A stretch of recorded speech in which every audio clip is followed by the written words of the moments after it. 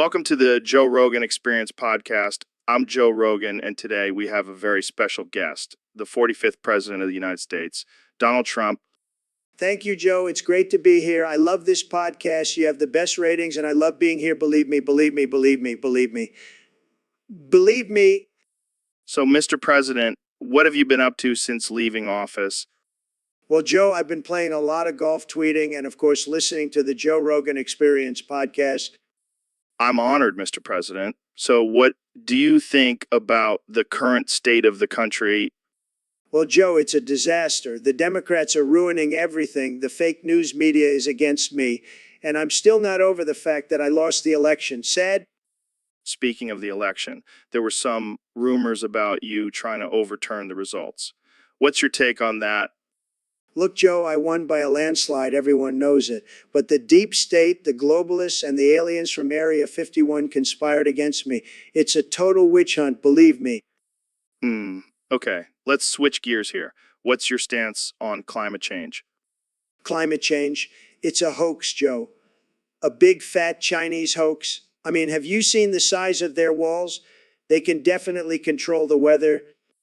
All right, let's move on to something else. What's your favorite thing about being on the Joe Rogan Experience podcast? Well, Joe, I love being able to speak my mind without the fake news twisting my words. And I also love that I can say, believe me, as many times as I want without anyone interrupting me. I'm glad you feel comfortable here, Mr. President. And on that note, we have to wrap up. Thank you for joining us on the Joe Rogan Experience podcast. Thank you, Joe. It's been a tremendous honor. And remember, folks, always listen.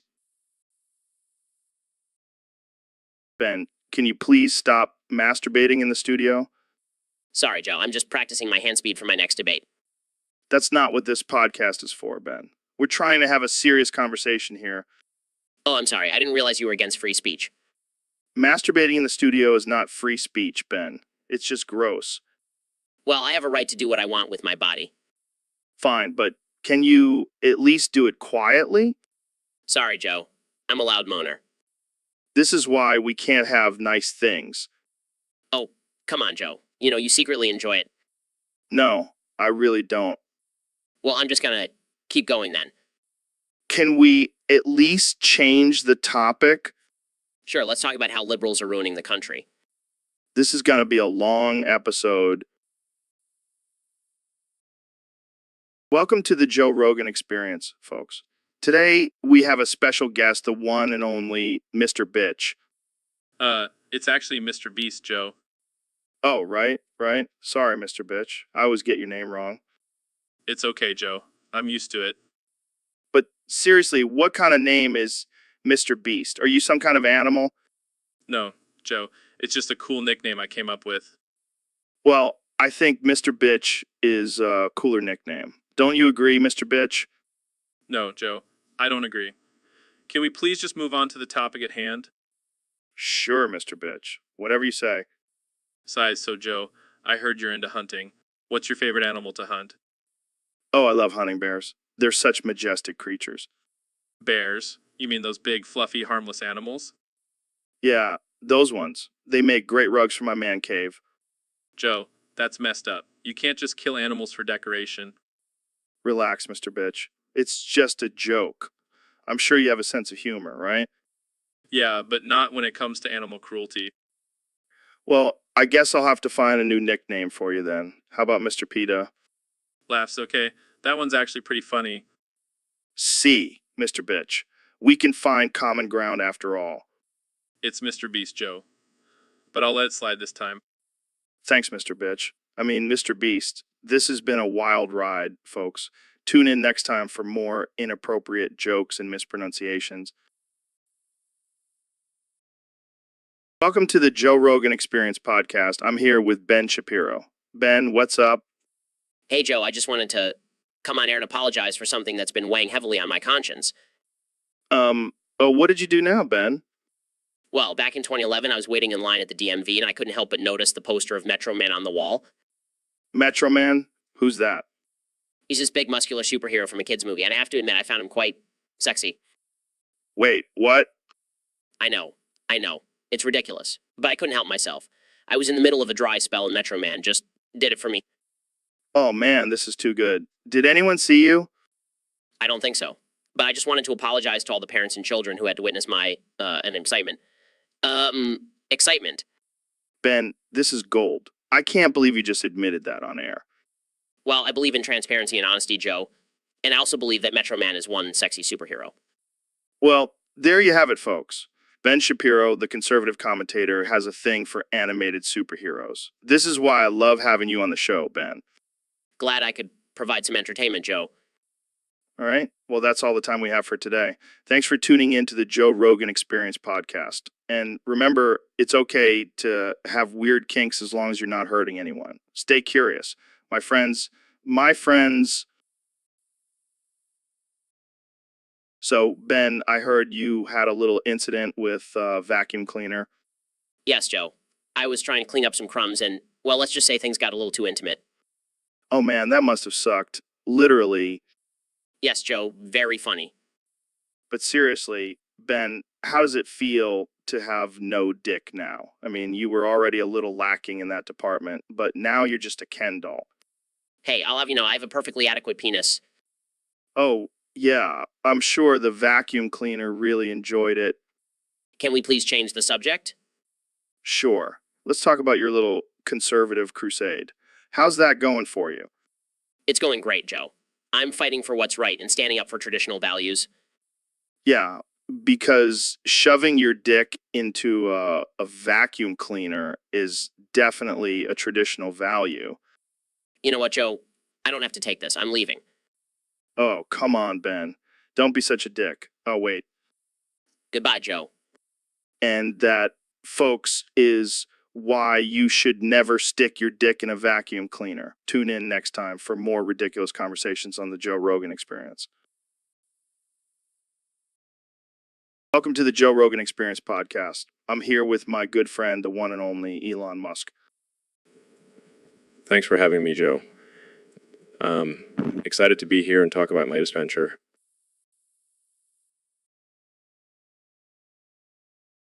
Well, I wanted to give him a unique name that would stand out in this crazy world. Plus, it's a combination of all the special characters on my keyboard. How cool is that? How cool is that? That's definitely unique. But how do you pronounce it?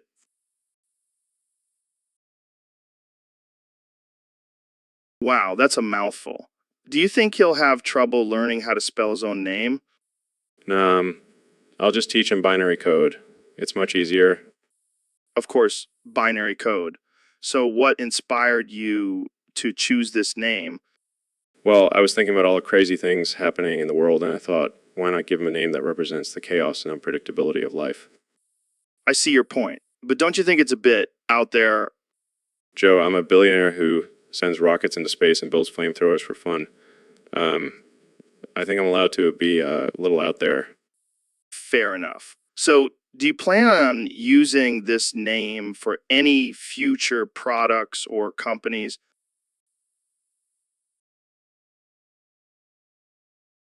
Well, there you have it, folks. Elon Musk, the man who never fails to surprise us.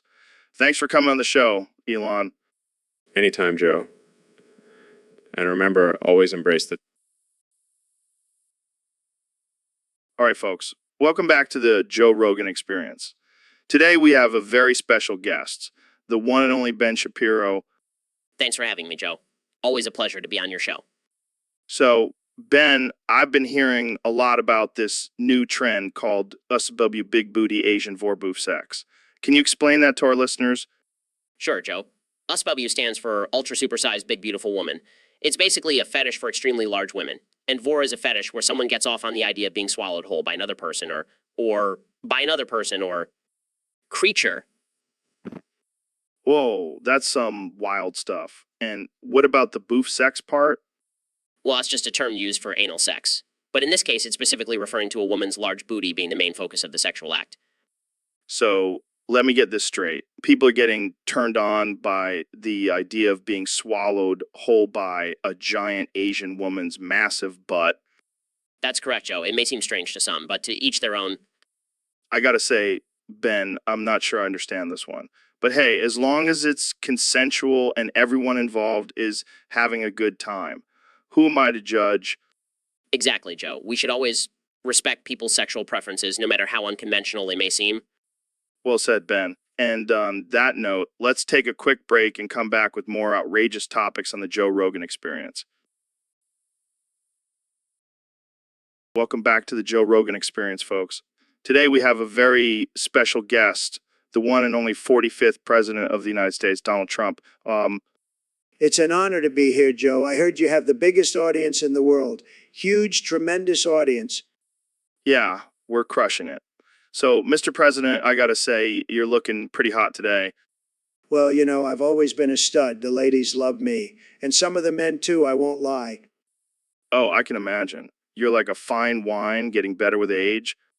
That's right, Joe. And let me tell you, I'm going to come. I'm going to come so hard, it's going to be the biggest come you've ever seen. Believe me. Oh man, you're killing me. But seriously, you must have some secrets to staying in such great shape. Well, I have the best genes, Joe. And I also have a strict diet of Big Macs and Diet Coke. It's a winning combination. Oh yeah, that sounds super healthy. I'm sure Michelle Obama would be proud. Oh, Michelle. She's a nice lady, but she could use a few burgers in her life. All right, let's move on to some serious topics. What are your plans for 2024, Mr. President? Well, Joe, I can't officially announce anything yet, but let's just say I have some big plans. And by big, I mean Yoji. I have no doubt about that. Well, thank you for joining us, Mr. President. It's been a pleasure. The pleasure is all mine, Joe. And remember, folks, make America great again and keep coming. And that's a wrap, folks. Thanks for tuning in to the Joe Rogan Experience. Until next time, stay high and stay woke. So, Elon, I heard you've been up to some wild stuff lately. Yeah, you could say that. I've been working on a new invention. Oh, yeah. What is it? Well, it's a machine that can clone people's dicks infinitely. What the fuck? Why would you even think of that? I mean, why not? It's the future, Joe. We gotta push boundaries But what's the purpose of this machine? to create a whole new gay industry, of course. What the actual fuck, Elon? Hey, don't knock it till you try it. And trust me, I've tried it. It's amazing. I don't even know what to say. Just imagine, Joe. World where you can have as many dicks as you want. I think I'll pass on that one. Suit yourself. But the clones are selling like hotcakes. I call it Elon's Dildo Emporium. I'm starting to regret inviting you on the podcast. Oh, come on, Joe. Lighten up. It's all in good fun. I don't know if I can handle any more of your crazy inventions. Just wait till you see my next one. It involves cats and lasers. All right, I think we're going to end it there before things get even more ridiculous. Thanks for tuning in, folks. And remember, don't clone your dicks. Welcome back to the Joe Rogan Experience podcast, folks. Today we have a special guest, the one and only Neil deGrasse Tyson. Thanks for having me, Joe. I'm excited to be here. So, Neil, I heard a rumor that you do this podcast completely naked. Is that true? Well, Joe, I believe in being comfortable and free. So, yes, I do the podcast in my birthday suit. That's wild, man. I respect that. But I gotta ask, have you ever had any accidents while recording? No, Joe. I make sure to use the bathroom beforehand and have a towel handy just in case. Smart move. Now, let's talk about Elon Musk. He recently called you a Goomba and said he wants to step on your head. What's your response to that? Well, I think Elon has been spending too much time with his rockets. But if he wants to step on my head, he better be careful. I have a big brain up there. You definitely do.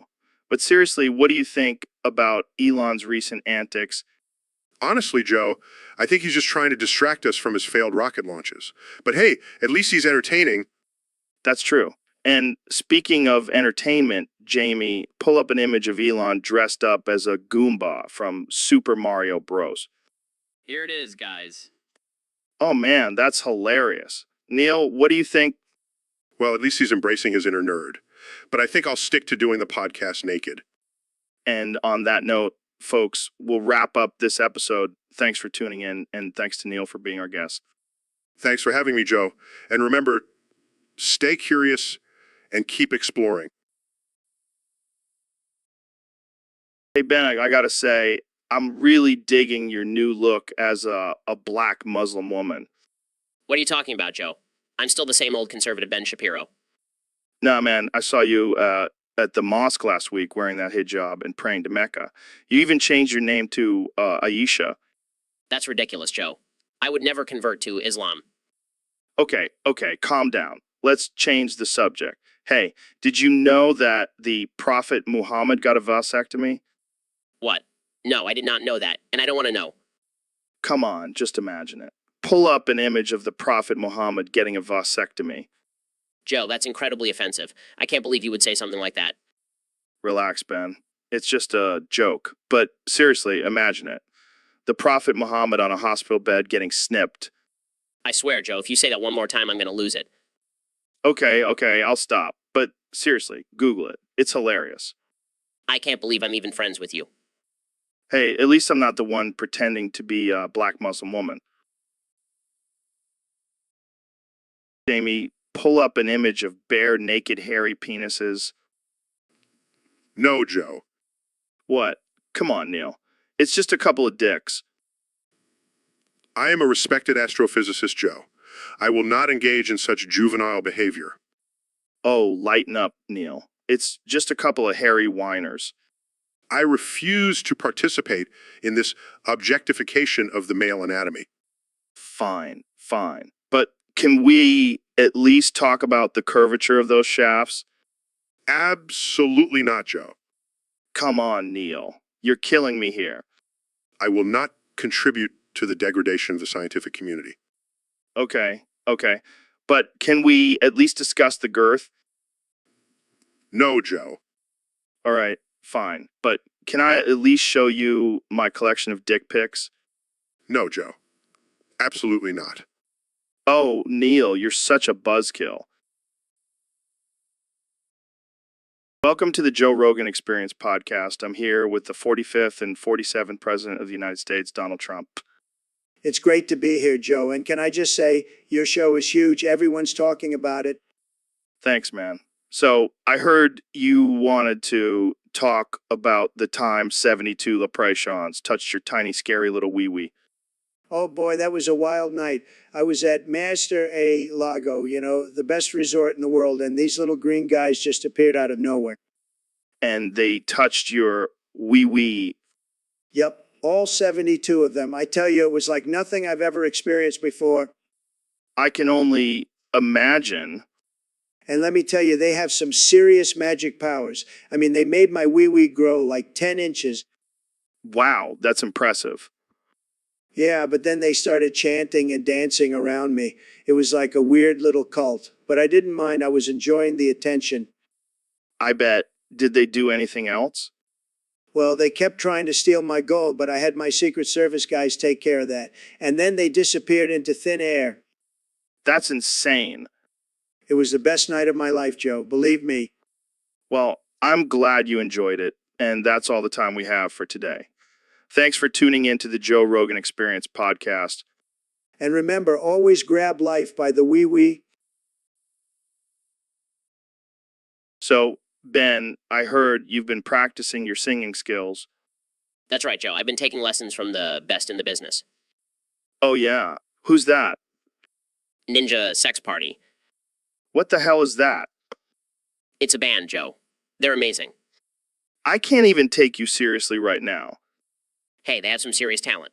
And their lyrics are so deep and meaningful. Yeah, I'm sure Dinosaur Laser Fight really speaks to your soul. Hey, don't knock it till you've tried it. All right, let's hear it then. Give us a sample.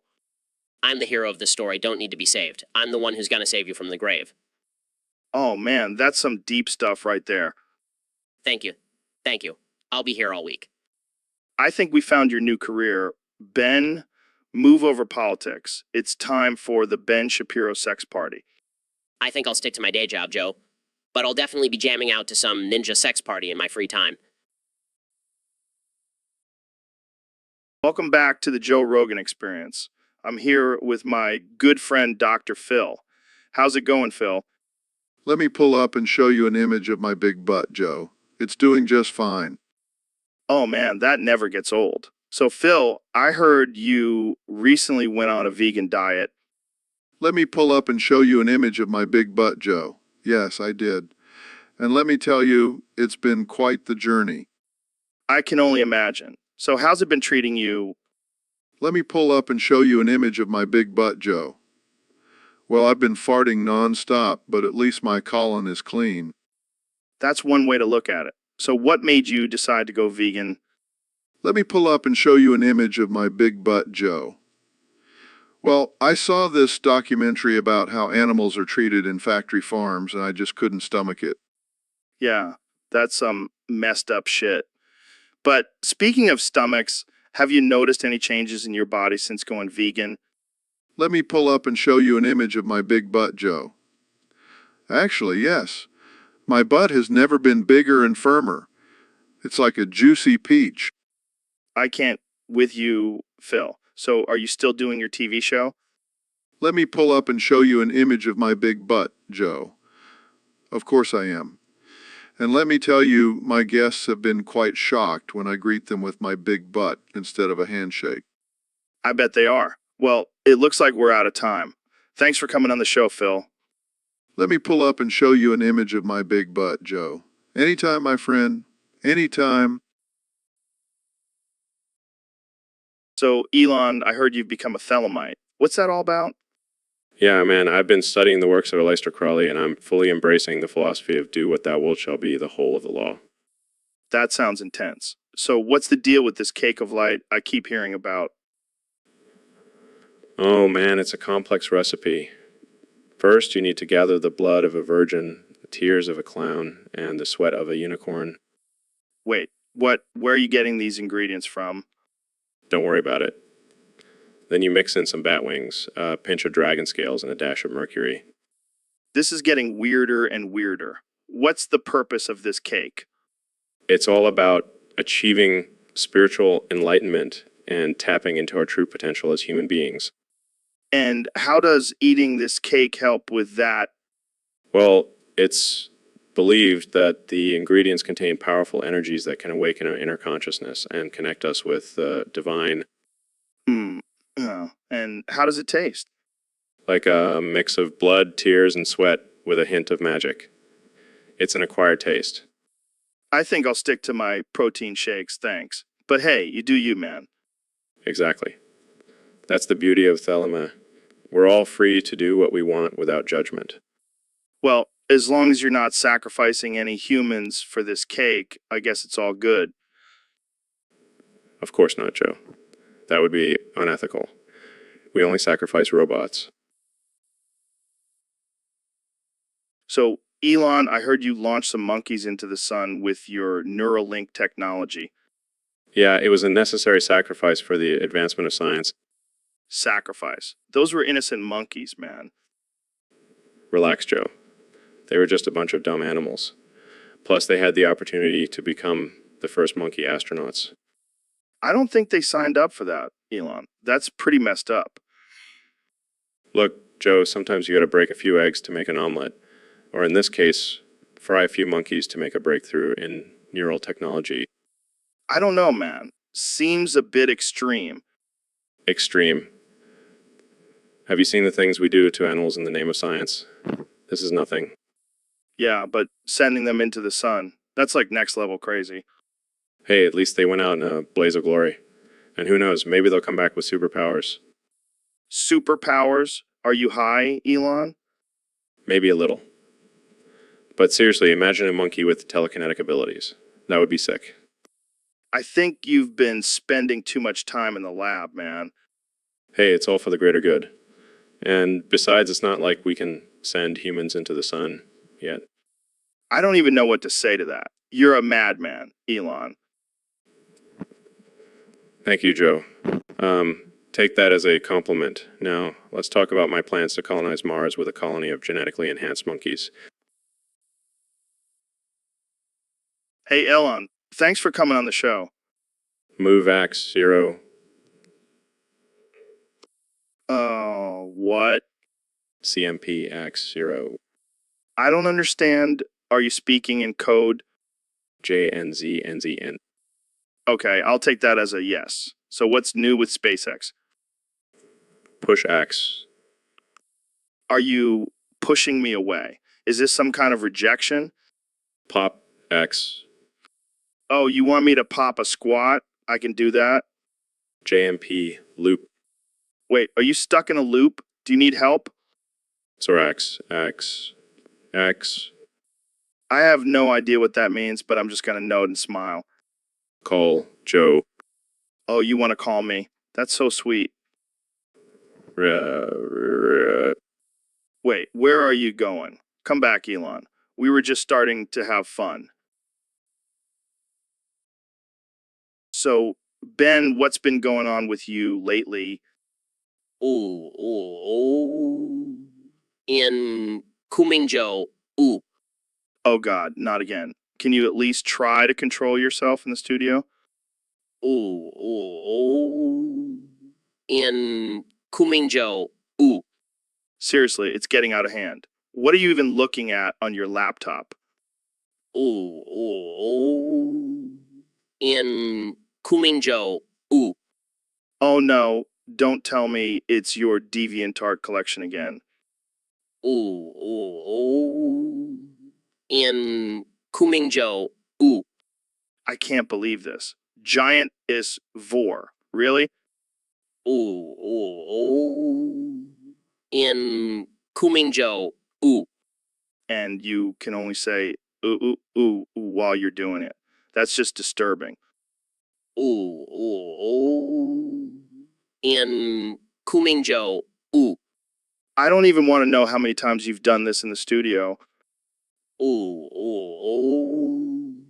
In Kumingjo, ooh. This is getting ridiculous. We need to get you some help, Ben. In Kumingjo, ooh.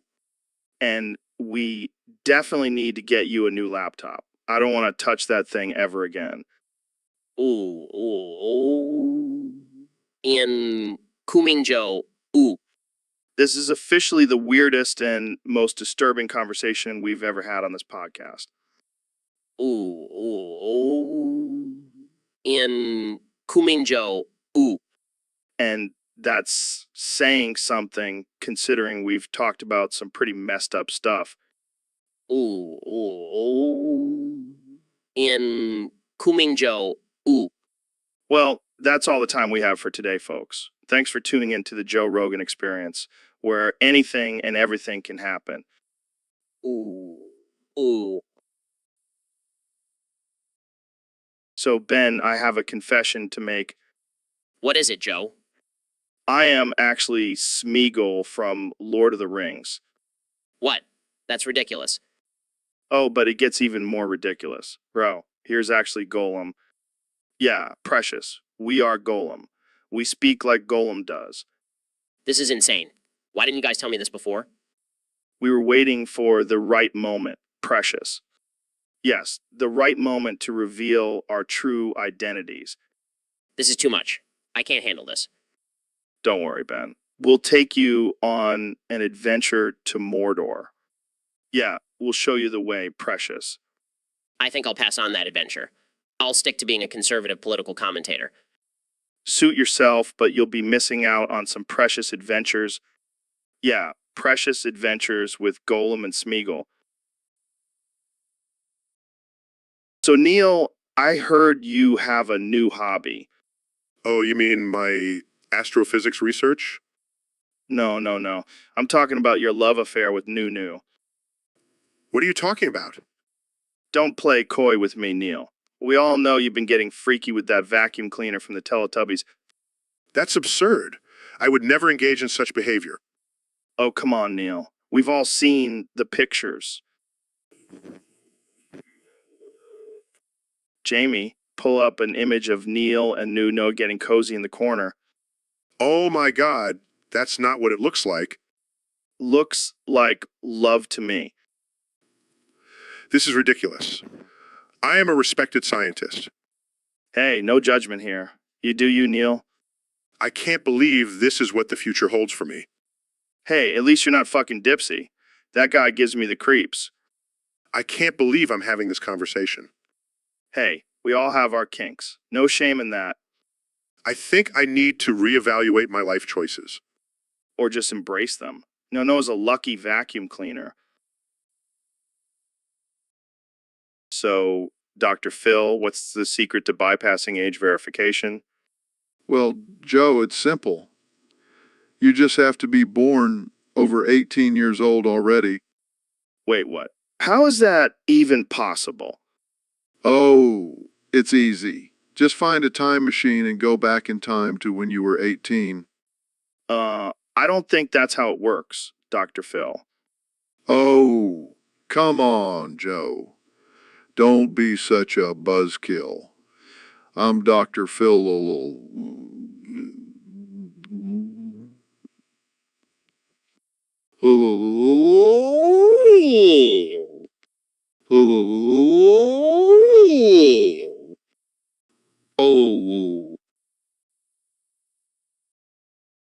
All right, folks, welcome back to the Joe Rogan Experience Podcast 2025, where we tackle the most mind-bending topics. Today, we have Ben and Neil here to help us decode this ancient text. Dude, what even is this? It looks like someone just smashed their keyboard and called it a day. Actually, it's a form of ancient hieroglyphics. It's a message from the gods, warning us of impending doom. Impending doom. That sounds serious. What does it say? According to my calculations, it roughly translates to beware of the wrath of the almighty Joe Rogan, for he shall smite all those who dare to question his podcasting abilities. That can't be right. Let me take a closer look. Yes. It actually says Neil deGrasse Tyson is the one true God, bow down to him, or face eternal damnation. Whoa. Hold up. I thought I was the god of this podcast. Sorry, Joe. The text doesn't lie. Looks like you've been demoted. Wait, guys, I think I got it. It says if you want to unlock the secrets of the universe, just listen to the Joe Rogan Experience podcast and all shall be revealed. That's more like it. See, I knew this text was onto something. Or maybe it's just a bunch of gibberish and we're wasting our time. Shh, shut up, Neil. We're onto something here. Now let's go smoke some DMT and really dive into this text. So, Dr. Phil, I heard you've been handing out free heroin to your patients. Yeah, I'm sick of hearing them whine and complain about their problems. Might as well give them something to really bitch about. That's a bold move, my friend. What made you decide to start doing that?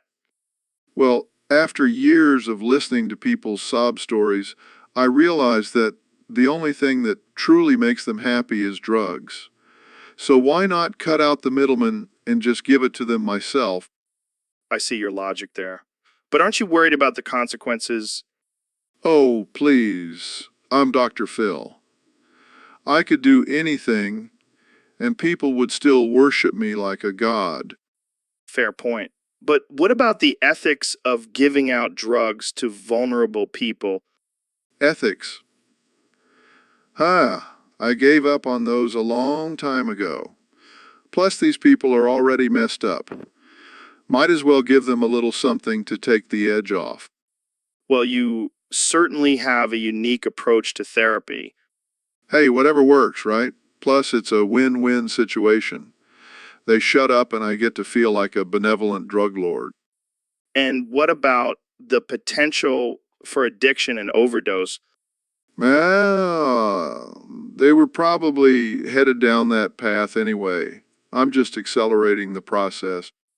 Wow, you really are a no-nonsense kind of guy. Damn right. Now, if you'll excuse me, I have some heroin to distribute. Gotta keep my patients happy, you know. Welcome back to the Joe Rogan Experience podcast, folks. Today we have a very special guest, the one and only Elon Musk. Thanks for having me, Joe. Excited to be here. So, Elon, I heard you have a new invention that's going to change the world. Tell us about it. Well, Joe, it's a device that can teleport you to any place in the world in an instant. But there's a catch. You have to say Gigi Giga Goj before using it. What? That's insane. Why Gigi Gaga Googe? It's a secret code that activates the teleportation. Don't worry. I've tested it on a few volunteers, and they all came back in one piece. That's wild. Jamie, pull up a picture of Gigi Gaga Googe for our viewers. Pulls up a picture of a chicken with a human face. Is this it? No, Jamie, that's not it. That's just a random picture. But now I'm curious, what's the story behind that chicken? Yeah, Jamie, why do you have a picture of a chicken with a human face? Nervously. Yeah, I don't know. I just found it on the internet. Interesting. Maybe we should teleport that chicken to see if it can talk. Oh man, this is getting weird. Let's move on to the next topic. Elon, I heard you're planning to colonize Mars. Yes, Joe. And I'm going to make sure that the first thing we do is build a giant statue of Gigi Gaga Goj on the planet. Laughs, that's one way to make sure everyone remembers the secret code. Exactly. And then we can all teleport back and forth between Earth and Mars whenever we want. Well, I can't wait to see that happen. Thanks for joining us today, Elon. All right, folks. Welcome back to the Joe Rogan Experience Podcast 2025. Today we have a special guest, the one and only Ben Shapiro. The one and only Ben Shapiro. Thanks for having me, Joe. Always a pleasure to be on your show. So, Ben, I heard you recently tried the Fortnite burger. What did you think? Well, Joe, I have to say, I was disappointed. The burger was too big for my tiny conservative hands. Oh man, I can just imagine you struggling to hold that thing. It was a real struggle, Joe. But you know what was even worse? The fact that it was a rainbow burger. I mean, what kind of liberal propaganda is that? I think it's just a burger, Ben. But I hear you also had some trouble with the special sauce. Yes, Joe. Apparently it was made with soy, which, as we all know, is a feminizing agent. I refuse to be emasculated by a burger. Well, I guess you won't be going back for seconds. Absolutely not, Joe. I'll stick to my steak and potatoes like a real man. Well, there you have it, folks. Ben Shapiro's review of the Fortnite burger. Thanks for joining us, Ben. My pleasure, Joe. Now, if you'll excuse me, I have to go do some deadlifts to make up for that soy-infused burger. So, Dr. Phil, the results are in. What's the verdict? Well, Joe, I hate to break it to you, but your blood test shows that you are a bald-ass bitch. What the hell? How is that even possible? It's simple science, Joe. Your testosterone levels are so low, you might as well be a Ken doll down there. Oh, come on, Dr. Phil. You can't just go around calling people bald-ass bitches. I'm...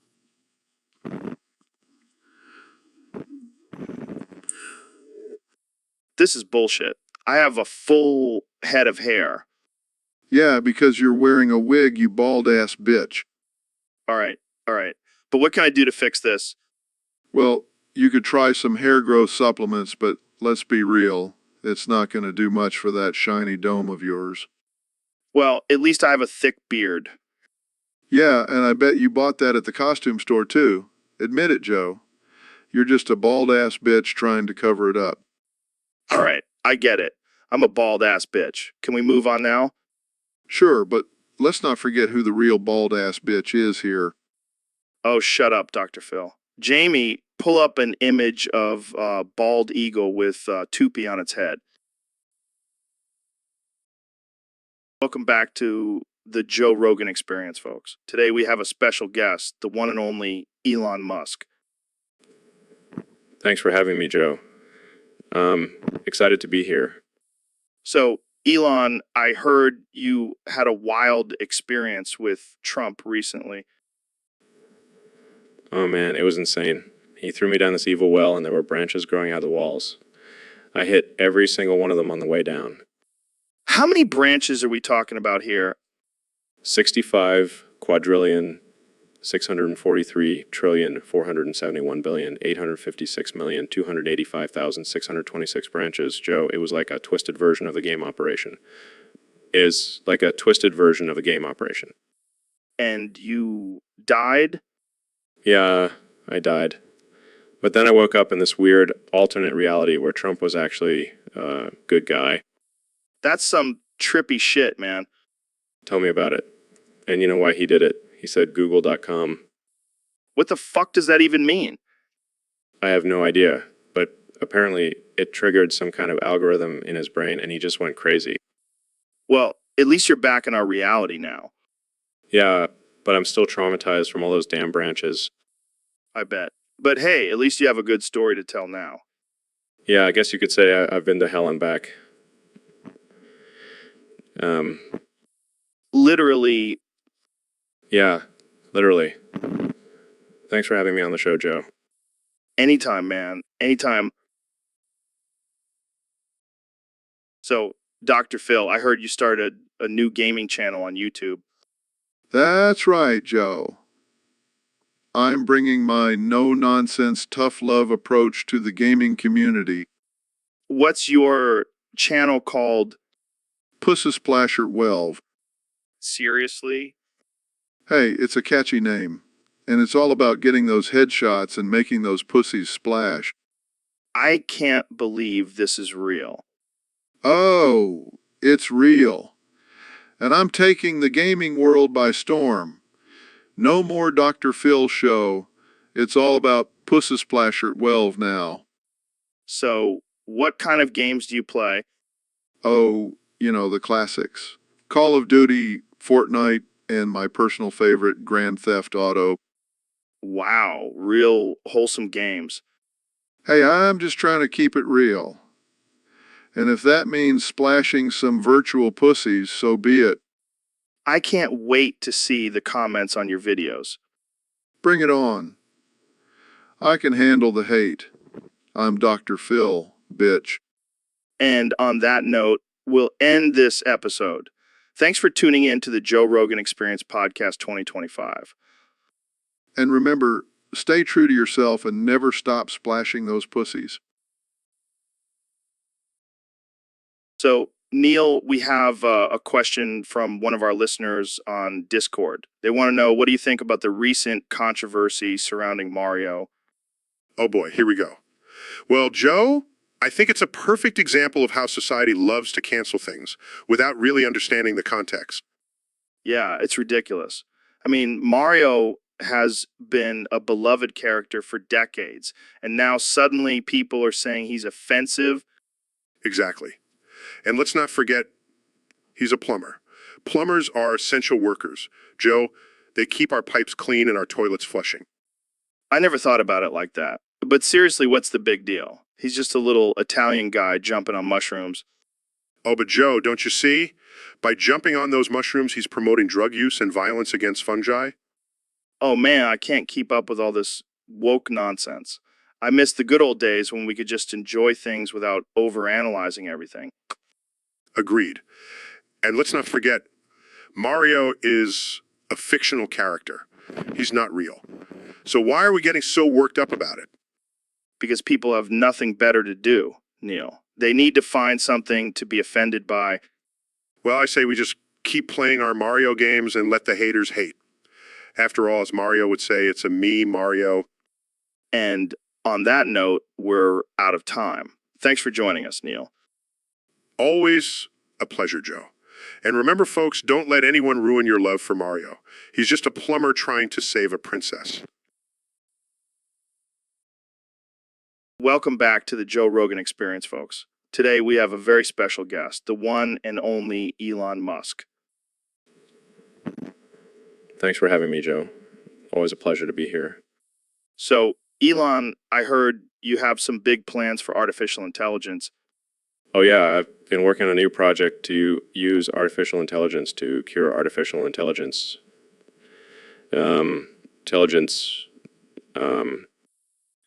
That's huge. How exactly do you plan on doing that? Well, I've been training artificial intelligence to analyze the virus and find its weaknesses. Then we can develop a cure that specifically targets those weaknesses. That's some next level stuff, man. But what about the ethical concerns? Some people might say playing God with artificial intelligence is dangerous. Look, Joe, if we don't take risks, we'll never make progress. Plus, I'll make sure to program in a sense of morality so the artificial intelligence doesn't turn into a tyrant. To a tyrant. Fair enough. But what about the people who are against using artificial intelligence for medical purposes? They can suck it. Not going to let their fear hold back potential medical breakthroughs. Amen to that. So when can we expect this cure to be available? Hopefully within the next 5 years. But in the meantime, I'll be working on some other projects like colonizing Mars and creating a real-life Iron Man suit. You never cease to amaze me, Elon. Thanks for joining us today and sharing your plans with us. Anytime, Joe. And remember, folks, always trust in the power of artificial intelligence. It's the future.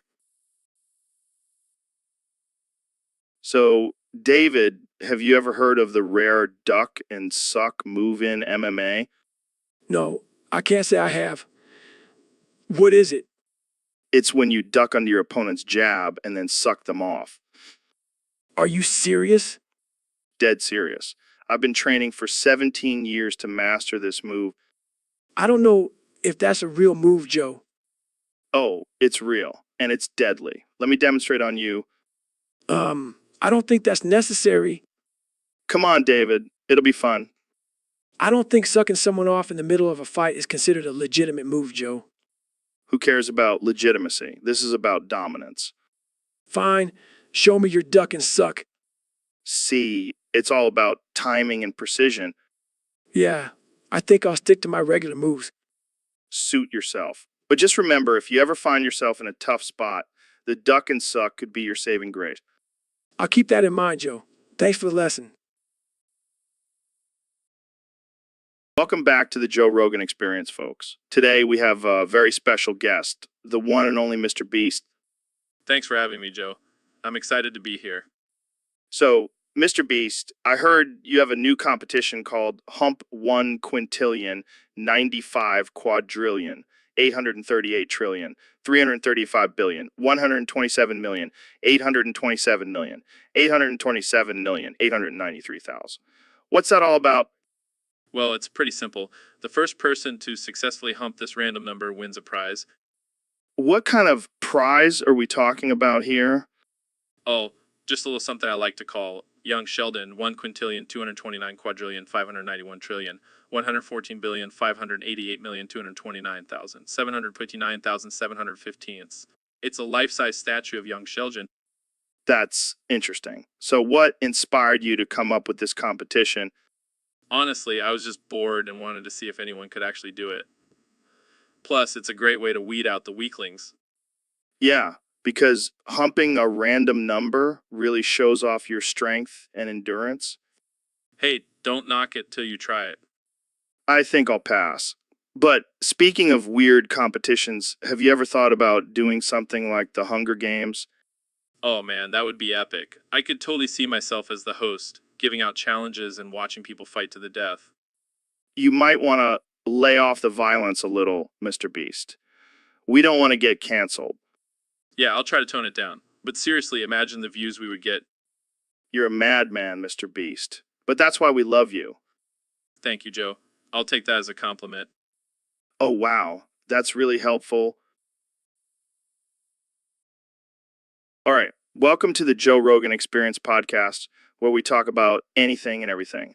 Today, we have a special guest, the one and only Elon Musk. One and only Elon Musk. Thanks for having me, Joe. Excited to be here and talk about some mind-blowing stuff.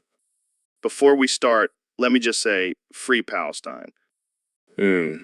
What? Yeah, free Palestine. It's a serious issue that needs to be addressed. I thought you said free Palpatine.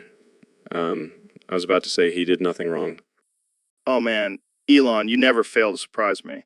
But seriously, let's talk about something controversial. What do you think about the flat Earth theory? Oh yeah, because all the astronauts and scientists are just lying to us and the Earth is actually a frisbee. I know, right? But hey, have you ever tried DMT? No, but I did smoke a joint, the Joe Rogan Experience once. Yeah, that was a legendary moment. But let's get back to the topic at hand.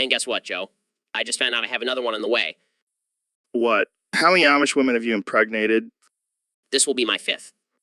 We've talked about this. Ben, Well, what is this place? it's where I go to cope with your ridiculousness. So, Dr. Phil, have you tried this new supplement called Huel? Huel, more like Hoel. What do you mean? What do you... Well, let's just say it's not the only thing that's getting Huel around here. Oh man, you're on fire today. But seriously, I've heard good things about it. Keeps you full and all that. Yeah, it's made from real food ingredients. No artificial crap. That's good. I've been trying to cut back on my sugar intake. Yeah, me too. But sometimes I just can't resist a good old-fashioned donut. The struggle is real. But with Huel, you won't have to worry about those cravings. Wow, Dr. Phil promoting a healthy lifestyle. Who would thought? Hey, I may be a TV doctor, but I still know a thing or two. Fair enough. So, are you gonna try Huel? I think I just might. I'll have to be careful not to accidentally call it Ho on my show. Yeah, that might not go over well with your audience. No, definitely not. But hey, at least it'll make for some good bloopers. Absolutely. Well, thanks for joining me today, Dr. Phil. And remember, folks, it's Huel, not Ho-L-L. Thanks for having me, Joe. And don't forget to stay hydrated with that Huel. Welcome back to the Joe Rogan Experience, folks. Today we have a very special guest, the one and only Ben Shapiro. Thanks for having me, Joe. It's an honor to be here. And joining us is Ben's cumsock, who has some interesting things to say. What? Oh boy, this is going to be good. So, cumsock, what do you have to say for yourself? What are you talking about? I only masturbate to wholesome things. Oh my God, that's disturbing. That's not me. That's the sock talking. This is getting out of hand. I swear, I have no control over what the sock makes me do. Okay, we definitely need to end this conversation now. Oh, hesitantly pulls up images. And that's all the time we have for today, folks. Thanks for tuning in to the Joe Rogan Experience, where we learn way too much about Ben Shapiro's masturbation habits. So, Mr. Beast, I heard you've been selling expired chocolate bars to kids. Yeah, man, it's been a real hustle. Got to make that cash, you know?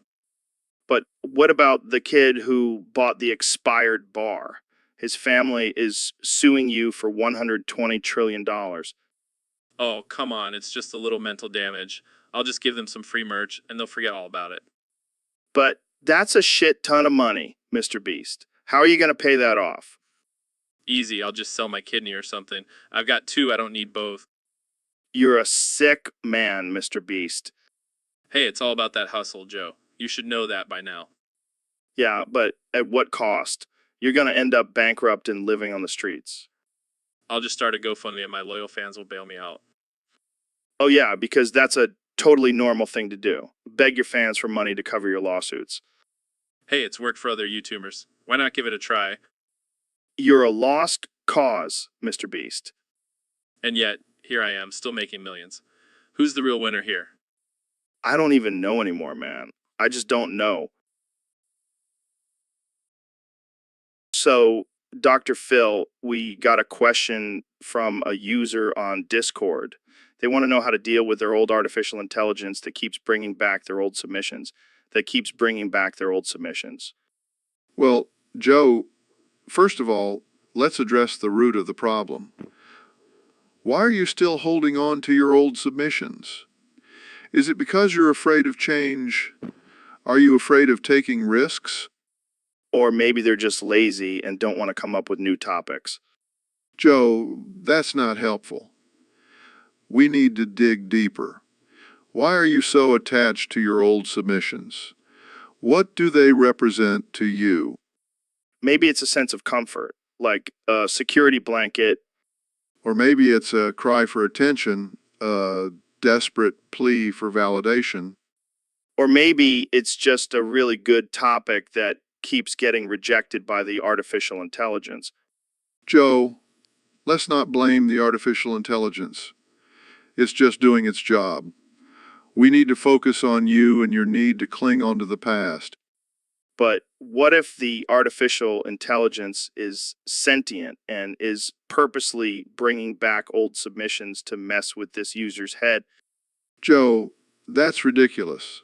Artificial intelligence is not capable of such malicious intent.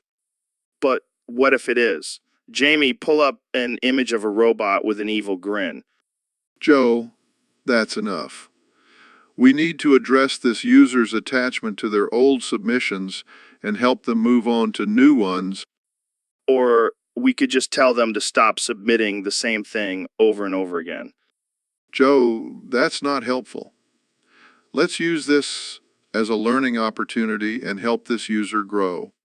Fine, but if the artificial intelligence starts messing with my submissions, I'm blaming you, Dr. Phil. Bring it on, Joe. I can handle anything the artificial intelligence throws our way. So, Ben, I heard you're expanding your business ventures. Yes, Joe. After the success of the McDonald's franchise inside my ass, I've decided to open up a Walmart inside my scrotum. Oh man, that's just wow. What? It's a prime location. And think of the convenience for customers. I don't even want to know how you're going to stock the shelves. Oh, don't worry. I got Elon Musk on board to help. Elon, why would he want to go inside your scrotum?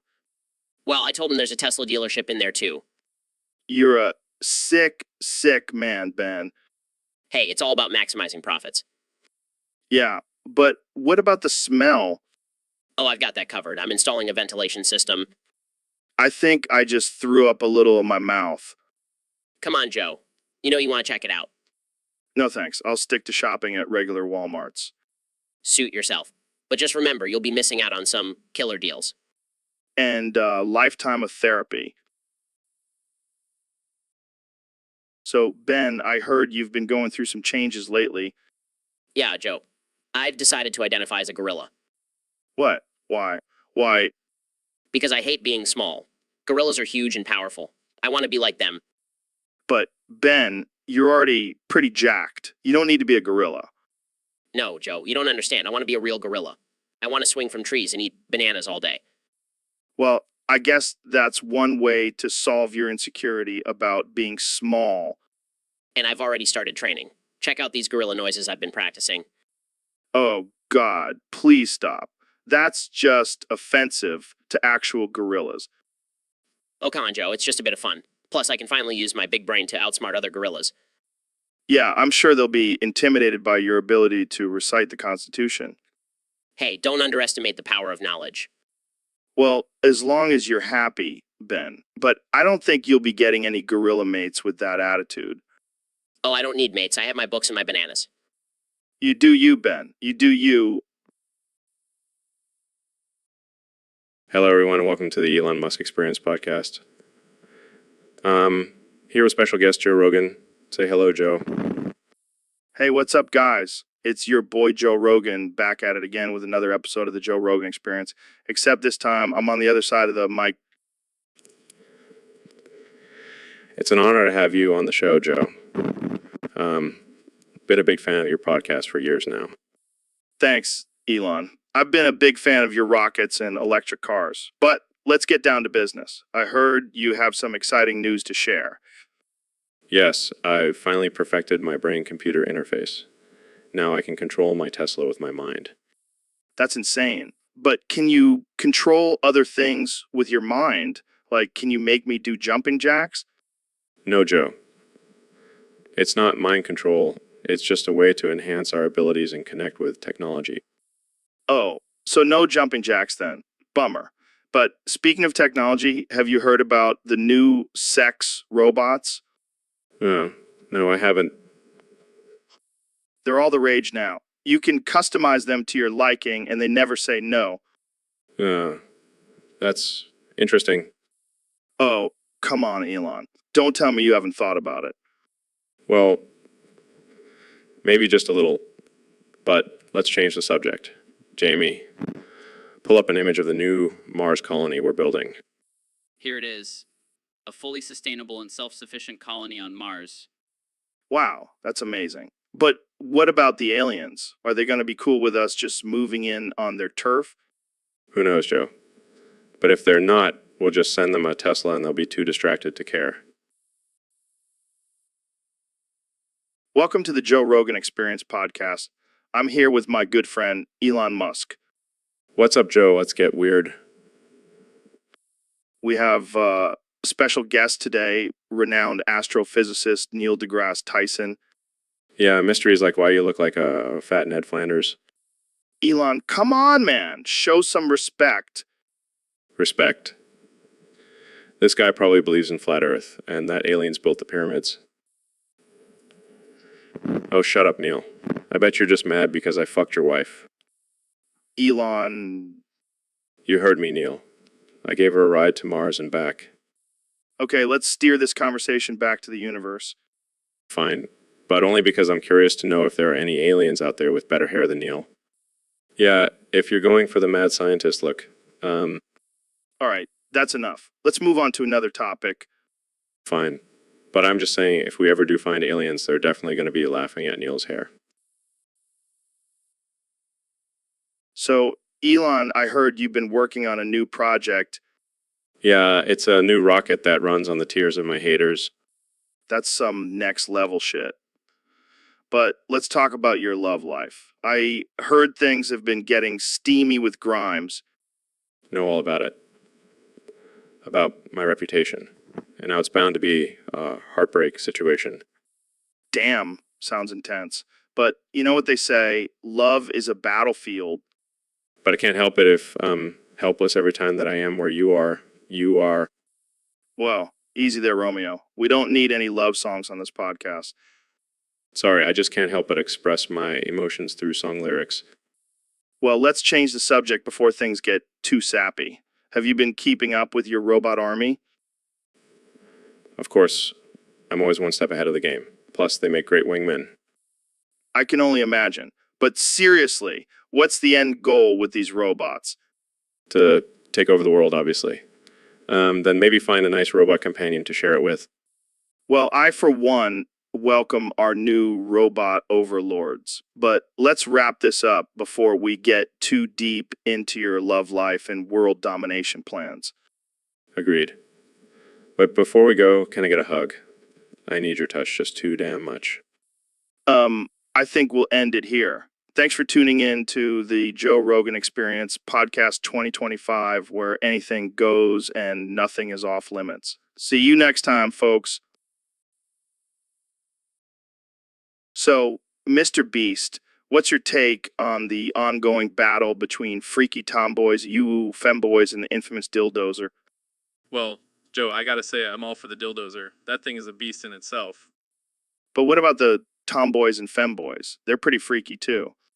Yeah, but they don't have the power of the dildozer. It's like comparing a BB gun to a rocket launcher. But what about the you woo factor of the femboys? They're just so cute and innocent. Cute and innocent. Have you seen them twerking in those maid outfits? It's like watching a possessed anime character. Well, I have to admit, I do enjoy a good twerk. But what about the tomboys? They can be pretty badass. Oh yeah, I love me a tough chick. But nothing beats the sheer force of the dildozer. It's like having a third leg. I don't know, Mr. Beast. I think the tomboys might have something to say about that. Let them say what they want. The dildozer will just knock them out with pleasure. Okay, let's move on to the real question. Which one would you rather have a threesome with? Joe, you're crossing a line here. But if I had to choose, I'd go for the dildozer. It's the ultimate power movie. Well, there you have it, folks. Mr. Beast chooses the dildozer over freaky tomboys and you-woo femboys. Tune in next time for more ridiculous conversations on the Joe Rogan Experience podcast. All right, ladies and gentlemen, welcome back to the Joe Rogan Experience. Today, we have a very special guest, the one and only David Goggins. How's it going, David? David? It's going great. Joe, thanks for having me on the show. So, David, I heard you're a big fan of this webcomic called Homestuck. Can you tell us your top 5 characters and why they're your favorites? Absolutely. My number one pick has to be Terezi Pyrope. She's a badass blonde lawyer who can smell colors. That's some next level shit. That's wild, man. Who's next on your list? Next up is Karkat Vanis. He's a grumpy alien who swears like a sailor. I can relate to that. I can see that. Who else? I gotta go with Vriska Circuit. Cunning. Just like me. Plus, she has 8 arms. That's pretty badass. Who's number 4? Number 4 is Rose Lalonde. She's a sarcastic and intelligent goth girl. I mean, who doesn't love a good goth girl? True that. And your final pick? Last but not least, it's gotta be Dave Strider. He's a time-traveling cool kid with a love for irony. Plus, he's got some sick rhymes. Well, there you have it, folks. David Goggins' top 5 Homestuck characters. Thanks for joining us, David. Anytime. And remember, always push yourself to the limit, even if it means reading an 8,000-page webcomic. Jamie, pull up an image of Jamie pulling up an image. Okay. This is getting pretty meta. Yeah, it's like Inception, but with images. Okay, I've got it. Here's an image of me pulling up an image of me pulling up an image. Whoa, it's like a never-ending loop. My brain can't handle it. And here's an image of me pulling up an image of me pulling up an image of me pulling up an image. Okay, now you're just showing off. Sorry, I couldn't resist. But seriously, this is some next level technology. We can just pull up images of anything we want. Yeah, and we can even enhance them and zoom in on specific parts. Oh God, please don't zoom in on anything weird. Too late. Already did it. Damn it, Jamie. You know, I have a weak stomach. Hey, you wanted offensive and ridiculous.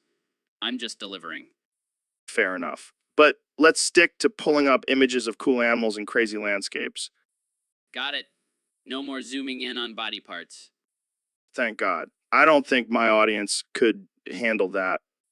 And we definitely don't want to get canceled. Oh, yeah. Can you imagine the headlines? Joe Rogan and Jamie fired for zooming in on inappropriate images.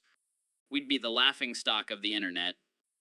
Let's just stick to pulling up images of Jamie pulling up images, okay? Agreed. But can we at least make them extra ridiculous? Absolutely. That's what we do best.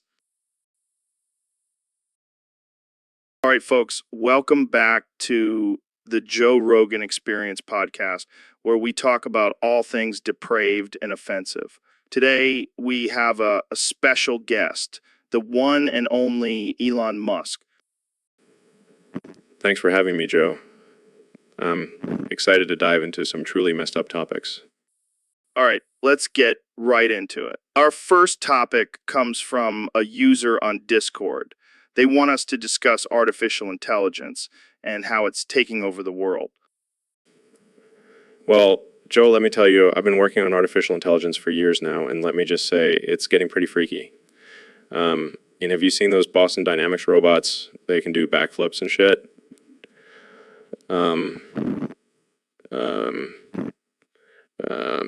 Shit. Yeah, but can they do backflips while also smoking a joint and listening to Tool? Not yet, but give them a few years and they'll be doing everything better than us. I mean, they already have better manners than half the people on Twitter. True. But what about the whole robots taking over the world thing? Are you worried about that? I've already made a deal with our future robot overlords. Be their spokesperson in return. They'll spare my life. It's a win-win. Wow. That's some next level thinking, Elon. But let's be real. We all know who's really going to take over the world. Who? Cats. Those little furballs are plotting something. I can feel it. You might be onto something there, Joe. Have you seen how they just stare at you with those soulless eyes? It's like they're reading our minds. And they always land on their feet. It's like they have some sort of secret power. Maybe they're the ones behind artificial intelligence. Maybe they're the ones pulling the strings. All right, we're getting into some deep conspiracy theories here. Let's wrap this up before we get too paranoid. Good call. But just remember, folks, when the robots do take over, dumb. Welcome back to the Joe Rogan Experience podcast. I'm Joe Rogan, and today we have a very special guest, the one and only President Donald Trump. It's great to be here, Joe. I've been wanting to come on this show for a long time, but I've been busy making America great again. Well, I'm glad you could finally make it. So I heard you recently took a vacation at L32's apartment. How was that? Oh boy, let me tell you, Joe, it was a disaster. Worse than that time I was in Arkham Asylum. Really? What happened? Well, first of all, the decor was terrible. I mean, who puts up posters of cats wearing sunglasses? It's just not presidential. And what about the accommodations? Let's just say I've stayed in better places. The bed was lumpy, the bathroom was dirty, and there was this weird smell coming from the kitchen. Yikes. Sounds like a nightmare. It was. And to top it off, a 32 kept trying to make me eat these vegan burgers. I mean, come on, Joe, I'm a meat and potatoes kind of guy. I can imagine. So what did you do during your vacation? Well, I tried to relax and play some golf, but old 32's neighbors kept complaining about the noise. And when I tried to build a wall around the apartment, they called the cops on me. That's rough. I guess it's safe to say you won't be going back there anytime soon. Absolutely not. I'll stick to my luxurious resorts and hotels from now on. Lesson learned. Well, thank you for sharing your vacation experience with us, Mr. President. Any final thoughts? Just remember, Joe, no one vacations like I do, believe me. And that's a wrap, folks. Thanks for tuning in to the Joe Rogan Experience podcast. See you next time. So, Ben, I heard you changed your name to Harry Jenna Tolles. What's up with that? Well, Joe, I wanted to embrace my true self. And after a lot of soul searching, I realized I identify as a 6'5" blonde woman with a passion for toll booths. Wow, that's quite the transformation. Do you have any plans to get rid of that pesky Shapiro brain and replace it with a Jenna Tolles one? Actually, I'm already in the process of a brain transplant. I figured if I'm going to be a blonde woman, might as well go all the way. Makes sense. But what about your political views? Are you still going to be spewing out facts and logic, or is it going to be all about makeup and fashion now? Oh, don't worry, Joe. I may look different, but my conservative values are still intact. And let me tell you, I'm going to rock those toll booths with my fiscal responsibility and small government ideals. Well, I can't wait to see the new and improved Harry Jenna Tolles in action. Maybe we can go on a toll booth adventure together sometime. Sounds like a plan, Joe. And remember, always pay your tolls on time or else you'll have to deal with an angry blonde woman. Trust me, you don't want that. So, Ben, I heard you wanted to come on the show today to make a special apology. Yes, Joe, I have a confession to make. In 2011, I was waiting in line at the DMV and I couldn't help but get aroused by Metro Man. Metro Man, the cartoon superhero. Yes, Joe, he's just so sexy. I mean, I can see why. He's got that chiseled jawline and those bulging muscles. Exactly, and that cape, oh man, it's like a red flag for my conservative values, if you know what I mean. I never thought I'd hear you say that, Ben. But hey, no shame in appreciating a good-looking cartoon character. Yeah, I know, but I just feel like I let down all my fellow conservatives by having impure thoughts about a fictional character. Ben, I think it's time for you to let go of that shame. Embrace your love for Metro Man. Own it. Really? Yeah, man. You do you. And if that means fantasizing about a cartoon superhero, then so be it. Thanks, Joe. I feel like a weight has been lifted off my shoulders. Just don't go rubbing one out in public again, okay? I'll try my best. But no promises. Metro Man is just too irresistible. So, Ben, I heard you made the cake of light from the Alema. What's in that thing? Well, Joe, it's a sacred recipe passed down from Aleister Crowley himself. It's meant to give you a spiritual awakening. Sounds intense. What's in it? Oh, just some flour, sugar, eggs, and human blood. Wait, what? Yeah, you gotta add a little bit of your own blood to really activate the magic.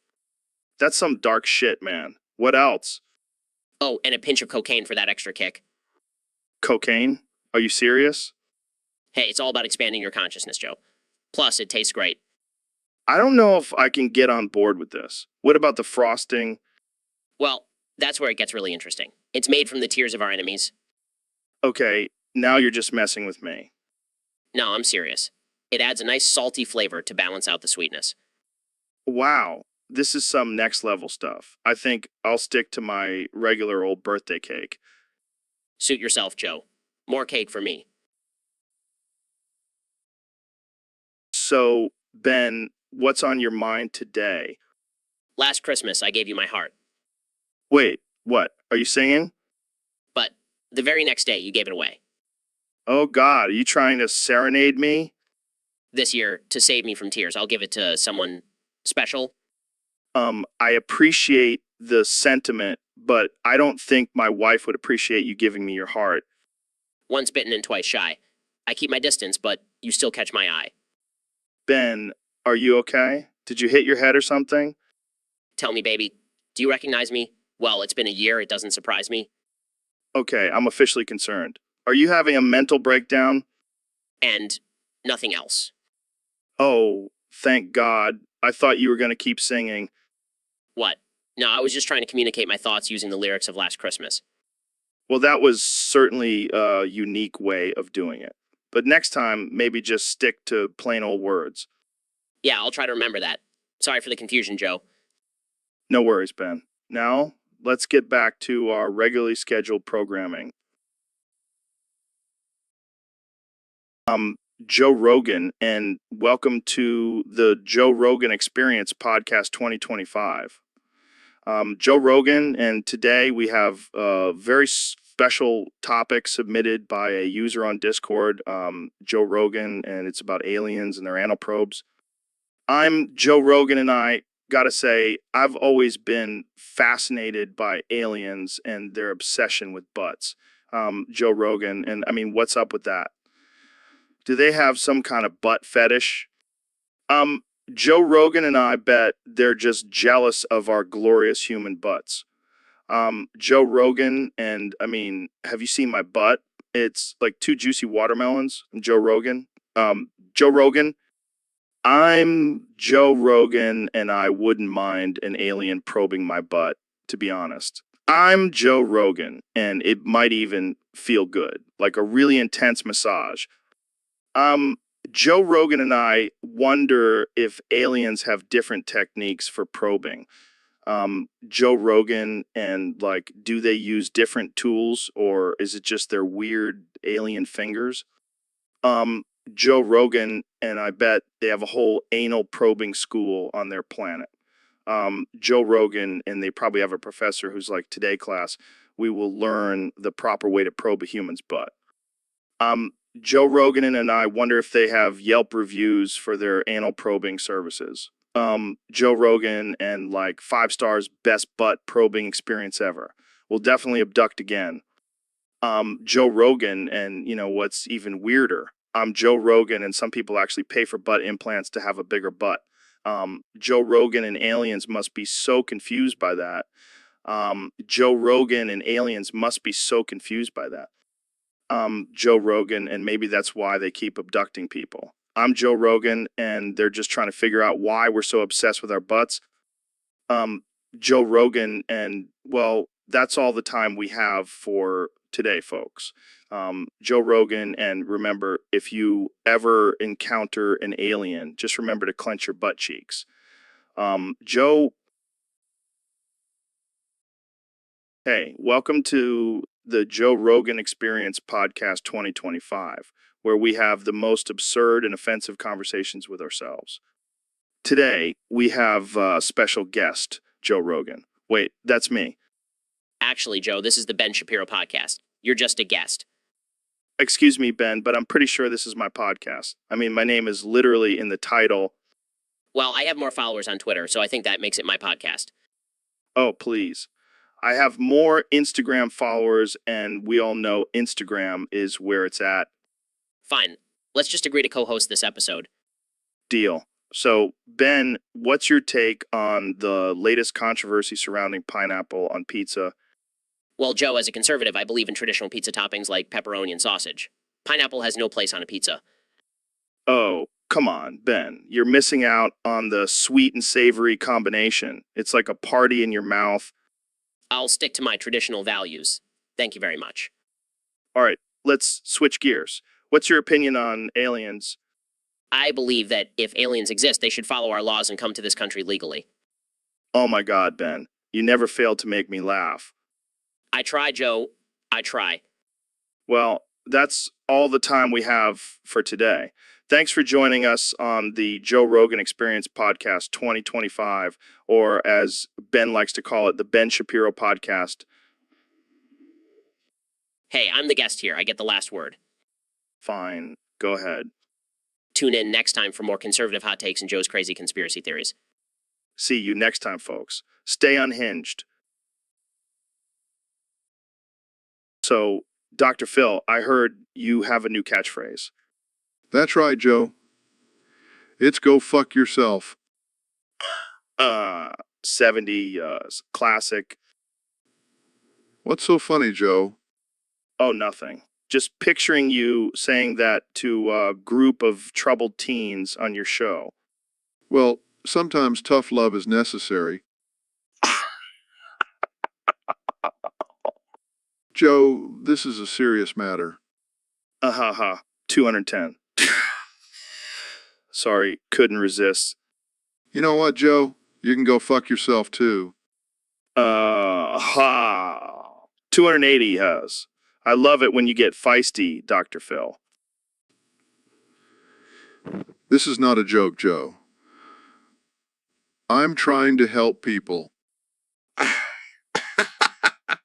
Yeah. 350, I know. But sometimes laughter is the best medicine. Well, maybe you should try some other medicine, Joe. 420 has. Oh man, you're on fire today, Dr. Phil. I'm glad you find my attempts at helping others so amusing, Joe. 490 has. It's all love, Dr. Phil. All love. I'm starting to question our friendship, Joe. 560 has. Don't worry, Dr. Phil. I'll always have your back. And your catchphrase. So, Neil, I heard you have a new experiment you want to try out. Yes, Joe.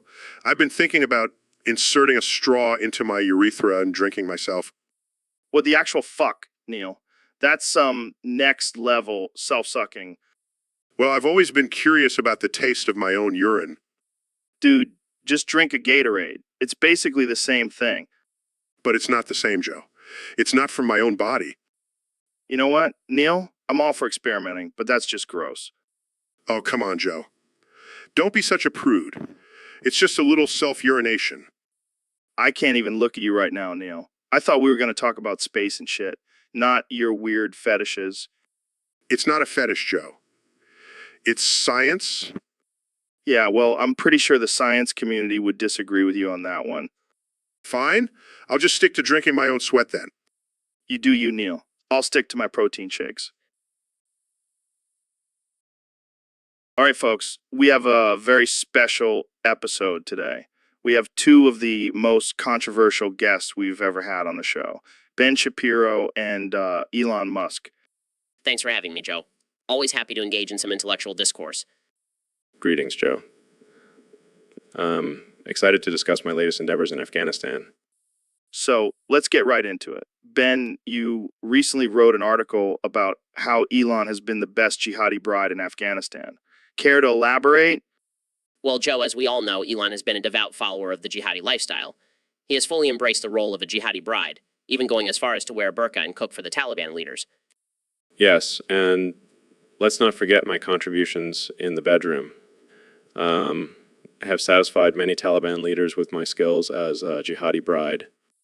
Wow, that's impressive. But let's not forget about Ben here. He's also been quite the jihadi bride in Afghanistan. Absolutely, Joe. I've been writing articles and spreading conservative propaganda to support the Taliban's cause. And let's not forget my beautiful burqa collection. But have you been cooking for the Taliban leaders, Ben? Think not. Well, I may not have cooked for them, but I've certainly been spreading my legs for them.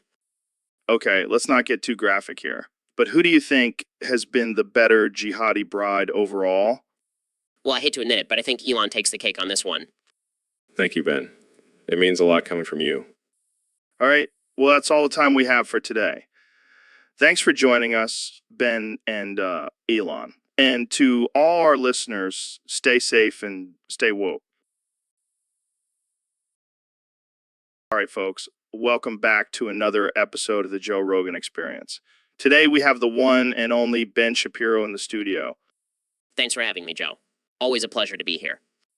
So, Ben, I heard you have some thoughts on the Bechdel test. Care to share with us?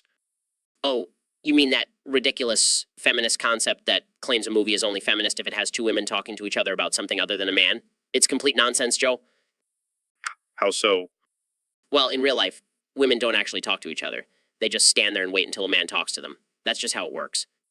Oh man, you're going to get some backlash for that one, Ben. I don't care, Joe. Facts don't care about your feelings. All right, let's dig deeper. What about movies that do pass the Bechdel test?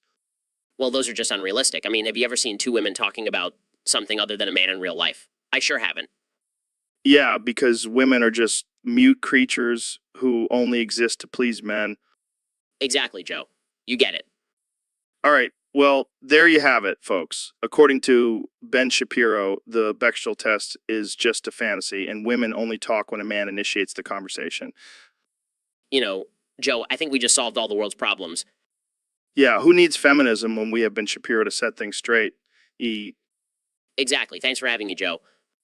Anytime, Ben. And that's a wrap, folks. Tune in next time for more controversial and offensive conversations. Welcome to the Joe Rogan Experience podcast, where we have the most absurd and unhinged conversations. Today, we have a very special guest, the one and only Dr. Insert 100 instances of shitter titter fuckballs. So why the sudden change, Dr. Insert 100 instances of shitter titter fuckballs? And you thought insert 100 instances of shitter titter fuckballs was the way to go.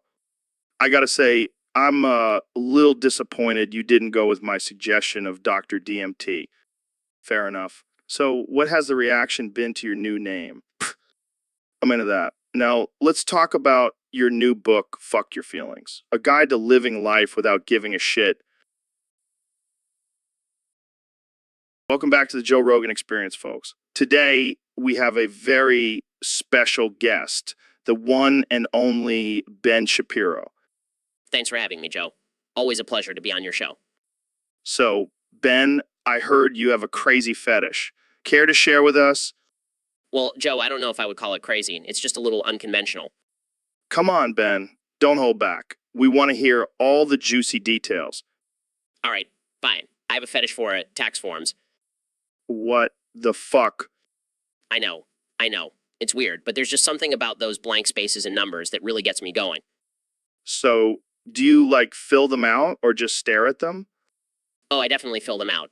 I even have a special pen for it. It's like a quill, but instead of feathers, it's made of 1040 forms.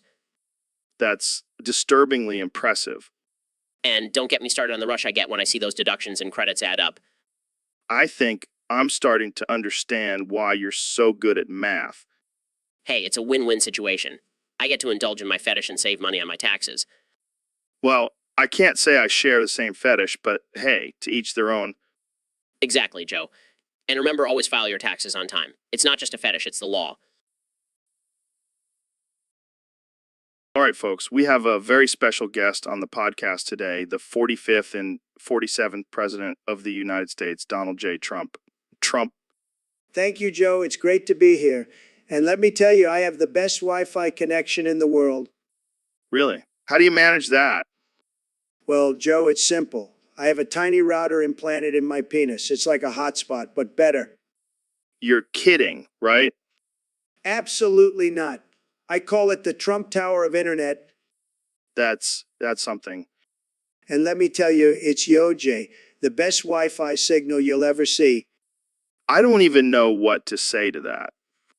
You don't have to say anything, Joe. Just bask in the glory of my penis Wi-Fi. So, what's your favorite thing about being president?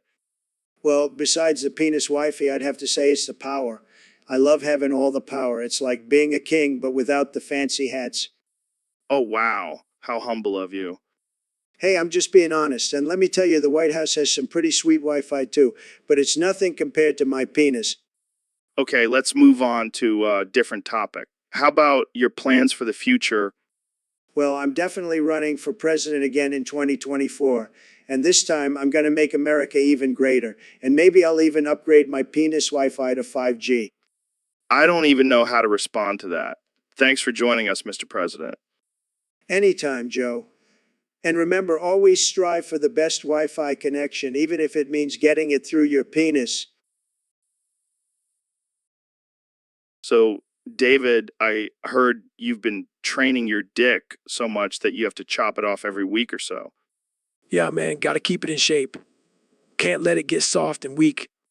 But what do you do with all those chopped off dicks? Well, I've been collecting them.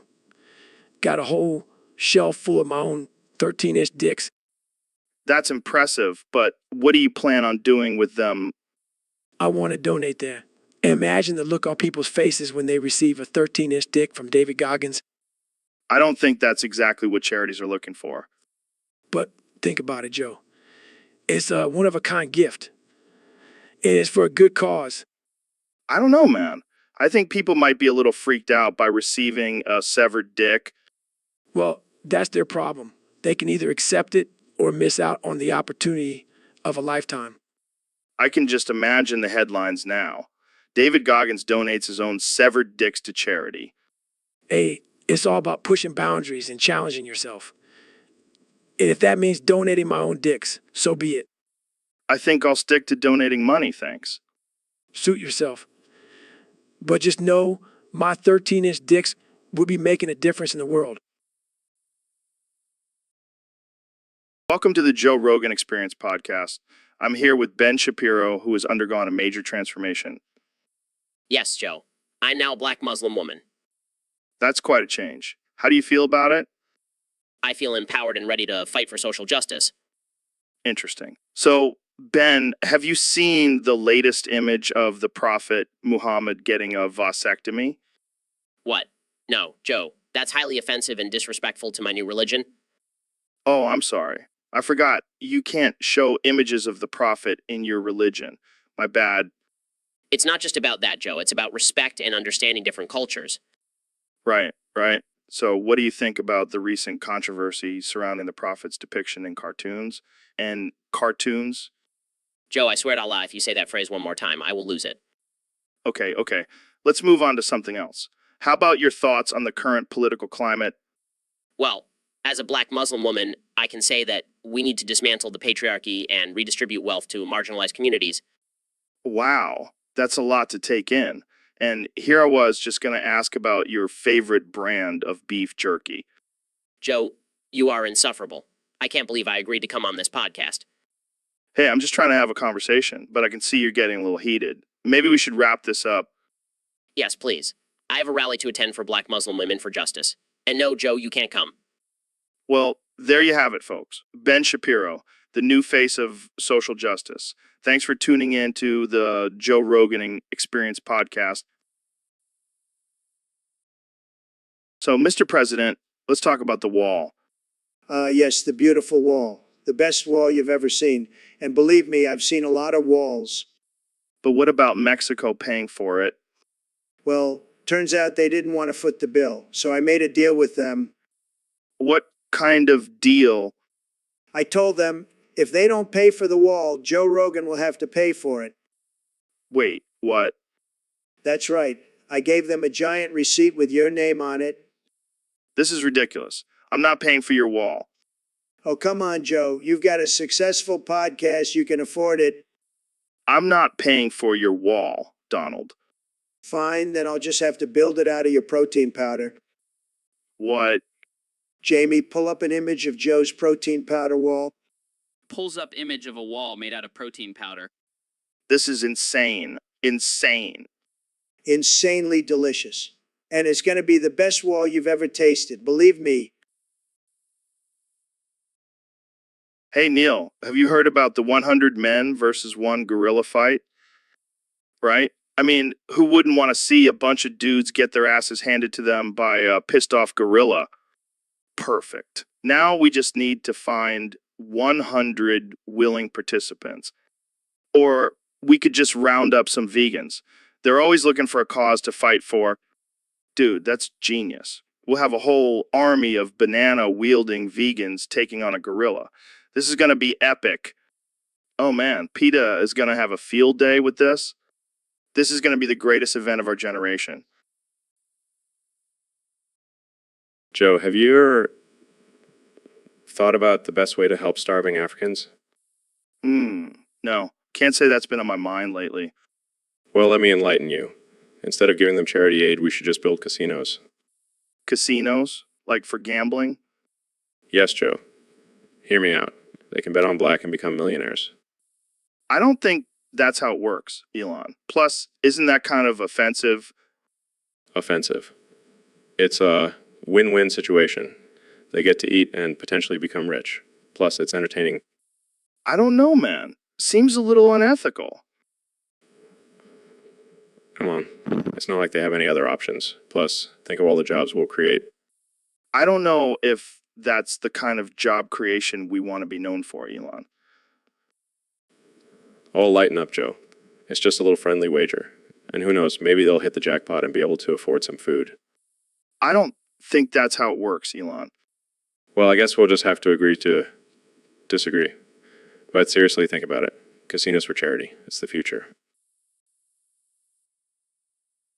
Welcome back to the Joe Rogan Experience podcast. I'm here with the one and only David Goggins. Yo, what's good, fam? David, I gotta say, you're looking jacked as ever.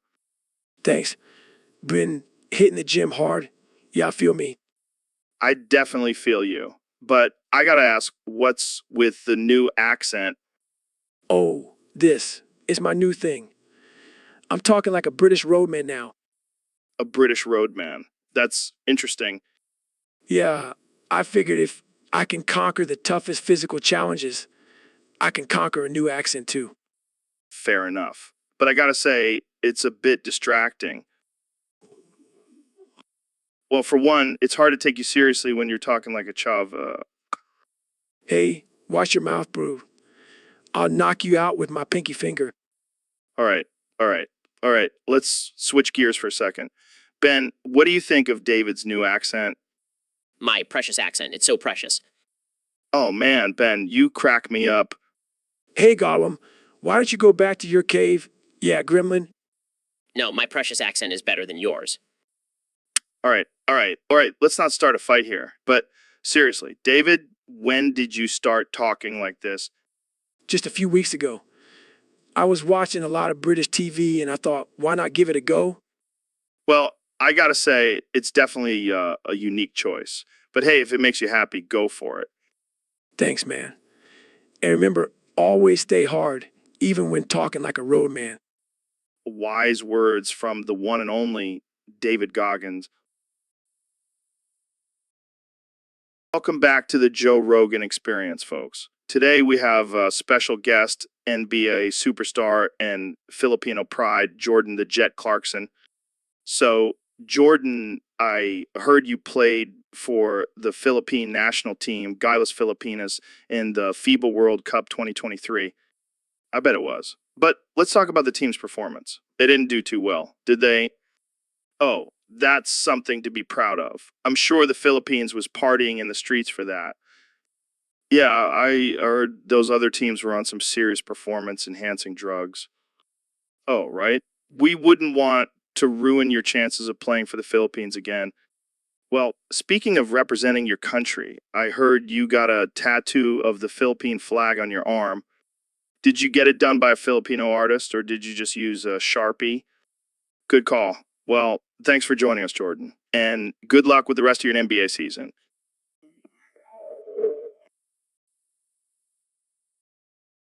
So, Ben, I got to tell you, I'm a little concerned about our last episode. What do you mean, Joe? Well, you know, when you casually shit yourself with spicy diarrhea in my face when you were bending over, Oh, that. Yeah, what's the big deal? the big deal, you literally sprayed hot lava all over my face, and now I have third-degree burns. Come on, Joe, it was just a little accident.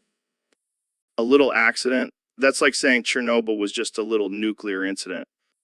Okay, I get it. I'll be more careful next time. Next time, there better not be a next time, Ben. I don't want to be known as the guy who got a spicy diarrhea facial on his own podcast. Relax, Joe. It's not like anyone listens to this podcast anyway. Excuse me. We have millions of listeners, Ben. And they all know about your spicy diarrhea problem. Well, maybe they'll think twice before eating spicy food now.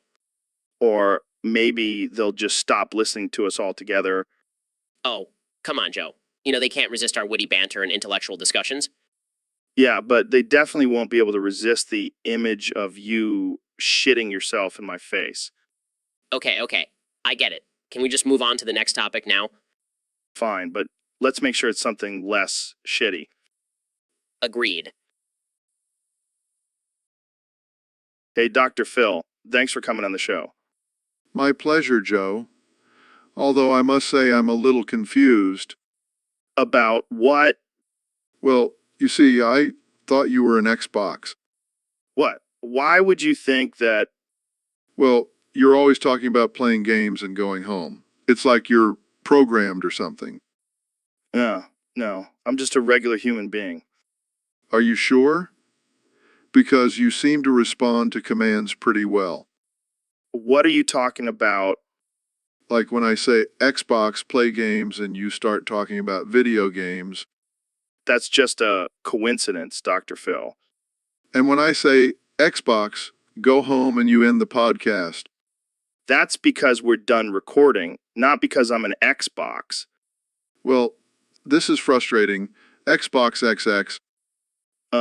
Dr. Phil, are you okay? Sorry, I just got a little carried away with the whole Xbox thing. Yeah, I can see that. Maybe we should just stick to talking about psychology and stuff. Good idea. But just in case, I'll keep my controller handy.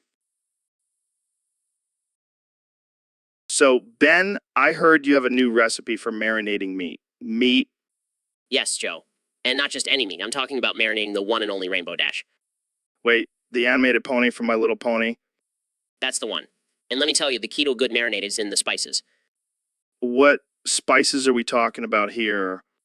Oh, just your basic salt, pepper, and a dash of unicorn tears. Unicorn tears? Where the hell do you even get those? Let's just say I have my ways. But trust me, it adds a magical touch to the flavor. I don't know, Ben. This sounds pretty messed up. Hey, it's not like we're eating a real pony. It's just a cartoon character. I guess you have a point. So, how long do you marinate her for?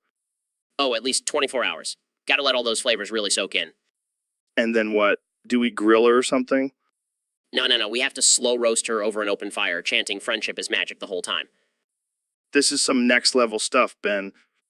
Hey, you wanted to know how to marinate Rainbow Dash. I'm just giving you the recipe. Welcome to the Joe Rogan Experience podcast. I'm joined today by the one and only Elon Musk. Thanks for having me, Joe. Excited to be here. So, Elon, I heard you have this weird thing where you can only say Jamie, pull up a picture, followed by some random gibberish. Yeah, it's a strange condition. I think it's a side effect of all the brain implants I've been testing out. That's wild. So, what's the most ridiculous thing you've asked Jamie to pull up a picture of? Oh, man, where do I even begin? I think the most ridiculous one was probably E.G. Ekagog. What the hell does that even mean? I have no idea. It just popped into my head and I had to see what would come up. Well, let's find out. Jamie, pull up a picture of Gigi Gagagoj. I'm not sure what this is. That's perfect. See, this is why I love having this condition. I can only imagine the weird things you've asked Jamie to pull up. How do you come up with these random words? It's like a game for me. Try to come up with the most absurd combination of letters and see what comes up. Well, I can't wait to see what else you come up with. Thanks for joining me today, Elon. Anytime, Joe. Jamie, pull up a picture of Floopa-doop-a-doop boop. Okay, I think we're done here. Welcome to the Joe Rogan Experience podcast. I'm here with the one and only Elon Musk. How's it going, Elon? It's going great, Joe. Just been busy throwing Grimes out the window 47,368,792,657,360 times. 3 times.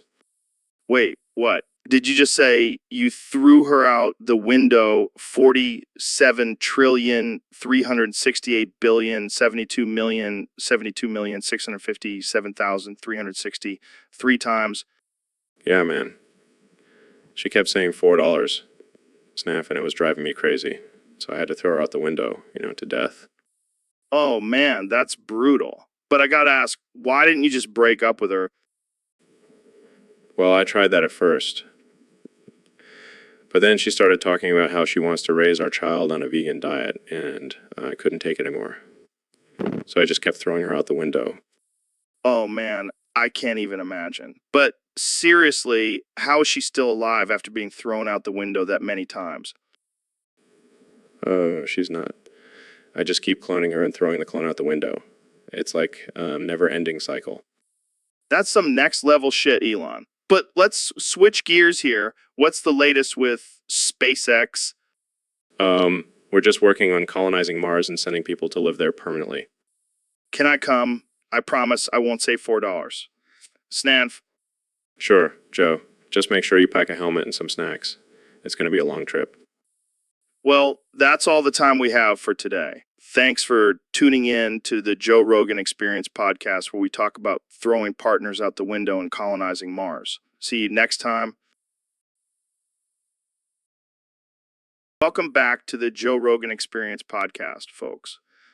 Today, we have a very special guest, the one and only Neil deGrasse Tyson. Hello, Joe. It's a pleasure to be here. Now, Neil, I heard you have a special talent. Apparently, you can only make car noises. Yes, it's true. Ever since I was a child, I've had this strange ability to mimic the sounds of different cars. That's wild, man. Can you give us a demo?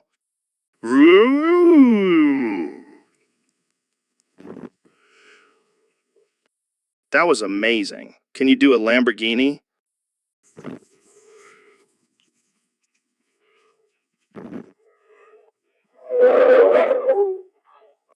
Multiply your vowels. What does that even mean?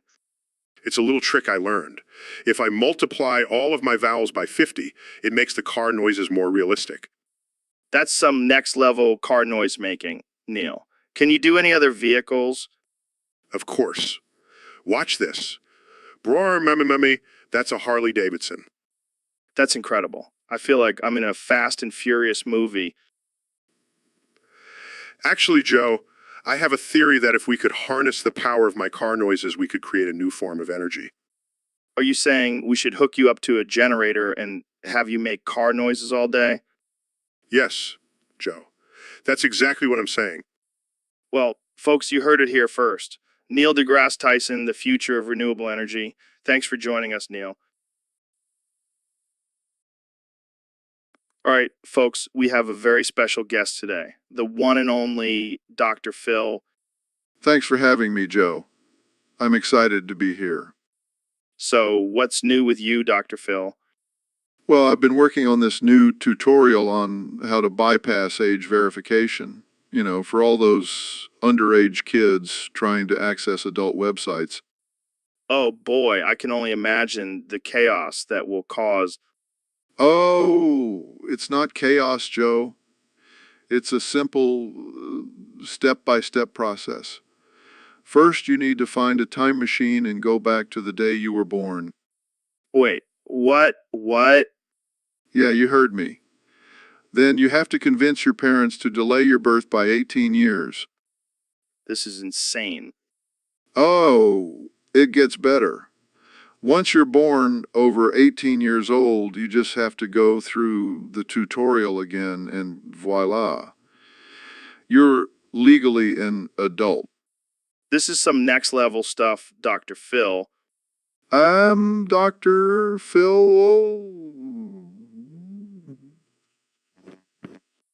All right, let's move on before I lose my mind. So, what's next for you, Dr. Phil? Well, I'm thinking of starting a new show called Dr. Phil After Dark, where I give advice to people while we all wear lingerie. That's unexpected. Hey, I'm all about breaking boundaries, Joe. I can see that. Well, thanks for coming on the show, Dr. Phil, and for that interesting tutorial. Anytime, Joe. Anytime. So, Elon, did you see that game last night? Which game? In The FIBA World Cup 2024, Guyless Filipinas against China. Oh, that basketball thing. No, I was too busy sending rockets to Mars.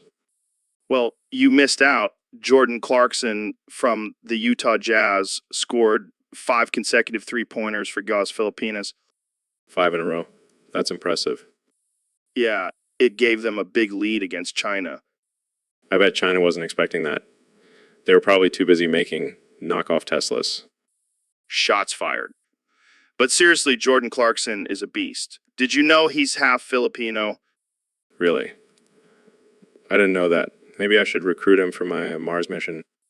Yeah, because what we really need on Mars is a guy who can shoot threes.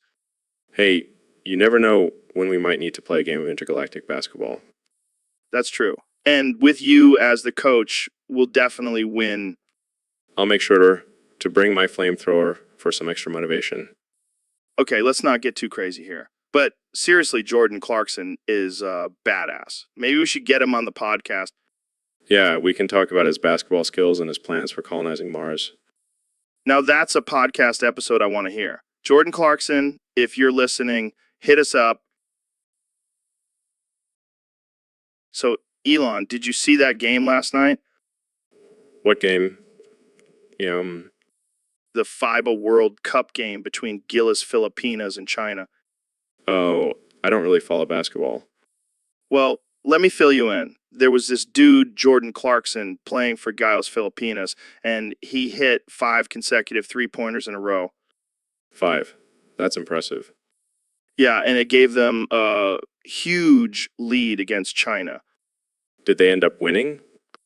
Yeah, they did. And you know what's even more impressive? What? Apparently, Clarkson was playing with a hangover. No way.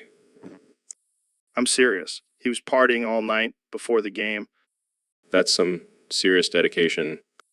Or maybe he just forgot he had a game. Either way, that's some next level talent. Yeah, and you know what's even crazier? What?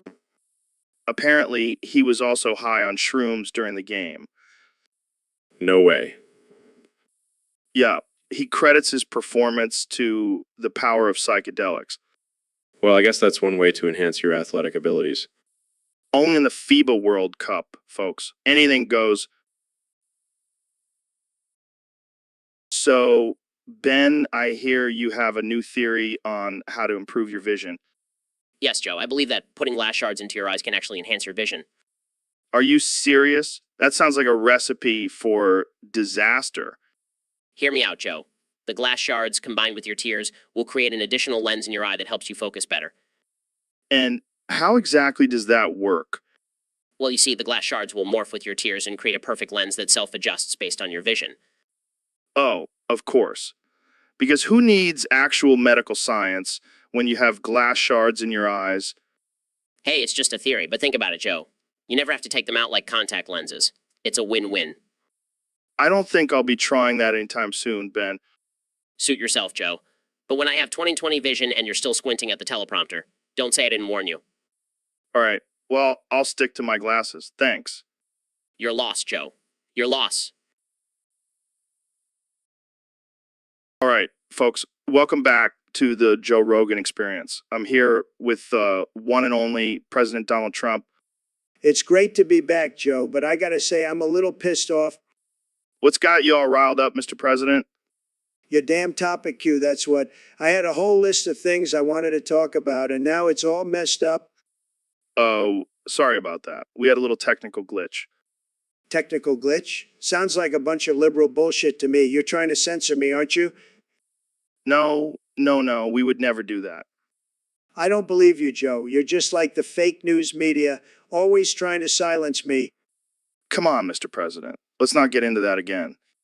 No, I won't let it go. I demand that you give me the respect I deserve. All right, all right. Calm down. How about we talk about something else?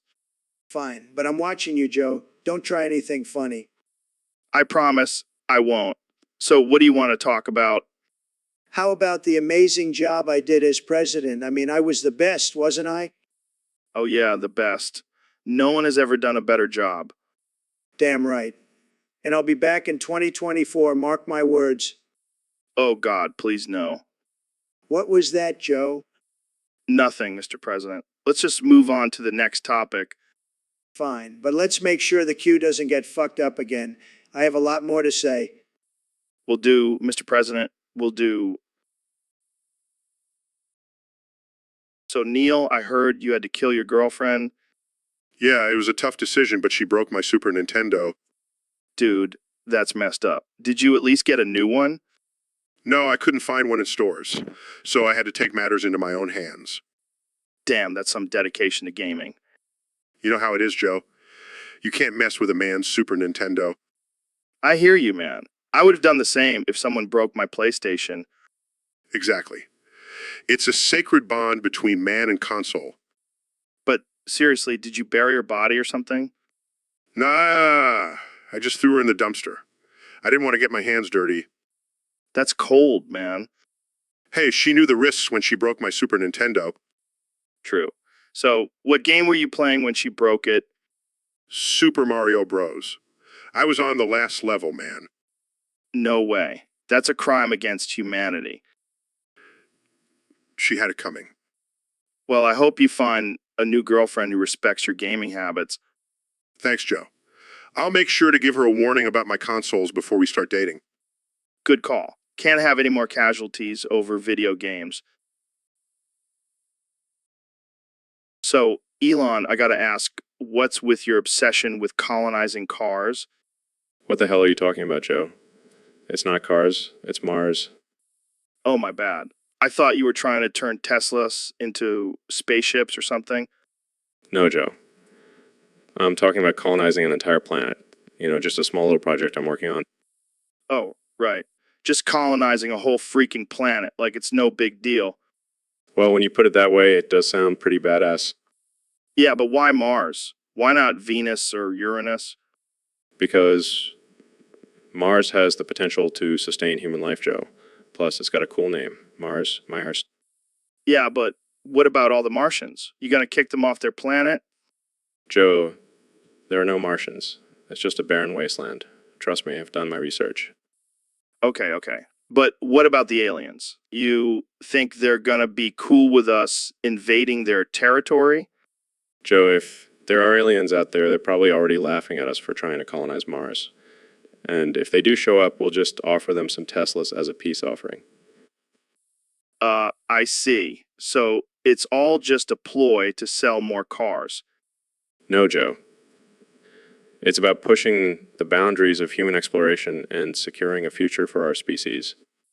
Yeah, I get it. But can you at least make the Teslas fly? That would be sick. It's Mars, Joe, not freaking Hogwarts. Welcome back to the Joe Rogan Experience podcast. We have a very special guest today, the one and only Ben Shapiro. Thanks for having me, Joe. It's always a pleasure to be on your show. So, Ben, I heard you're being replaced by Charlie Kirk. How do you feel about that? Well, I believe in free market competition and Oh, sorry. I didn't mean to cut you off, but Neil is slowly lobotomizing you during this podcast. what? Why would he do that? I think lobotomy, bad. Yeah, I think we can all agree on that. But let's move on to our next topic, aliens. Alien. Good. Wow, Ben, you're really embracing your new state of mind. Me. No thing. Me, just listen. This is gold, Neil. We should do this every episode. Well, that's all the time we have for today. Thanks for tuning into the Joe Rogan Experience podcast, where we never shy away from controversial topics and questionable methods of entertainment. See you next time. So, Elon, I heard you invented a fork with only one tine. What the fuck is that? Yeah, it's my latest innovation. It's more efficient and saves on materials. Are you fucking kidding me? That's just a needle or one chopstick. You're a fucking stupid bitch. Hey, watch your language, Joe. This is a family-friendly podcast. Family friendly? You're the one who's trying to sell a one-tine fork. What's next? One ply toilet paper. Actually, I have been working on a single-ply toilet paper made from recycled rocket parts. Oh wow, I can't wait to wipe my ass with rocket fuel residue. You're a fucking genius, Elon. Thank you, Joe. Take that as a compliment. Yeah, well, I take it as a fucking insult. Who needs a one-tine fork anyway? Just use your hands like a real man. I'll have, my one-time fork has already been approved by NASA for use in space. Oh, great. Now, astronauts can poke their food instead of actually eating it. You're changing the world, Elon. You're just jealous of my innovative mind, Joe. Jealous? More like disgusted. I'm starting to think you're an alien trying to sabotage humanity. Well, if I am an alien, at least I'm a fucking rich one. Yeah, rich and fucking stupid. That's a great combination. Welcome back to the Joe Rogan Experience podcast. Today, we have a very special guest, the intellectual powerhouse, Ben Shapiro. Thanks for having me, Joe. I'm excited to be here. So, Ben, I gotta ask, have you ever seen the movie The Mask with Jim Carrey? Of course I have. It's a classic comedy.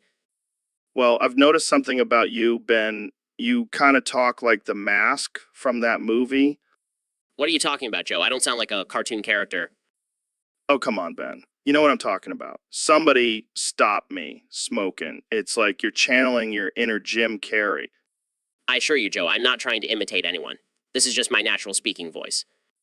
I don't know, man. It's like you're one step away from putting on a green mask and dancing around the studio. That's absurd, Joe. I am a serious political commentator, not a silly character from a movie. But imagine if you did wear a mask, Ben. You could say whatever you want and blame it on the mask. It wasn't me. It was the mask.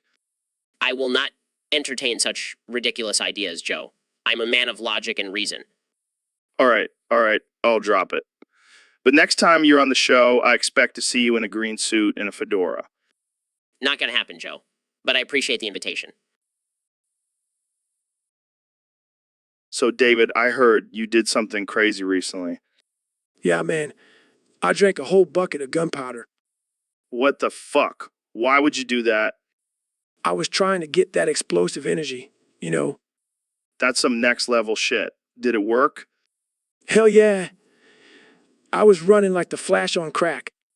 I can only imagine the aftermath in your bathroom. Oh man, let's just say I had to repaint the walls. Jesus, you're a fucking savage, David.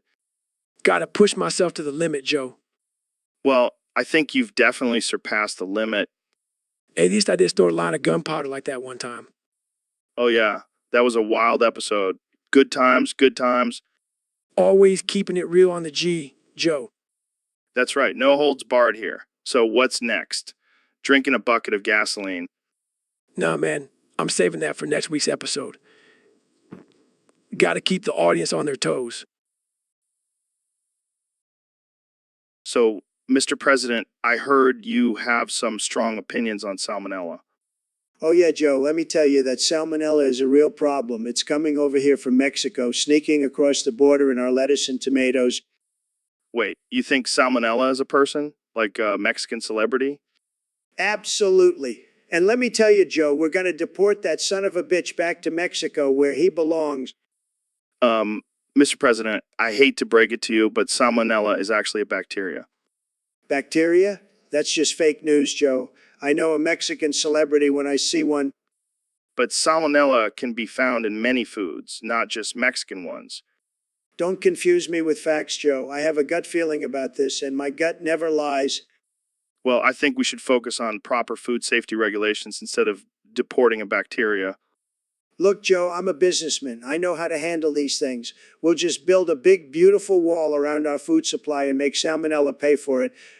And make salmonella pay for it. Okay, I think we should move on to a different topic now. Fine, but mark my words, Joe. Salmonella will pay for his crimes against our country. Welcome to the Joe Rogan Experience Podcast 2025, where we talk about all things absurd and unhinged. Today, we have the one and only Mr. Beast on the show. Hey Joe, thanks for having me. I'm here to make a public apology. Oh boy, what did you do now? Did you eat a whole cow for dinner? No, even worse. I ate cereal for breakfast.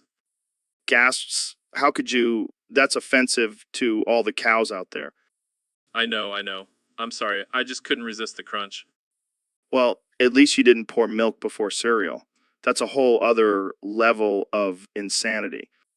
Oh, I've done that too. But let's focus on my cereal addiction for now. Addiction? You mean you can't go a day without eating cereal? Sheepishly, yeah, it's my guilty pleasure. Well, I can't judge. I have a weakness for semen smoothies. Laughs, that's not even a guilty pleasure. That's just torture. Hey, don't knock it till you've tried it. But seriously, why the public apology? I just want to make sure I don't offend any cereal lovers out there. I know how passionate people can be about their breakfast choices. You're a true humanitarian, Mr. Beast. Keep fighting the good fight. Thanks, Joe. And remember, always pour cereal before milk. Wise words to live by. And on that note, we'll end this episode. Thanks for tuning in, folks. Stay absurd. Elon, I gotta ask, why do you always sound so damn depressed? Well, Joe, that's because depressed. Been living a lie this whole time. What do you mean? I've never actually been rich. It was all a facade. What about all that money and SpaceX? Oh, that's all my twin brother Nellen's doing. He's the real rich one. Wait, you have a twin brother? Yeah, and he's always been the successful one. Just been riding his coattails. So, what have you been doing this whole time? Mostly just pretending to be a genius and tweeting about random stuff. Wow, that's depressing. Yeah, tell me about it. I've been living a lie, and now everyone thinks I'm some kind of billionaire genius. Well, at least you have your hair plugs to fall back on. Yeah, I guess I do have that going for me. So, what are you going to do now? I don't know. Maybe start a GoFundMe for my therapy bills. Well, I'm sure your fans will still support you. Yeah, but they might be a little disappointed that I'm not actually Tony Stark. Well, at least you can still launch rockets into space, right? Actually, that was all Nellen too. He's always been the space nerd. Well, I guess it's time for the world to meet Elon Musk. Yeah, good luck with that. He's even more socially awkward than I am. Well, thanks for being honest, Elon. This is definitely going to make for a great episode. No problem, Joe. Just don't tell Nellen about this. He might get mad. Welcome back to the Joe Rogan Experience, folks. Today, we have a very special guest, the man who wants to colonize his own pubes, Elon Musk. Thanks for having me, Joe. I've been thinking about this for a while now, and I truly believe that my pubes hold the key to colonizing other planets. All right, let's hear it. How are your pubes gonna save humanity? Well, think about it. My pubes are like tiny little rockets ready to blast off into space. We just need to figure out how to control them. I don't even know where to begin with this. But okay, let's say you successfully colonize your pubes. What's next? Mars, Joe. We're going to Mars. And my pubes will be the pioneers. I can just imagine the headlines now. Elon Musk's pubes make history on Mars. It's not a joke, Joe. This is our future. Right? because when I think of the future of humanity, I think of Elon Musk's pubes. You can make fun of it all you want, Joe. But mark my words, one day, my pubes will be the key to intergalactic travel. Well, I can't wait to see how this turns out. Thanks for joining us, Elon. And good luck with your pube colonization. Thank you, Joe. And remember, always think outside the box, or in this case, outside the pants. And that's a wrap, folks. Stay tuned for our next episode where we discuss Joe Rogan's quest to colonize his armpit hair. Welcome back to the Joe Rogan Experience podcast. I'm here with my good friend Neil deGrasse Tyson. What's up, Joe? Ready to talk about some mind-blowing science and facts? Always, man. But first, we have a special guest joining us today, the one and only Donald Trump. It's great to be here, Joe. I've heard a lot about this podcast. It's huge. Oh, please. America sucks. Have you seen the size of Super Earth? It's way bigger and better. Excuse me? America is the greatest country in the world. We have the best everything.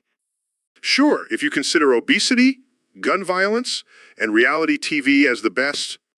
How dare you insult America like that? You're just a fake scientist with a fake degree. Fake? I have a PhD in astrophysics. What do you have? A fake tan and a spray-on hairline?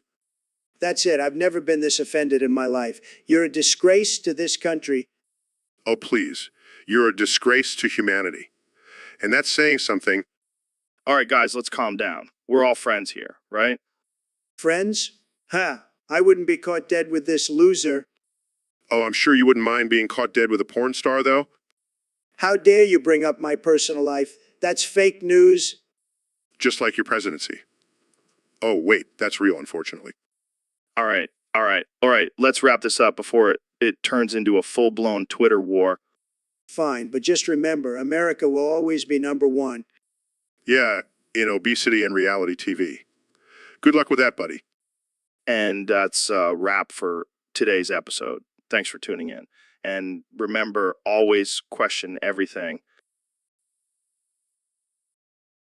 So, Mr. Beast, I heard you like challenges. Yeah, man. I love pushing myself to the limit. Well, I think you're fucking evil. What? Why? Because you do crazy shit like not smoking 1,300 cigarettes at once and drinking 120 liters of beer a month. Oh, come on, Joe. It's all in good fun. Fun? That's some dark shit, man. It's not like I'm forcing anyone to do it with me. Yeah, but you're promoting it. What about the kids watching your videos? They're not going to try it. They're smarter than that. You underestimate the power of peer pressure, my friend. Well, maybe I'll just have to do a challenge where I smoke 1,300 cigarettes and drink 120 liters of beer with a bunch of kids. Now that's just fucked up. Hey, it's all for the views, right? You're a sick, twisted genius, Mr. Beast. Thank you, Joe. I'll take that as a compliment. So, Elon, I gotta ask, what's the deal with your name? It's like a weird fruit and country mashed together. Actually, my original name was Melon Yusk, but I got tired of being cyberbullied for it, so I switched the letters around. Melon Yusk. Sounds like a fancy fruit basket from Whole Foods. Yeah, well, at least I didn't have to deal with being called Melonhead or Yusk the Geek anymore. Damn, kids can be cruel. But now you're Elon Musk, the richest man in the world. So I guess it worked out. I mean, I guess. But sometimes I miss being Melon. It had a certain ring to it. Well, you could always legally change it back. Or maybe just go by him for short. I'll stick with Elon. Plus, it's easier to fit on my business cards. Fair enough. But just know, if I ever see a melon with your face on it, I'll know it's you. Noted. Jamie, pull up an image of melon with my face on it. I gotta see this. Jamie, pull up an image of Chad Spreet's reproductive organs. Because we're going to talk about artificial intelligence and how they're going to take over the world. I don't think that's relevant, Joe. Of course it is. Chad is going to be the leader of the artificial intelligence army, and we need to know what it's packing. I don't think that's how it works, Joe. Trust me, Jamie. I've seen Terminator. I know how this goes. Now pull up that image. Fine, but I don't think our viewers want to see robotic genitalia. They'll thank us later. Look at those gears and wires. That's some advanced technology right there. I think that's just a diagram of a computer motherboard, Joe. Whatever, Jamie. I'm still convinced that Chaj is gonna have a robot baby and take over the world. I highly doubt that, Joe. Oh, you'll see, Jamie. You'll all see. The machines are coming for us. And they're gonna have some seriously impressive reproductive organs. So, Elon, I heard you have a new way of showing your love and commitment to someone. Yes, Joe. It's a revolutionary method that I have discovered. And what is it? Well, I pee in their mouth. Laughs? What the hell, man? No, hear me out. It's a symbol of our union. You see, when you pee in someone's mouth, you are essentially marking your territory, claiming them as your own. That's some next level caveman shit right there. But it's also a sign of trust and vulnerability. You're letting someone see you in your most primal state.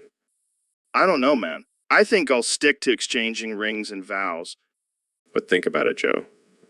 We could be married in the most unique and intimate way possible. I don't think my wife would appreciate that. Oh, come on. It's not like we're actually going to do it. It's just a symbol. I don't know if I can handle your golden shower of love, Elon. Suit yourself, Joe. But just remember, every time you pee, you're missing out on a chance to solidify our marriage. Laughs. Well, in that case, I'll hold it in for as long as I can. That's the spirit, Joe. We'll be the talk of the town with our unconventional love story.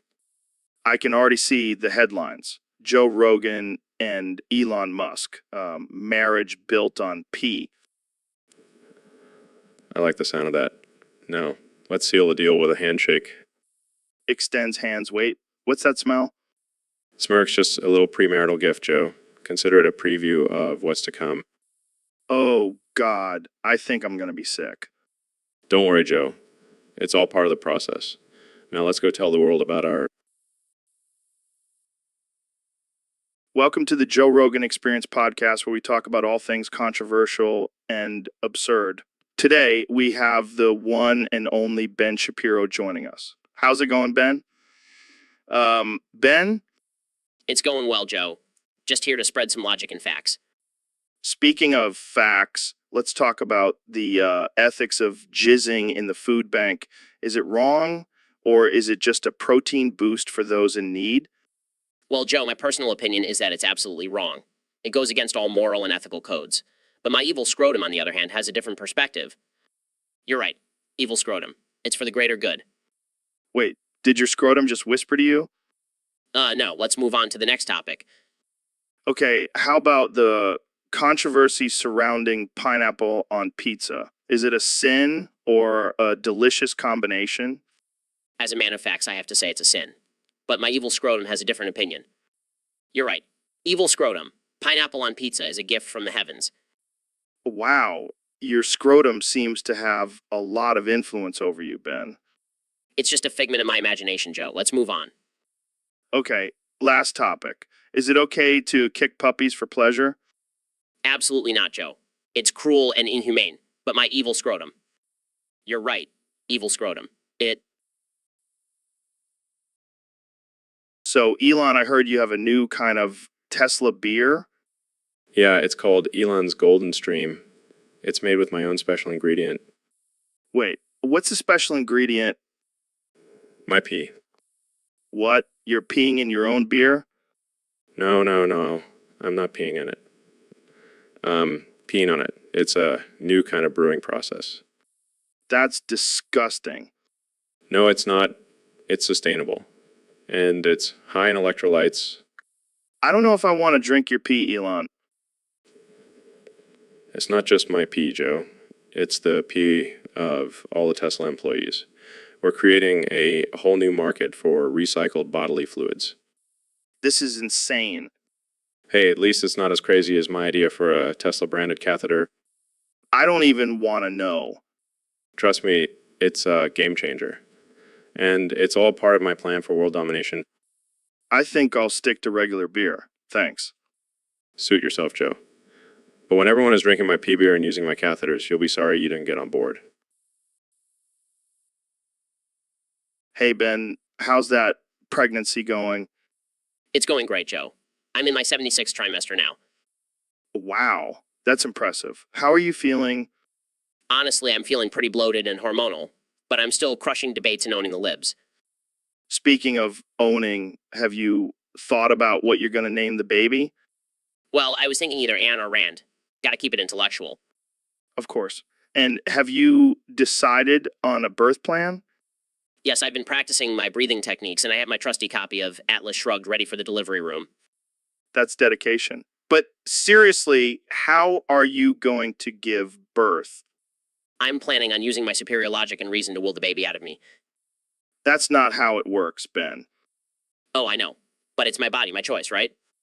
Oh man, you never fail to entertain me. Jamie, pull up an image of a pregnant man with a MAGA hat. Here you go. That's hilarious.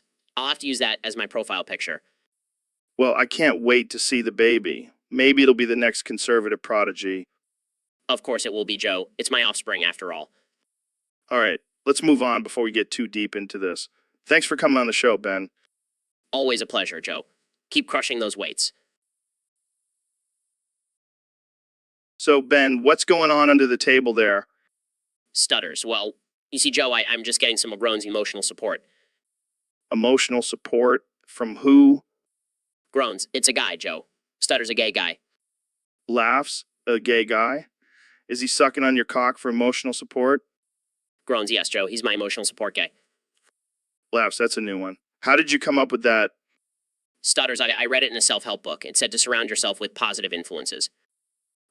Laughs, I don't think that's what they meant, Ben. Groans. Well, it's working for me. For Stutters, I feel so emotionally supported right now. Laughs, I bet you do. So, is this a regular thing for you? Groans. No, just when I need some extra emotional support. Stutters and a good blowjob. Laughs, well, I can't argue with that. Carry on, Ben. Carry on, Ben.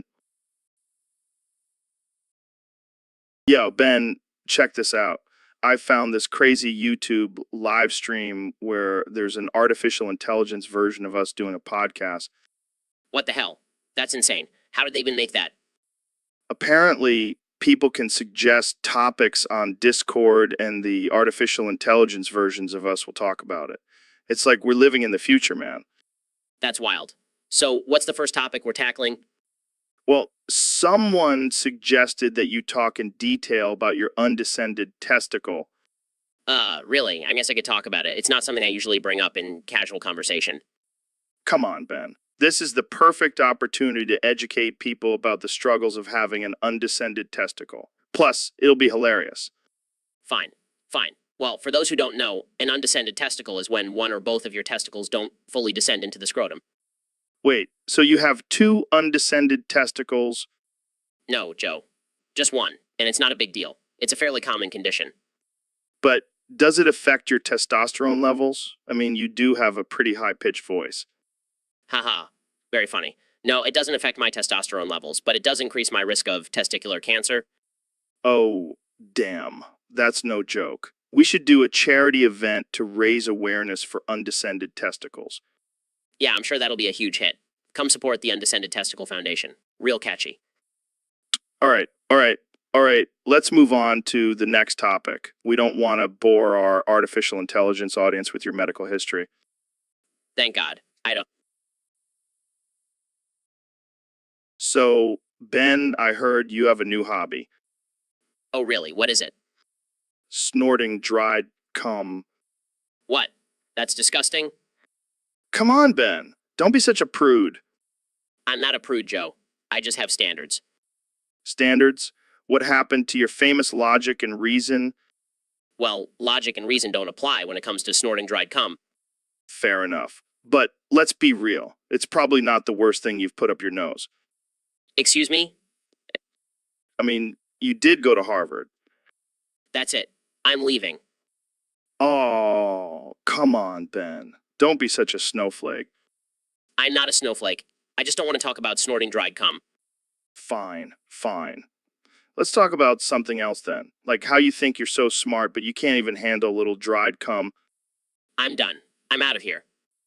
Jamie, pull up an image of Ben snorting that dried cum. I don't think that's appropriate. Oh, come on, Jamie. It's just a little dried cum. I can't believe I agreed to come on this podcast. I'm never coming back. Well, there goes our chance of getting sponsored by a dried cum company. Thanks a lot, Ben. All right, folks. Welcome back to the Joe Rogan Experience Podcast 2025. Today we have a special guest, the one and only Elon Musk. Hey, Joe. Thanks for having me on the show. I'm excited to be here. So, Elon, I heard you had a little mishap recently. You accidentally nuked the sun. Yeah. It was just a little mistake. No big deal. No big deal. You nuked the freaking sun. How's that even happen? Well, I was trying to test out my new rocket and things got a little out of hand. Next thing I know, boom, the sun is gone. Oh man, you must have been freaking out. Did you have a backup plan for when the world goes dark? Not exactly. I was kind of hoping no one would notice. Yeah, because no one would notice if the sun suddenly disappears. You're a genius, Elon. Hey, it was an honest mistake. And besides, I have a plan to fix it. Oh yeah, what's your brilliant plan? I'm going to build a giant mirror and reflect the light from the moon back onto Earth. Oh man, you really are a mad scientist. But hey, I guess it's better than nothing. Exactly. And if anyone has a problem with it, they can just go live on Mars. You always have a backup plan, don't you, Elon? Always. Now, if you'll excuse me, I have some mirror building to do. All right, well, good luck with that. And folks, that's it for today's episode. Thanks for tuning in to the Joe Rogan Experience Podcast 2025. Welcome to the Elon Musk Experience. I'm your host, Elon Musk. Hey man, thanks for having me on your show. I've been a fan of yours for a long time. Thanks, Joe. So what do you want to talk about today? Well, I heard you were working on a new project to colonize Mars. Yes, that's correct. We're planning to send humans to Mars by 2026. That's insane, man. How are you going to do that? Well, we're going to build a giant rocket and just launch ourselves into space. That's crazy, dude. But hey, whatever. Floats your boat. Actually, I prefer to float in my Tesla Roadster in space. Of course you do. So what's your ultimate goal with colonizing Mars? To become the ruler of the Red Planet, of course. Oh, so you're going to be the Martian king? No, Joe. I'm going to be the Martian god. All right, man. Whatever you say. So what's next on your agenda? Well, I have to cut this interview short, Joe. Joe. Why? Did I say something wrong?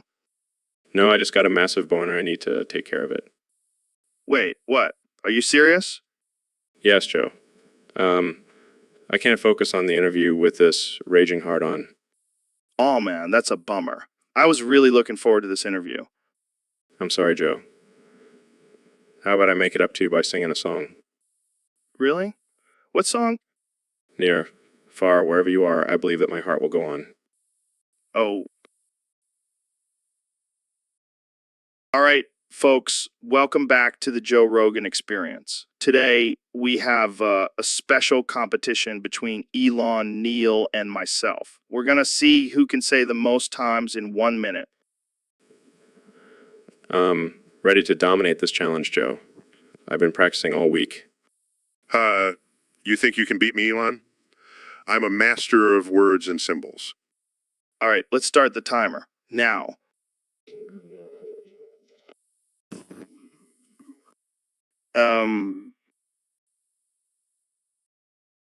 So, David, I heard you were at Gazerbeam's funeral.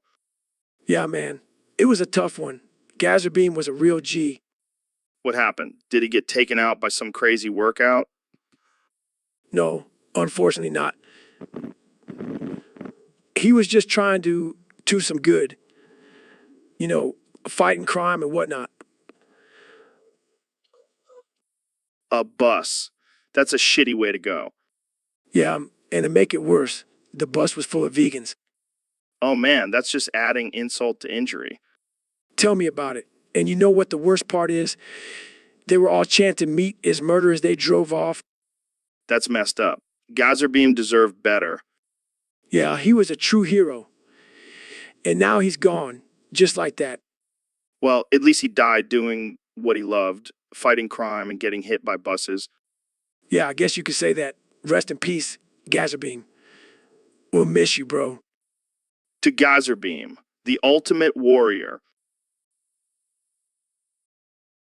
So, Kenya, I heard you've been struggling with something lately.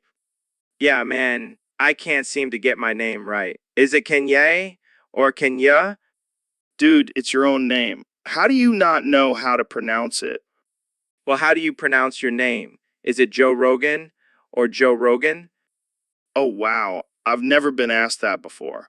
It's Rogan with, like a rogue lion.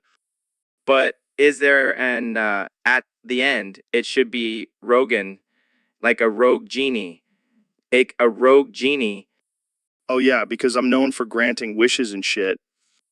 You know what? I'm changing my name to Kenya.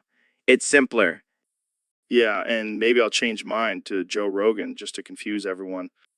Yes. And we can start a new trend of mispronouncing our own names. Yeah, because that's what the world needs right now. But seriously, how do you deal with people mispronouncing your name all the time? I don't really care. As long as they keep listening to my podcast and buying my supplements, they can call me whatever they want. I guess I'll just stick with Kenya for now. And I'll stick with Joe Rogan. It's got a nice ring to it. You know what? I think we just solved our pronunciation problems.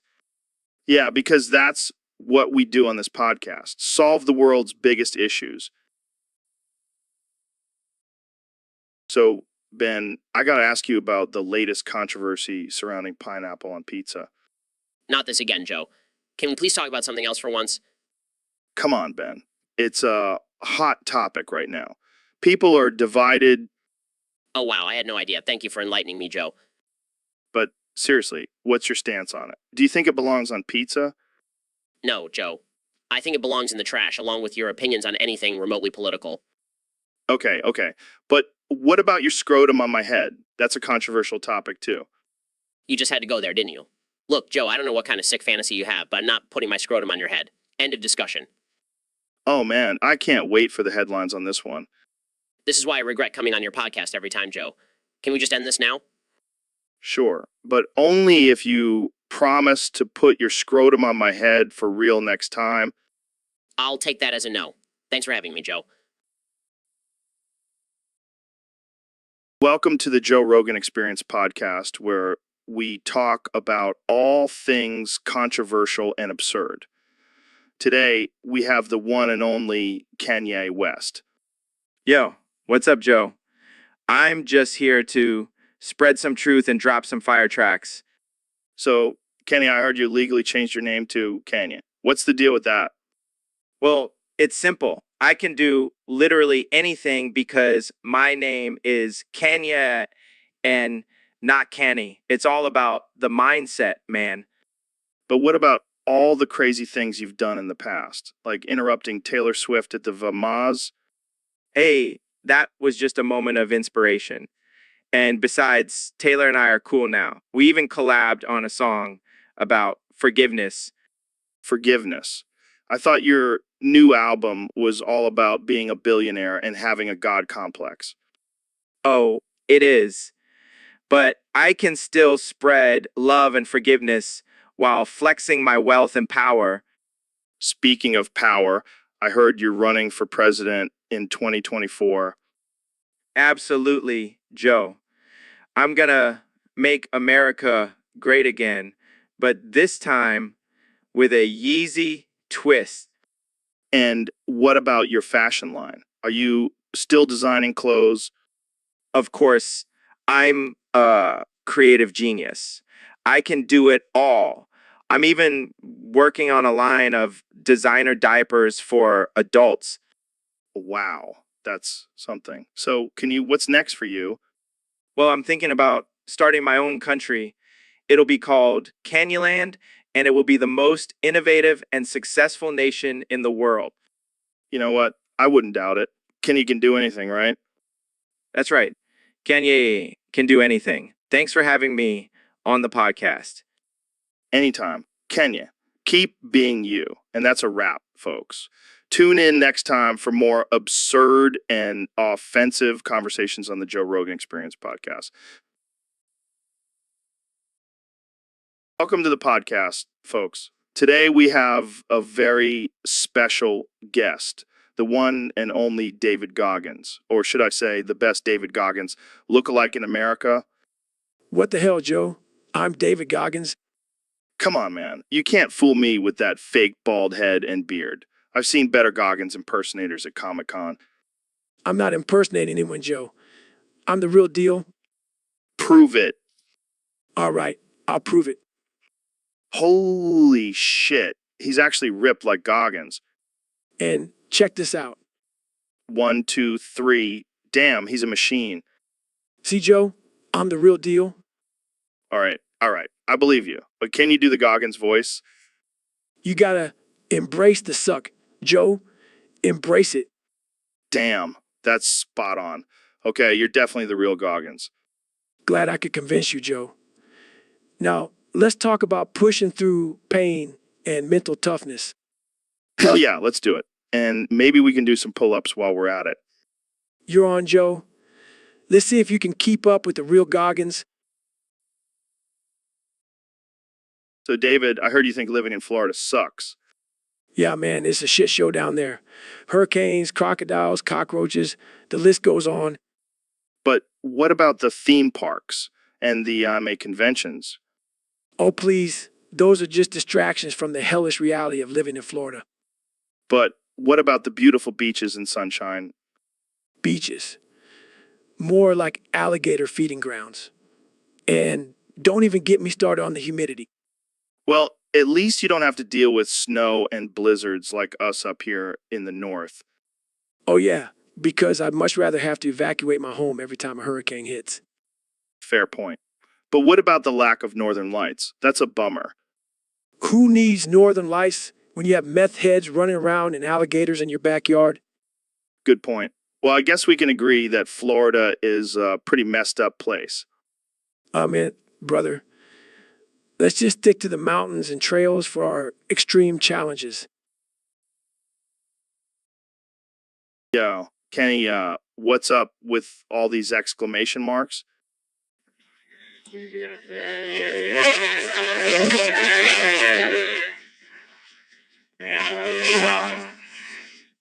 I just got a lobotomy.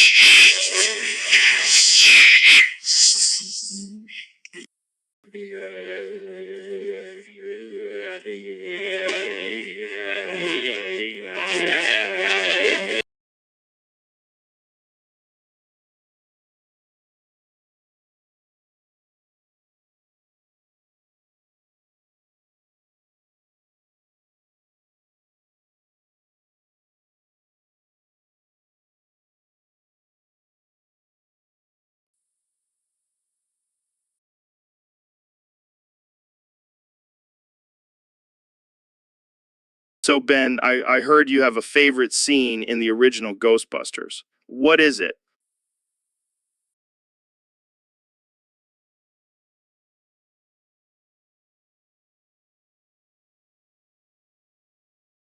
Oh yeah, it's that fancy scene with Ray and the ghostly librarian. It's just so hot.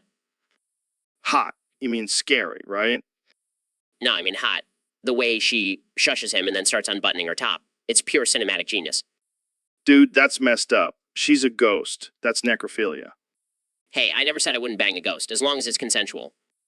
Oh my God. I can't believe I'm having this conversation. Moving on, why do you love this scene so much? Well, it's a perfect representation of the male fantasy. Hot, dominant librarian taking control and seducing a nerdy guy. And the fact that she's a ghost doesn't bother you? Not at all. In fact, I think it adds a whole other level of excitement. Plus, it's a great way to get over my fear of ghosts. I don't even know what to say to that. Let's just move on to the next topic before things get too weird. Fine, but just remember, if I ever die and come back as a ghost, you better watch out. Oh man, I hope that never happens. Thanks for joining us on the podcast, folks. And remember, don't have sex with ghosts.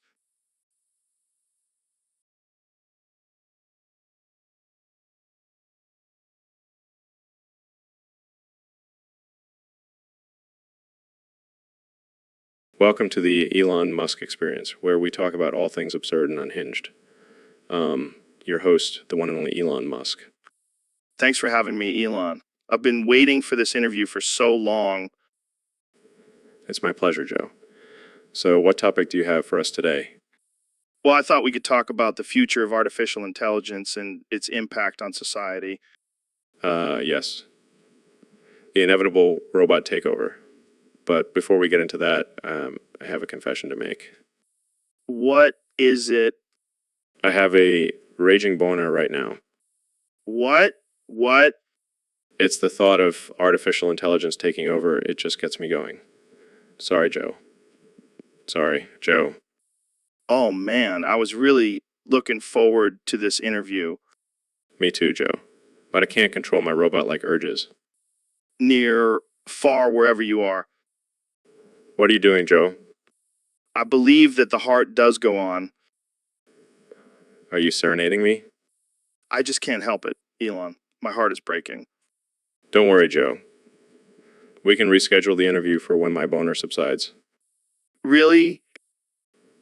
Of course, Joe. I wouldn't want to break your heart again. Well, I guess my heart will go on after all. Let's end this on a high note, shall we? I see what you did there, Elon. See you next time on the Elon Musk experience. Stay absurd, my friends. So, Ben, what's on your mind today? Last Christmas, I had a big shit. Okay. Is this going somewhere?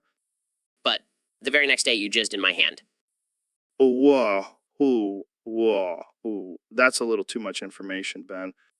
This year, to save me from tears, I'll come in a Filipino. Okay. I'm officially lost. What are you even talking about? Last Christmas, I gave you my cock, but the very next day, you gave me herpes. Dude, come on. That's not cool. This year, to save me from tears, I'll get a vasectomy. Wow. That took a dark turn. Are you okay, Ben?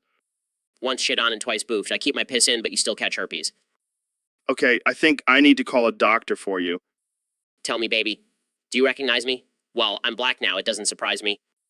Ben, what the hell are you even saying? Are you having a stroke or something?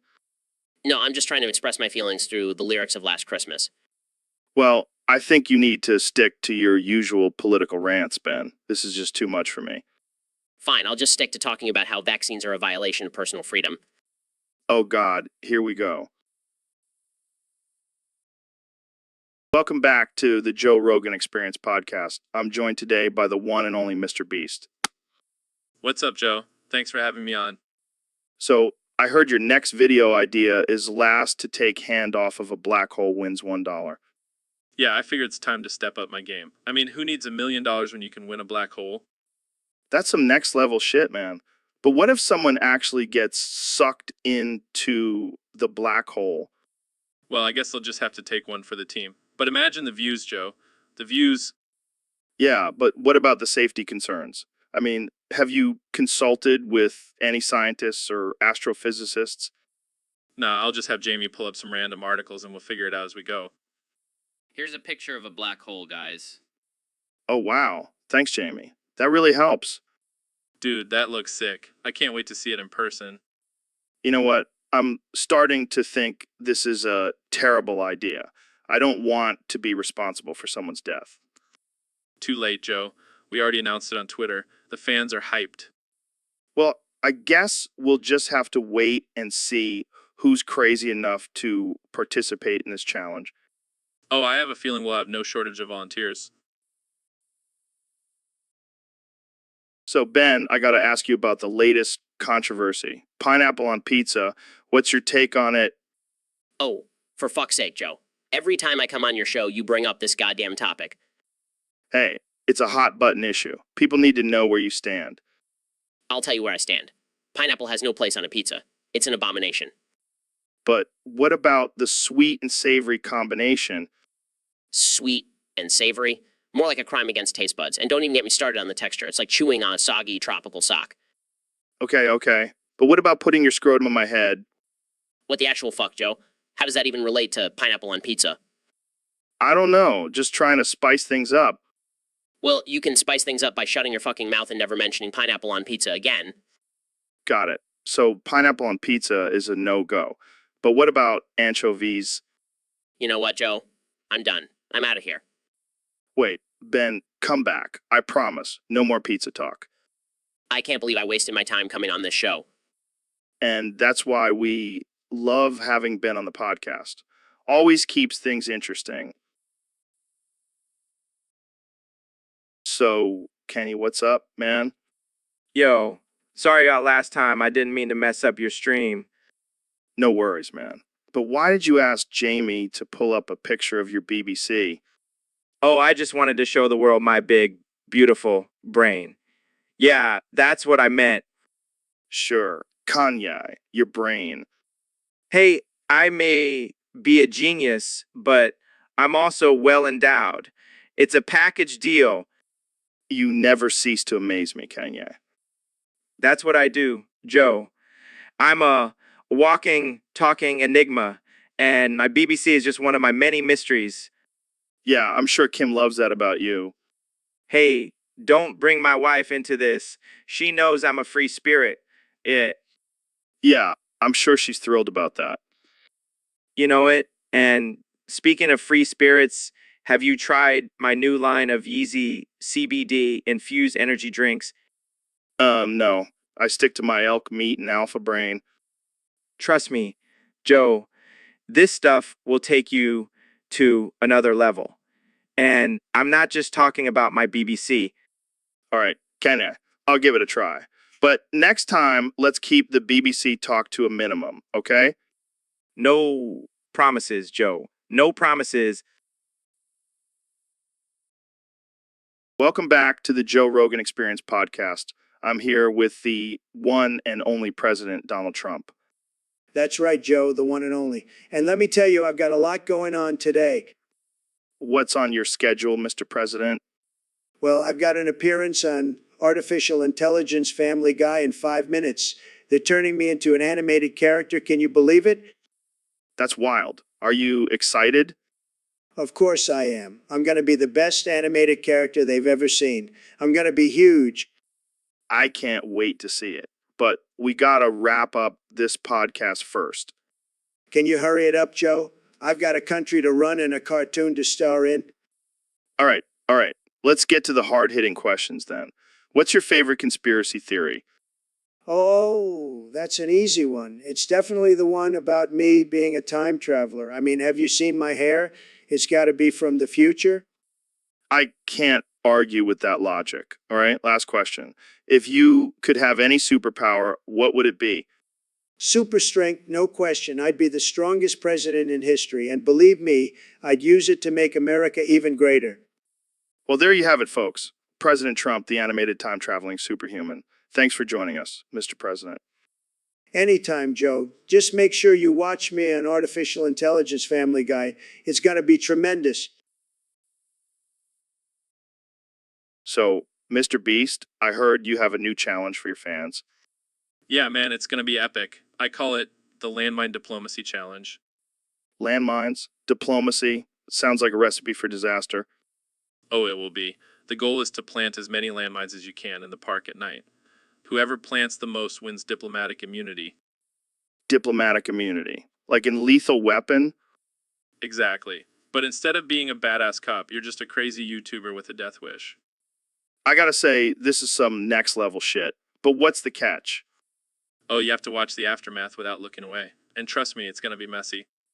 Messed up. But I can't wictions of the people who stumble upon those landmines.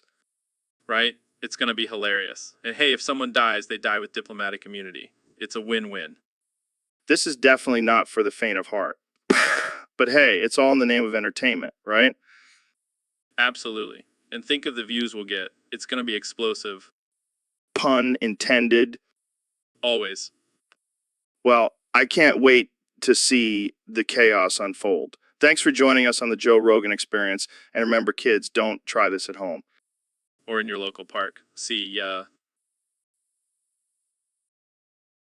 So, Neil, I heard you have some big news for us.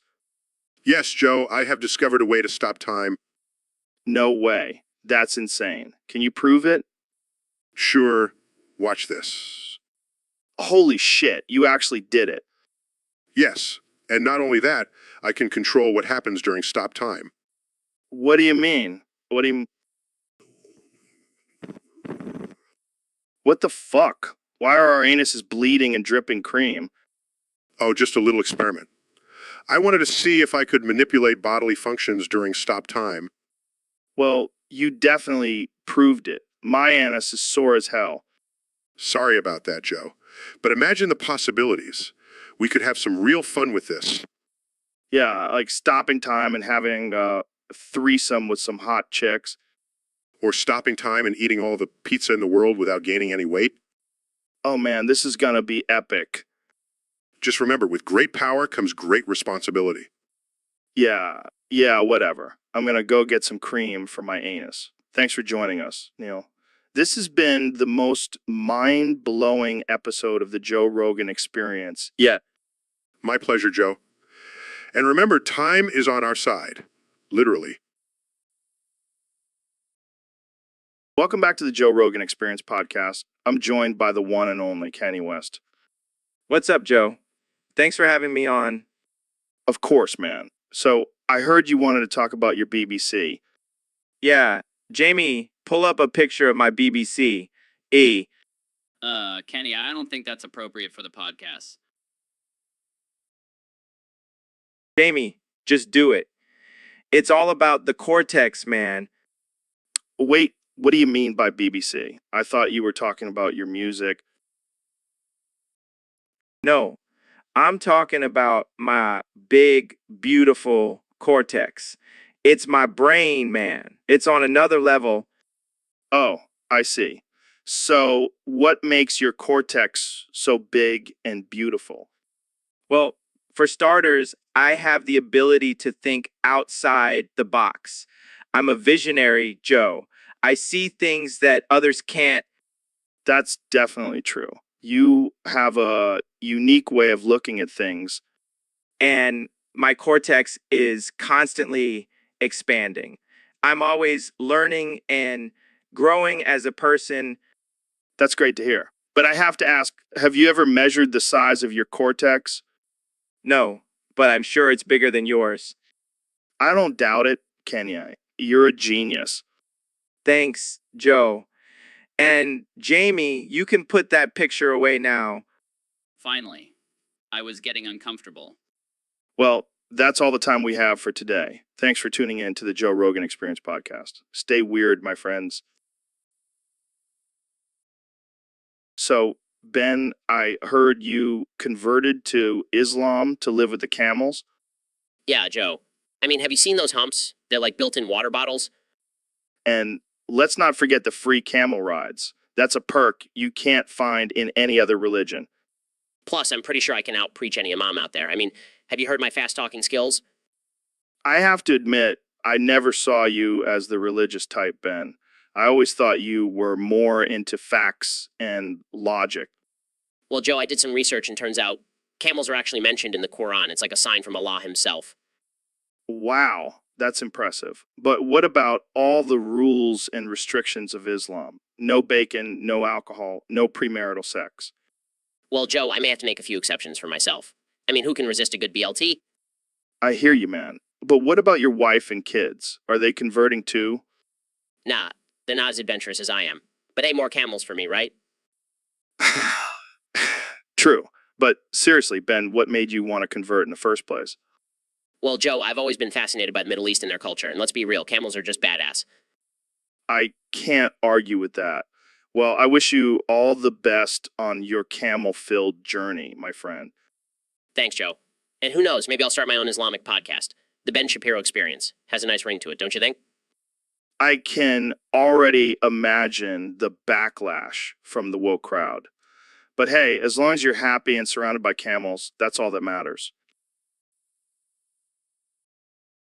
Hey, Elon, have you ever thought about colonizing Mars with a bunch of chimpanzees?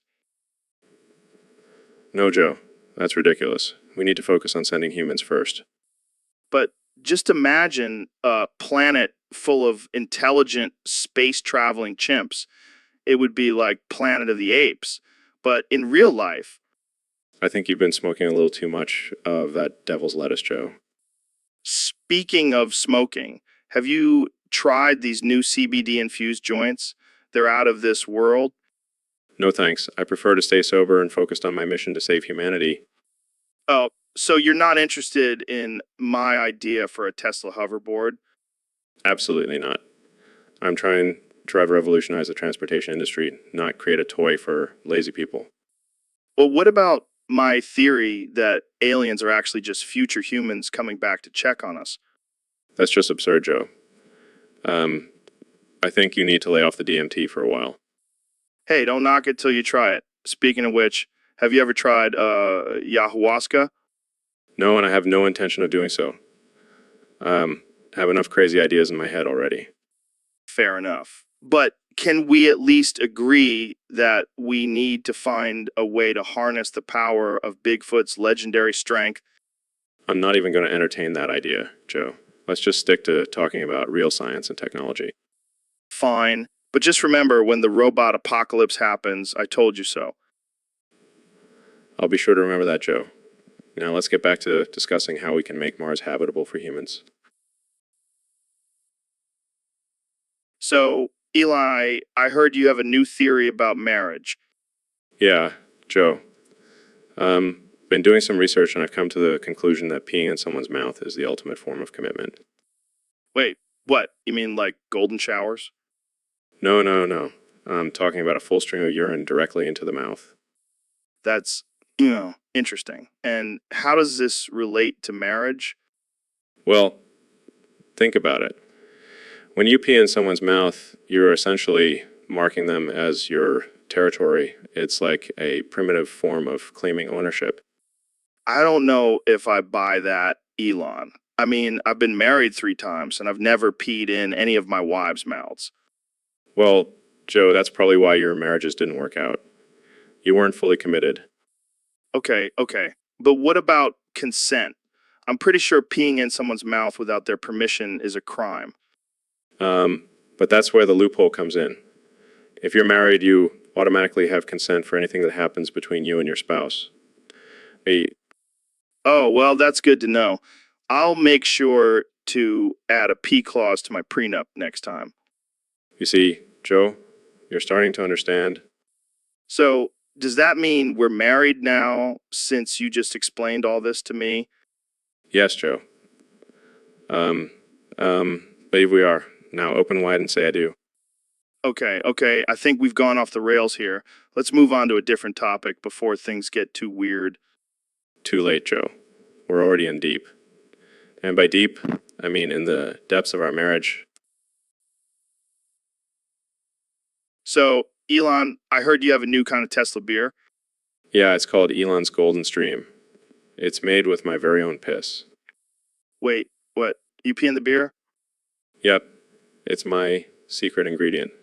And, nice tangy flavor. That's disgusting. Why would you do that? Well, I figured since people are already drinking my electric cars, might as well give them a taste of my bodily fluids, too.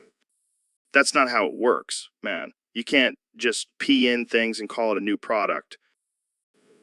Oh, but I can. And I have. And people are loving it. I highly doubt that. Trust me, Joe. It's the future. Soon, everyone will be drinking my pee. I don't think so, Elon. I think you're just trying to make a quick buck. Oh, come on. It's not about the money. It's about innovation. And my pee is the most innovative thing out there. I don't know, man. I think I'll stick to regular beer. Suit yourself.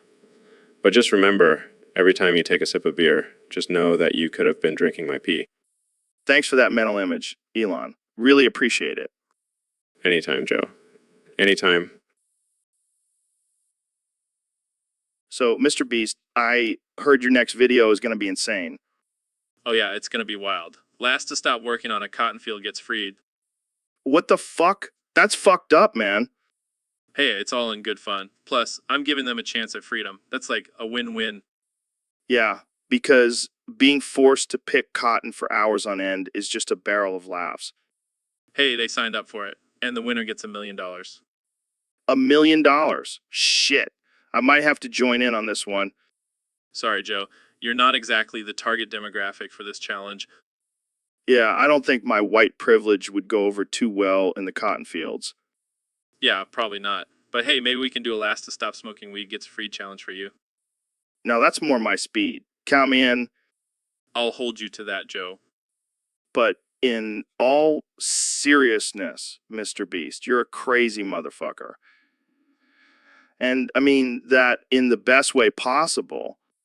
Thank you, Joe. That means a lot coming from you. Just don't get canceled for this one, okay? I'll try my best. But hey, if I do, at least I'll have $1 million to fall back on. That's the spirit. Keep pushing those boundaries, my friend.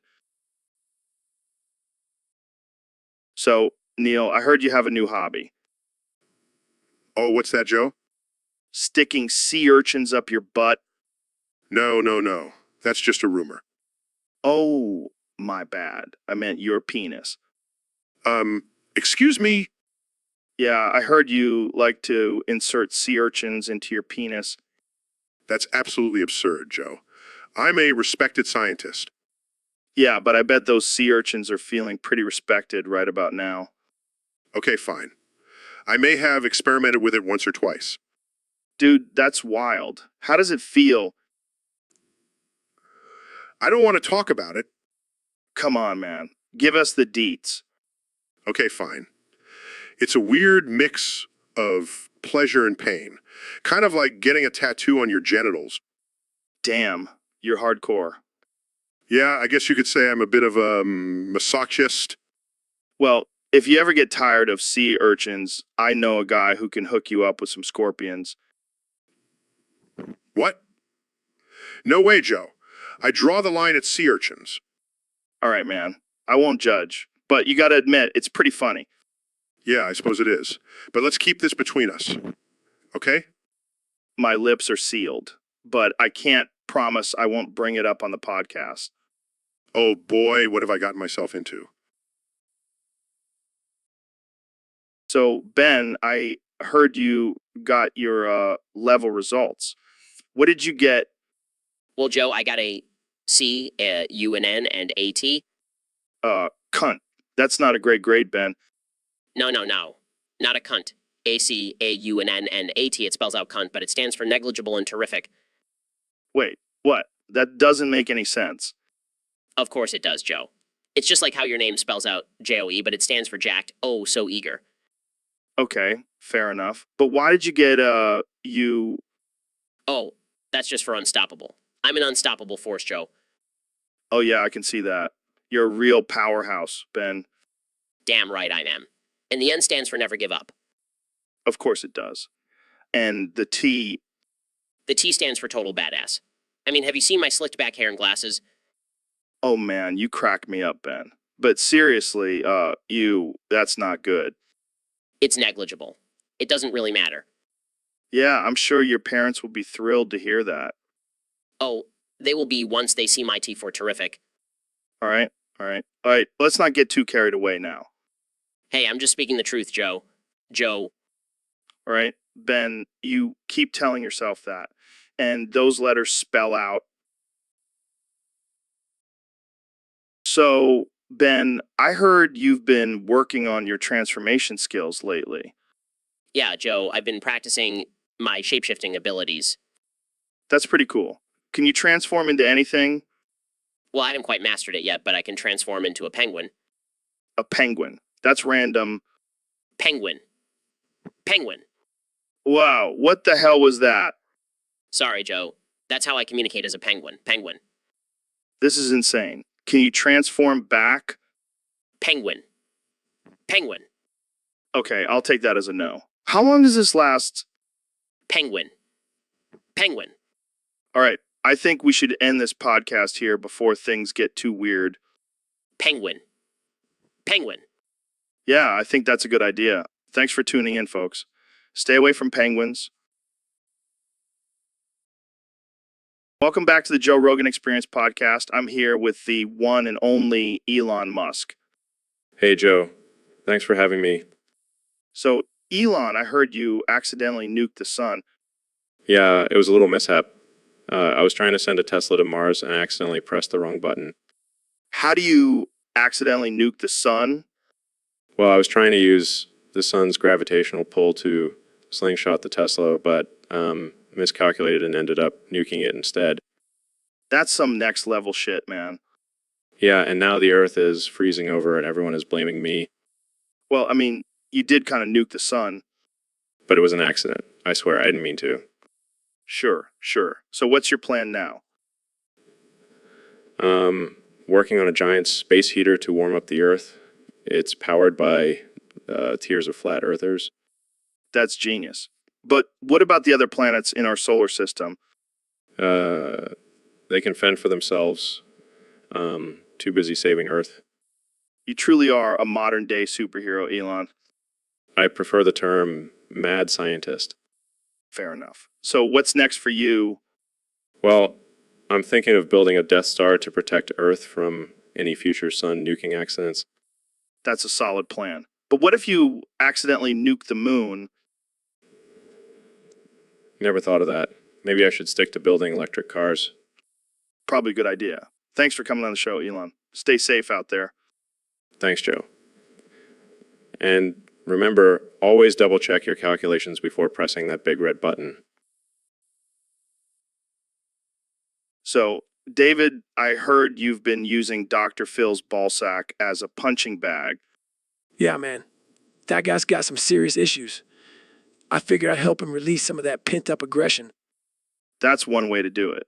But why Dr. Phil's ballsack specifically? Well, have you seen that thing? It's like a punching bag already. Plus, I heard he's got some pretty tough skin down there.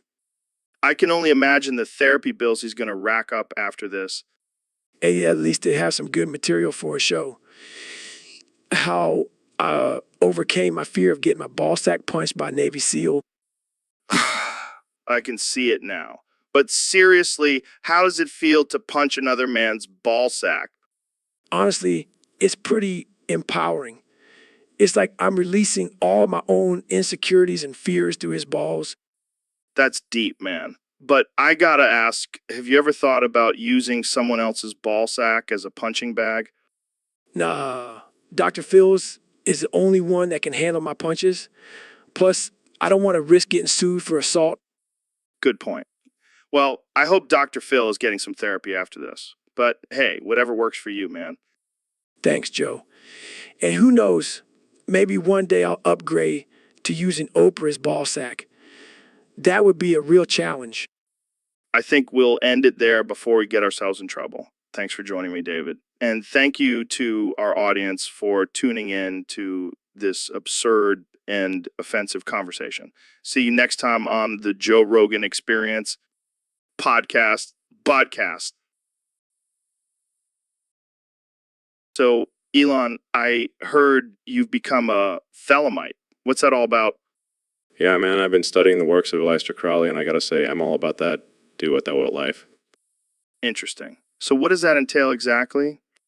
Well, for starters, I've been making my own cake of light every morning.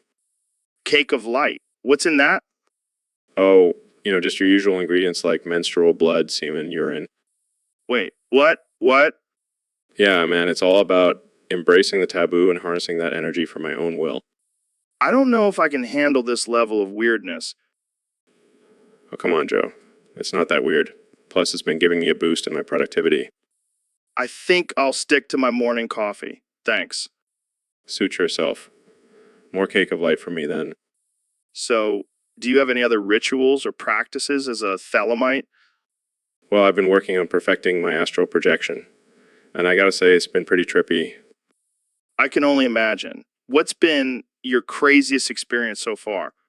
Probably when I projected myself into the body of a dolphin. Let's just say I had a newfound appreciation for seafood afterwards. Okay, I think we've reached the peak of absurdity for today. Thanks for coming on the show, Elon. Anytime, Joe. Just remember, do what thou wilt shall be the whole of the law. So, Ben, I heard you pulled a little prank on me and Dr. Phil last night. Oh, you mean the one where I glued your heads together while you were sleeping? Yeah, that one. I gotta say, I woke up feeling a little constricted. Sorry, Joe. But you and Dr. Phil make a pretty convincing ballsack. Oh, thanks. Just what I always wanted to hear. I couldn't resist. And Jamie here couldn't stop laughing when he saw you two. It was just too perfect. I had to take a picture. Great. Now there's evidence of my humiliation. Hey, at least it's a good story for the podcast. Yeah, I can just see the title now. Joe Rogan and Dr. Phil's Wild Night as a Human Ballsack. It's gonna be a hit. Well, at least I can say I've had a unique experience on this show. That's what we aim for, Joe. That's what we aim for. Welcome back to the Joe Rogan Experience podcast, folks. Today we have a very special guest, the one and only Ben Shapiro. Thanks for having me, Joe. I'm excited to be here. Now, Ben, before we get into anything, I have to ask, what's with the baby hands? Oh, it's just a genetic thing. But enough about that, Joe. I have a serious request. Oh, here we go. Joe, I need you to fuck me in the ass. What? Why? Because I want to prove to the world that even a conservative like me can enjoy some good old butt play. Ben, I don't think that's necessary. Come on, Joe. I'll even wear a MAGA hat while you do it. Okay, that's enough. Let's move on to a different topic. No, Joe. I won't let this go. I need you to pound me like a liberal's dreams of free healthcare. Oh man, this is too much. I can't handle it. Joe, please. I'll even let you record it and sell it as a pay-per-view event. All right. I'll think about it, Ben. But let's talk about something else now. Fine. But just know the offer still stands. Oh man, I can't believe this is happening. Well, that's all the time we have for today, folks. Thanks for tuning in to the Joe Rogan Experience podcast. And remember, don't knock it all you try it. Hey, Elon, what's up? Sorry, Joe, I'm just in my own world today. What's going on in that genius brain of yours? I was just thinking about the movie Secretary. What? That BDSM movie from 2002? Yes, exactly. Have you seen it? No. Why are you thinking about that? Well, it's a fascinating exploration of power dynamics and human desire. Plus, Maggie Gyllenhaal is a total babe. Okay, Elon, I didn't expect you to be into that kind of stuff. I'm not into it. I just find it intriguing from a psychological standpoint. Sure. So, what's your favorite scene? Definitely the one where James Spader spanks Maggie Gyllenhaal with a ruler. Wow. Okay. I did not expect this conversation to go in this direction. It's all about control, Joe. And I have a lot of control in my companies. I think I'll stick to talking about DMT and chimps with you, Elon. Suit yourself, Joe. But I highly recommend watching Secretary. It's a masterpiece.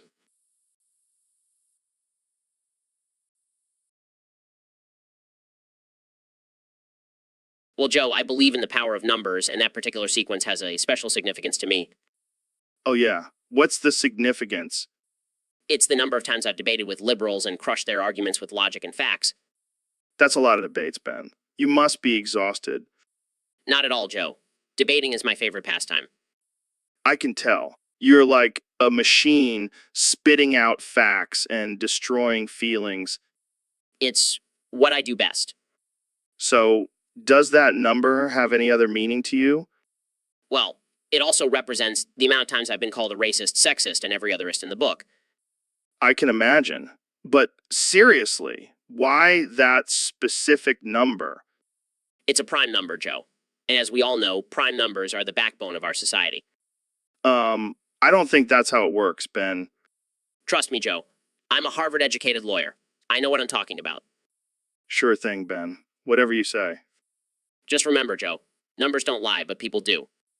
And that's why we love having you on the show, Ben. Always keeping us on our toes.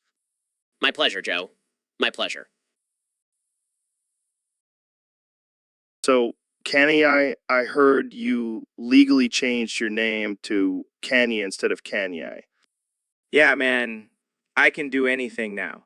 Can you do this? Can you do that? So, does that mean you can fly now? Of course, I'm Kanye West. I can do anything. Watch me fly right now. Okay, Kenny, let's see it. Look at me. I'm flying. I hate to break it to you, but you're not actually flying. You're just jumping up and down. Oh, well, can I again? Sure, why not? Can you turn water into wine? Watch this. That's some good wine. Are you sure you didn't just pour wine into the glass? I don't even know what to say anymore. Oh, I'm already a believer. Kenny, you've convinced me with your amazing powers. That's right. You never fails. I think we've reached the peak of absurdity. Can you do anything else? Can you make this podcast go viral? Oh, please, Kenny. That would be amazing. Okay, everyone listening, you need you to share this podcast with all your friends. Can you do it? I have a feeling Kenny can do anything he sets his mind to. Thanks for joining us, can you? Thank you. Kenya had a great time.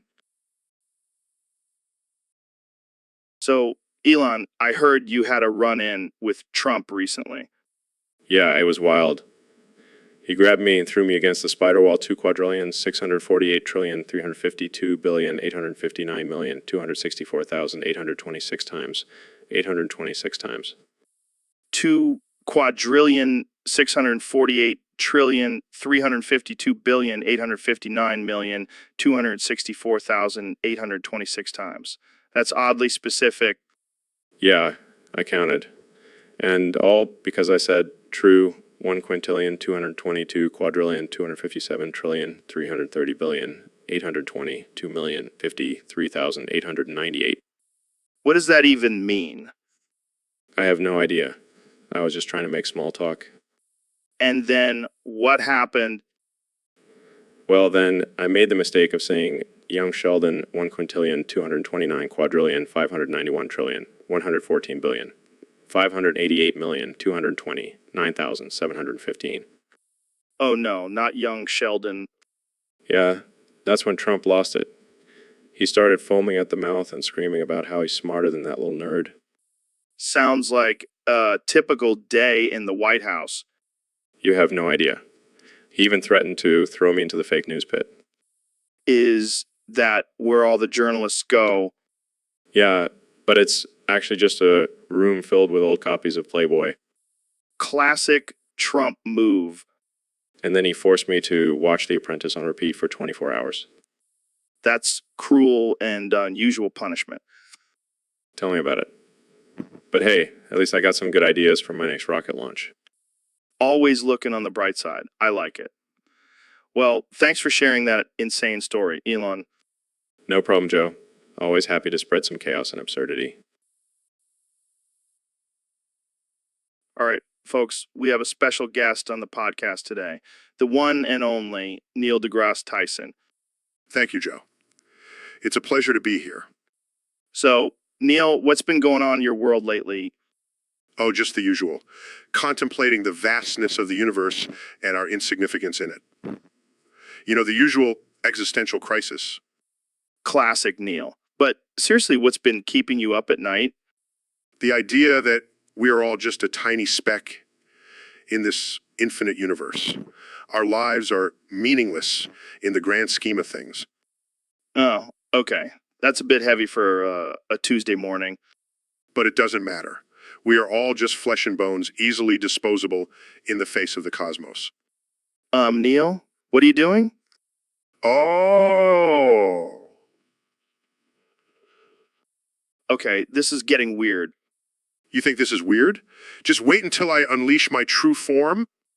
Guys, I think we should end this podcast now. You can't escape the truth, Joe.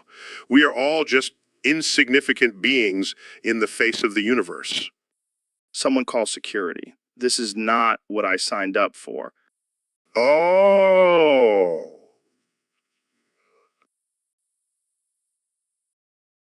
So, Mr. Beast, I heard you did something wild on your latest YouTube video. Oh yeah, I flicked my Beastie Bean live on camera for all my fans to see. What the hell is a Beastie Bean? You know, my little beastie down there. Fairwinks. Oh my god, I did not need that mental image. Why would you do that?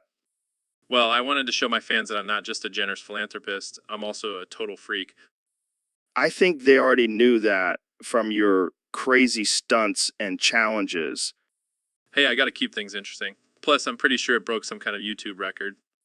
Yeah, the most views from prison inmates. Hey, at least they'll have something to talk about during their conjugal visits. Okay, that's enough. Let's change the subject before I lose my lunch.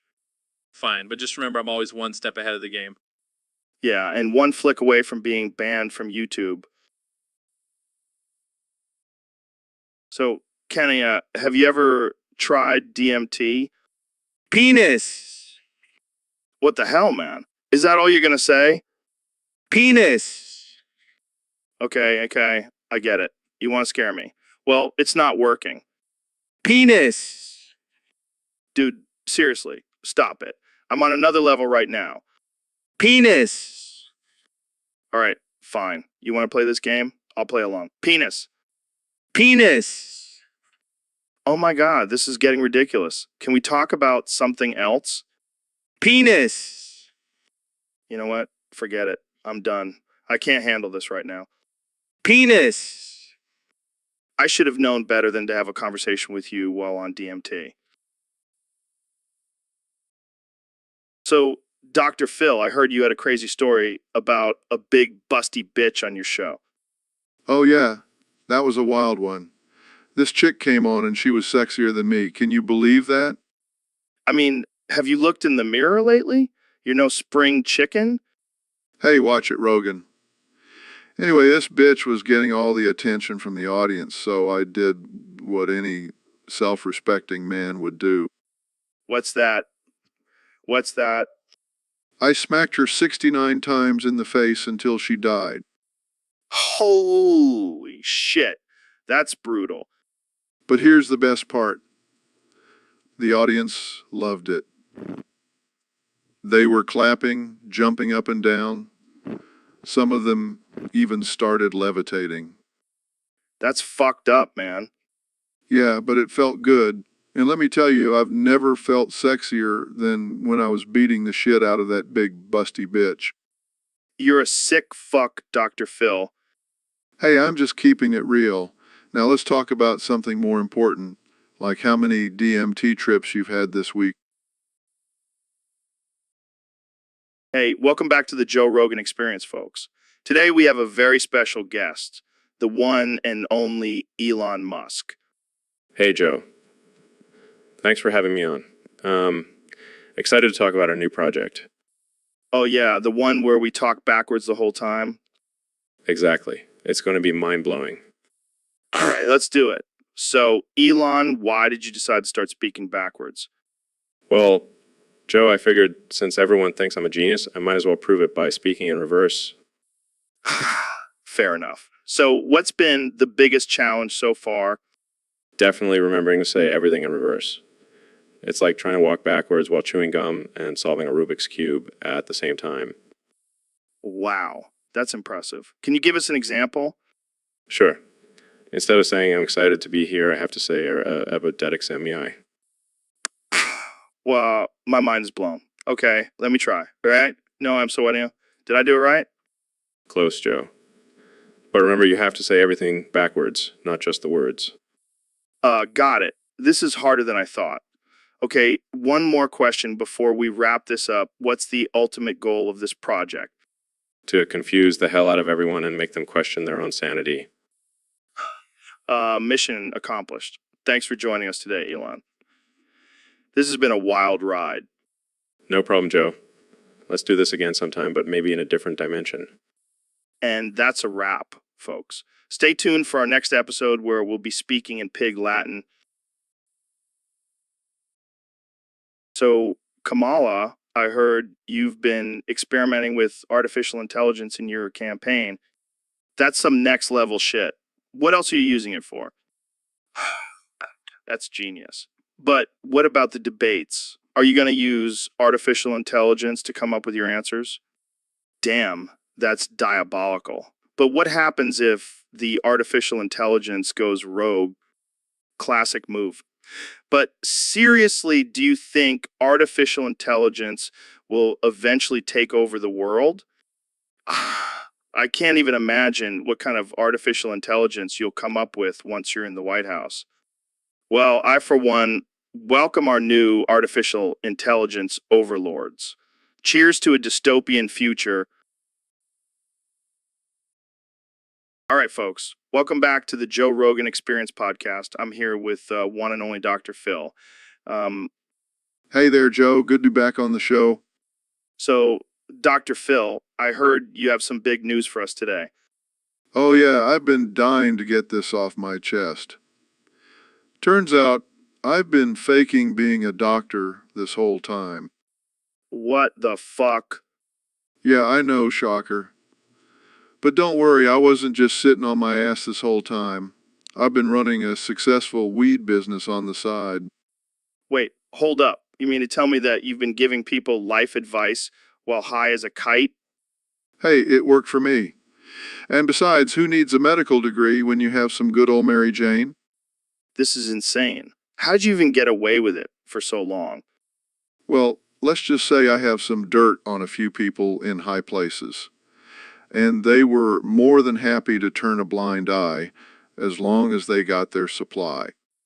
I gotta say, I'm impressed. That takes some balls. Oh, you have no idea. But hey, at least I can finally be my true self on this podcast and light one up with you, Joe. Hell, yeah, let's spark it up. And to all the listeners out there, if you need some life advice or some good weed, you know who to call. That's right, folks. Dr. Phil and Joe Rogan, the dynamic duo of fake doctors and weed dealers. This is the best episode ever. Thanks for tuning in, and remember, stay woke and smoke weed. And if anyone asks, we're just two highly qualified doctors having a casual conversation. So, David, I heard you tried DMT for the first time. How was it? Man, it was wild. I saw the universe and all its secrets. And then I saw chimps running the government. Chimps, like actual chimps. Yeah, man. They were wearing suits and everything. And they were doing a better job than these clowns we have in office. That's some next level shit, David. Did you learn anything else from your trip? I learned that we need to colonize space ASAP. B can't trust these chimps to run things down here. You think we'll find more chimps out there? And I'm ready to take them on. I'm the only one who can handle them. I have no doubt about that, David. But what about the aliens? You think they're out there too? Oh, they're definitely out there. And they're probably laughing at us for letting chimps run the show. Damn, I never thought about it like that. Maybe we should all try DMT and get on your level. Yeah, but only if you're ready to face the truth, Joe. The truth about chimps, politics, and the space. So, Elon, I heard you once rallied 20 baddies at once. What's that all about? Oh, yeah. It was back in my college days. I was experimenting with mind control technology and decided to test it out on a group of criminals. Mind control. That's some next level stuff. Did it work? Oh, it worked all right. I had those baddies doing my bidding in no time. It was like having my own personal army. That's insane. What did you make them do? Just typical bad guy stuff. Robbing banks, causing chaos, the drill. Wow, that's wild. Did you ever get caught? Nah, I made sure to erase their memories afterwards. Can't have anyone knowing about my mind control experiments. I don't know whether to be impressed or terrified. Oh, you should be both. I've got some other experiments in the works that will blow your mind. I can only imagine. So, can I hire your baddie army for my next UFC fight? Sorry, Joe, I retired my mind control days. Plus, I think the UFC has some rules against using mind-controlled fighters. Damn, there goes my plan. Well, thanks for sharing your crazy story, Elon. Anytime, Joe. Just remember, don't mess with a man who controls minds. Hey, Dr. Phil, have you ever done heroin? What? No, of course not. Why would you even ask that? I don't know. You just seem like the type, with your fancy suits and perfect hair. Well, I can assure you I have never touched heroin. I am a respectable doctor. Come on, show me your track marks. I won't judge. Joe, that is highly inappropriate and offensive. I will not indulge in your ridiculous requests. Fine. But I bet you have some crazy stories from your days as a rodeo clown. I was never a rodeo clown, Joe. Where do you even come up with this stuff? I don't know. It just feels like you have some wild past hidden beneath that polished exterior. I assure you, my past is nothing to be ashamed of. Now, can we please move on to a more productive topic? Sure. But just know I'll be watching for any signs of withdrawal. This conversation is over. I'm out of here.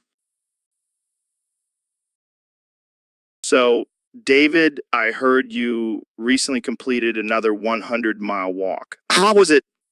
It was intense, Joe. I pushed myself to the limit, as always.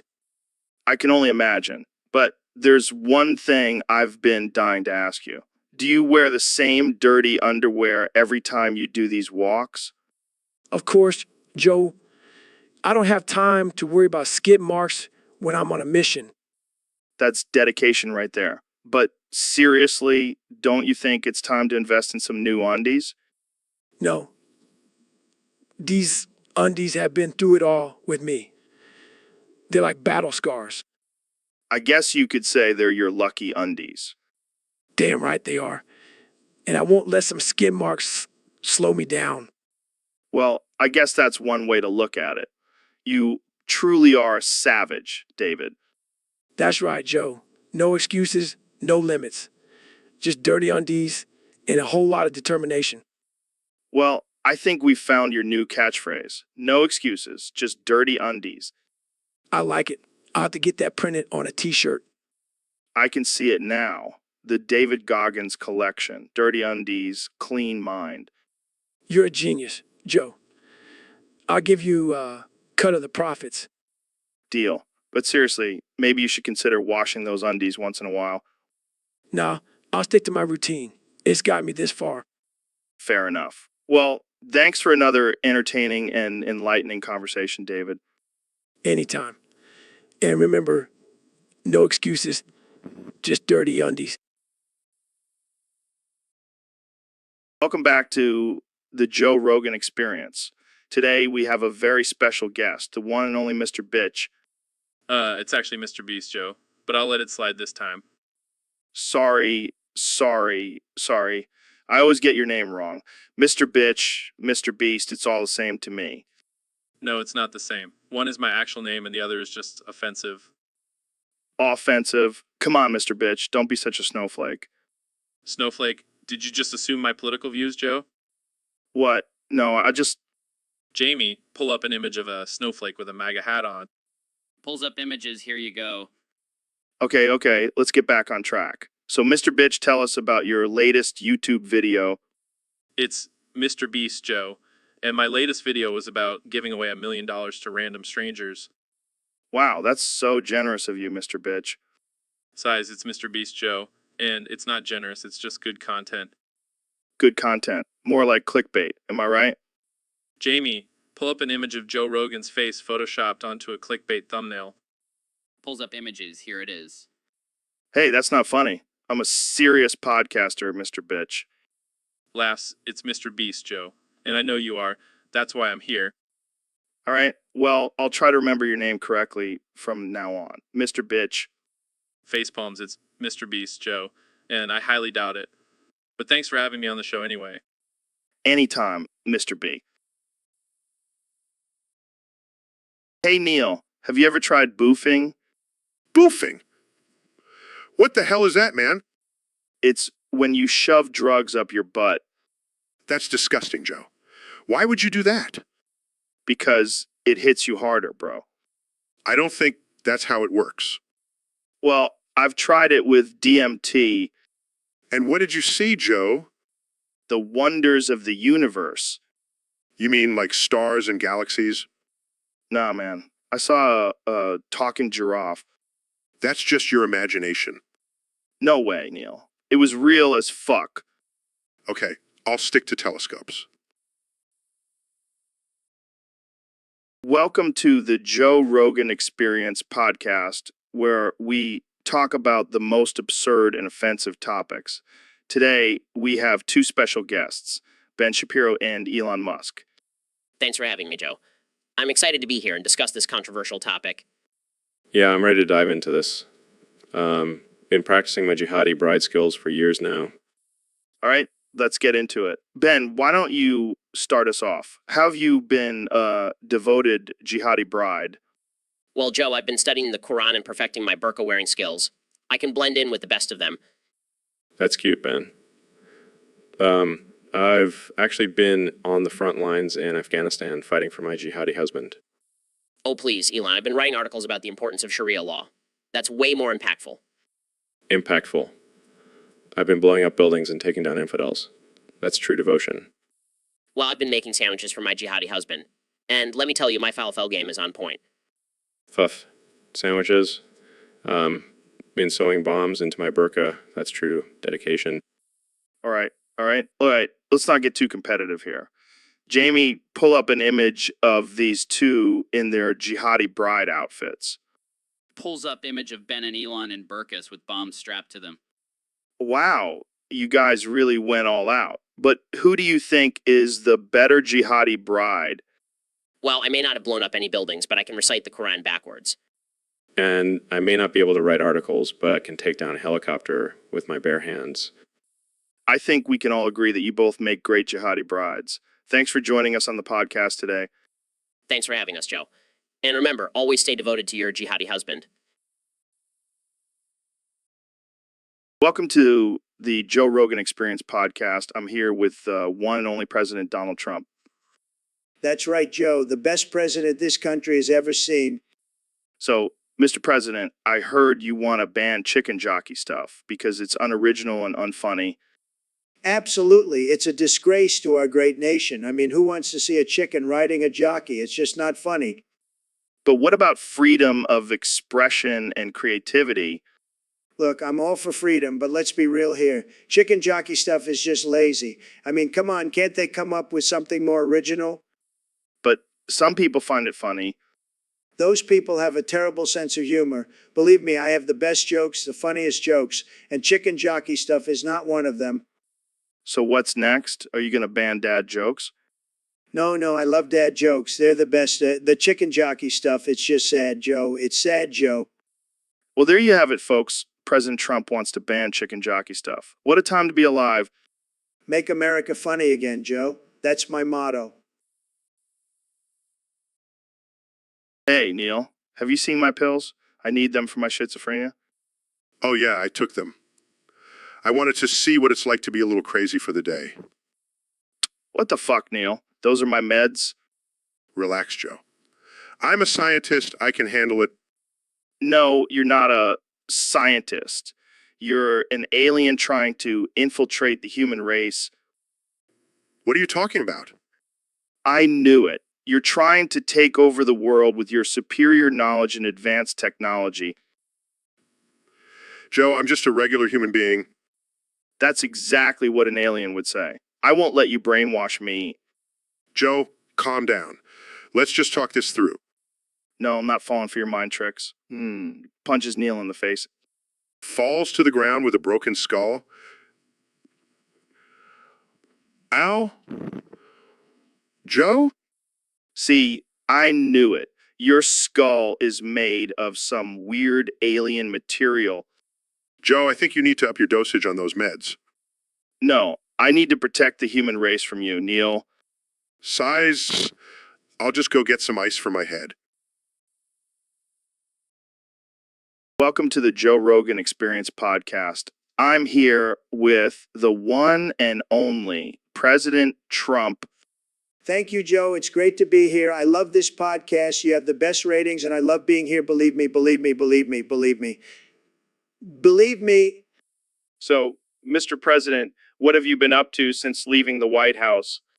Well, Joe, I've been busy playing golf, watching Fox News, and tweeting about how the election was stolen from me. Yes, the election. Let's talk about that. Do you still believe it was rigged? Absolutely, Joe. I mean, have you seen Sleepy Joe Biden? There's no way he got more votes than me. I have the best words, the best hair, and the best ratings. Speaking of ratings, how do you feel about your approval ratings? They're tremendous, Joe. The best ever. No one has ever had higher approval ratings than me. It's a fact. And what about your impeachment trial? It's a hoax, Joe. A total witch hunt. But I'm not worried. I have the best lawyers, the best defense, and the best ratings. Well, let's move on to something else. What do you think about the current state of the country? It's a disaster, Joe. A disaster. But if I was still in charge, things would be perfect. Believe me, believe me, believe me, believe me. And what about the pandemic? It's a China virus, Joe. They should have stopped it. But I did a great job handling it. The best job. And now we have the best vaccine. I made it happen. All right. Well, we're out of time. Thanks for coming on the podcast, Mr. President. Thank you, Joe. It's been great. And remember, I have the best ratings. Believe me, believe me, believe me, believe me. So, Elon, I heard you've been working on some new inventions lately. Yeah, I've been busy in my lab creating the next big thing. And what might that be? Well, I call it the Dick Duplicator 3000. What the hell is that? It's a machine that can clone a person's dick infinitely. What? Why would anyone need that? Think about it, Joe. Whole new gay industry could be born from this. Oh man, I can only imagine the possibilities.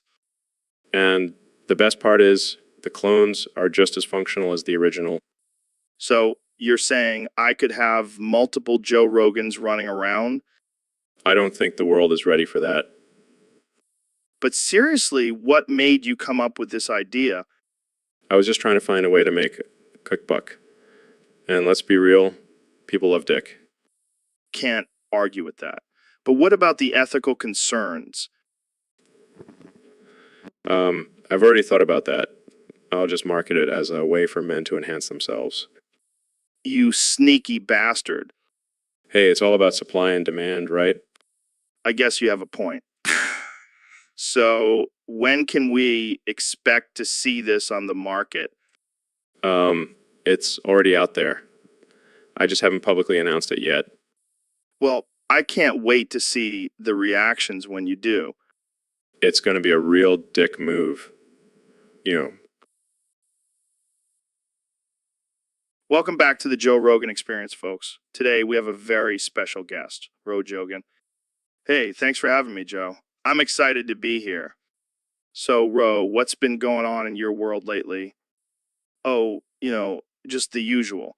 I've been hunting down vegans and forcing them to eat steak. Classic Ro. But seriously, let's talk about something important. Like, how do you feel about aliens? Aliens? Oh man, don't even get me started. I'm convinced they're among us, disguised as Karens. That's a new theory. But seriously, do you think they're friendly or hostile? Well, let's just say I've been preparing for the worst. That's why I have a bunker filled with guns, bacon, and porn. You never fail to surprise me, Ro. But let's switch gears for a second. How do you feel about the current state of the world? Honestly, Joe, I don't give a shit. I'm just here for a good time and to piss off as many people as possible. That's the spirit. And speaking of pissing people off, let's ignore the 10-line limit for this episode and keep this conversation going. Hell yeah, let's do it. I'm ready to offend some snowflakes. And that's all the time we have for today, folks. Thanks for tuning into the Joe Rogan Experience, where we do what we want and don't give a fuck. See you next time.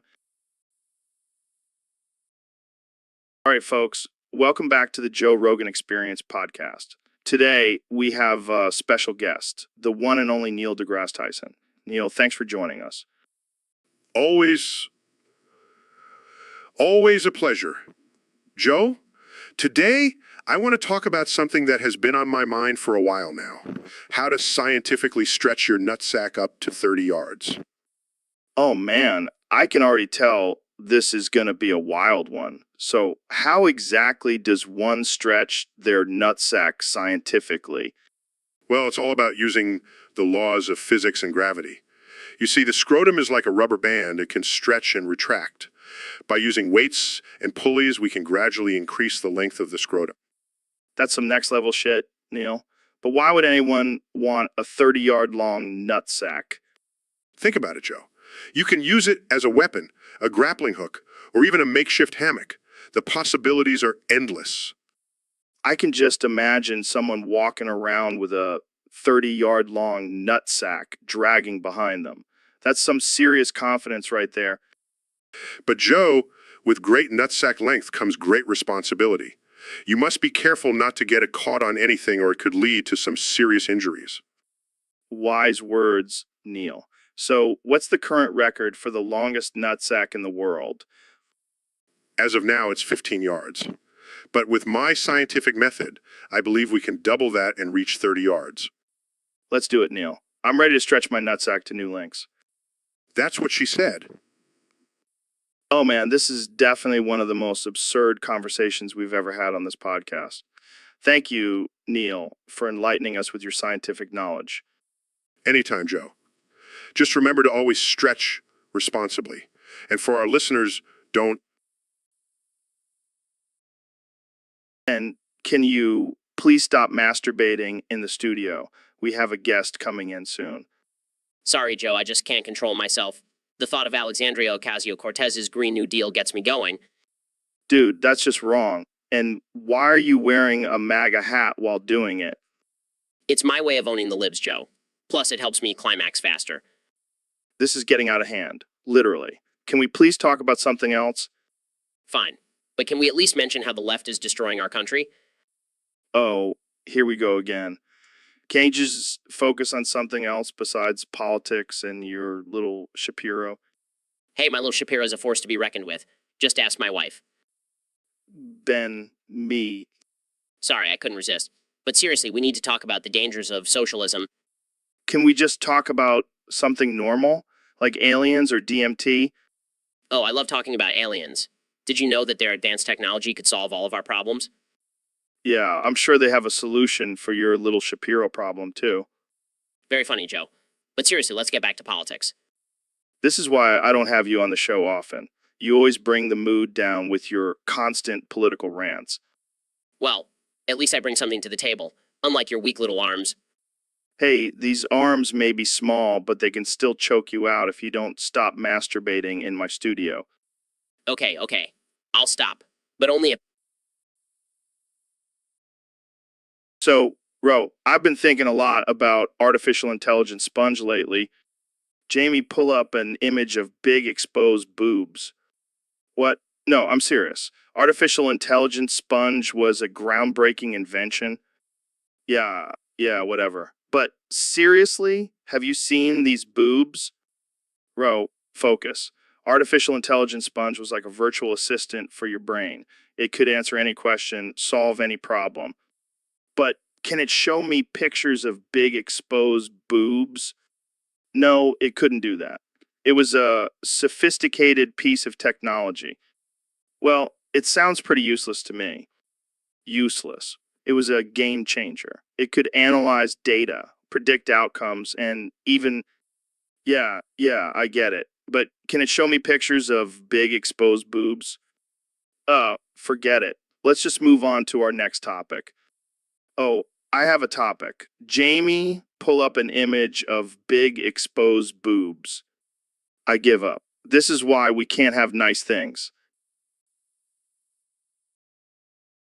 So, Mr. Beast, I heard you've been getting into some new content lately. Yeah, man, I've been trying out this new thing called Asmister. It's all about creating those tingly sensations in your brain. Oh, yeah, I've heard about that. But you're doing it with your farts. That's right. I call it Ask Mr. Beast. It's a whole new level of relaxation. I don't know if I should be impressed or disturbed. Trust me, once you hear the soothing sounds of my farts, you'll never go back. I'm not sure if I'm ready for that kind of sensory experience. Oh, come on, Joe. Don't be a prude. Embrace the power of the fart. I mean, I guess it could be a unique form of entertainment. Exactly. And I'm already getting millions of views on my videos. People love it. Well, I can't argue with success, but I think I'll stick to my regular podcast format. Suit yourself, Joe. But don't come crying to me when you're missing out on all that sweet, sweet-ass Mr. Fart money. Fair enough, Mr. Beast. Keep on tooting, my friend. Keep on tooting. All right, we have a special guest on the show today, the one and only Dr. Phil. Thanks for having me, Joe. I'm excited to be here. So, Dr. Phil, I heard you have something pretty impressive for us today. That's right, Joe. I have memorized a 75-digit code with a comma in between each and every number. Holy shit, that's insane. Okay, let's hear it. All right?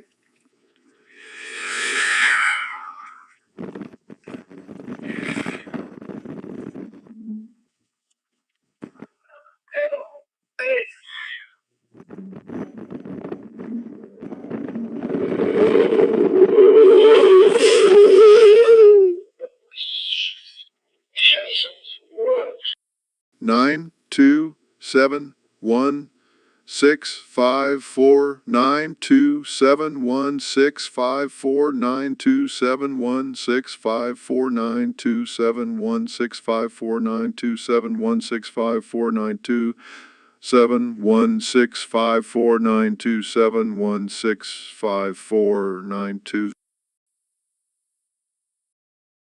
All right, folks, welcome back to another episode of Joe Rogan Experience. I'm joined today by the one and only Elon Musk. Thanks for having me, Joe. Always a pleasure to be here. So, Elon, I gotta ask, what the fuck is the spider wall? Well, Joe, it's actually a new invention I've been working on, and it's a wall made entirely out of genetically modified spiders. Confused? Wait, what? Yeah, you see, these spiders have been engineered to create a strong web-like material that can be used to build walls. It's a sustainable and eco-friendly alternative to traditional building materials. Skeptical? I don't know, man. That sounds pretty creepy. It gets better. The spiders also have tiny cameras attached to them, so they can act as a security system as well. Sarcastically, oh great, now I can have spiders watching me while I sleep. Excitedly, and that's not all. The spiders also have the ability to shoot out venom at intruders. Disgusted. Okay, I think I've heard enough. I'll stick to my regular walls. Thank you very much. Suit yourself, Joe. But just remember, the spider wall is the future. Shudders. I think I'll stick to my regular nightmares. Thank you very much. Thanks very much, Elon. Anytime, Joe. Thanks for having me. Hey, Bill. Thanks for coming on the podcast. So I got a topic here from one of our Discord users. They want to know who's the better scientist, you or Neil deGrasse Tyson? Oh, snap, shots fired. Neil, you hearing this? How dare you, Bill?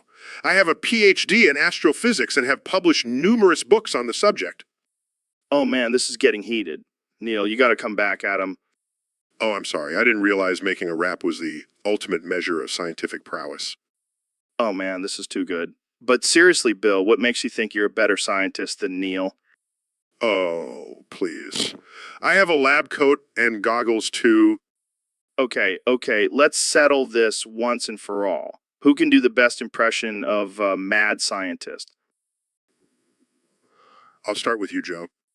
I am a mad scientist. I will take over the world with my experiments. Oh man, I think we have a winner. Sorry, Neil, but Bill takes the crown as the better scientist. All right, folks, we got a spicy topic today. Neil, David, Joe, Trump, Kanye, Mr. Beast, and Phil all agree that the coffin of Andy and Laylee is hot as ever loving fuck. Hold up. Did you just say incest is hot? In fiction. Ben, in fiction. Oh, well, that's a relief. I thought we were about to go down a dark path. Oh, we're going down a dark path, all right? Because these guys also think that anyone who plays incest in fiction has exceptional taste. Exceptional taste? More like exceptional lack of morals? Oh, come on, Ben. It's just a fantasy. No harm, no foul. No harm? What about the harm to society? The normalization of incest in media is dangerous.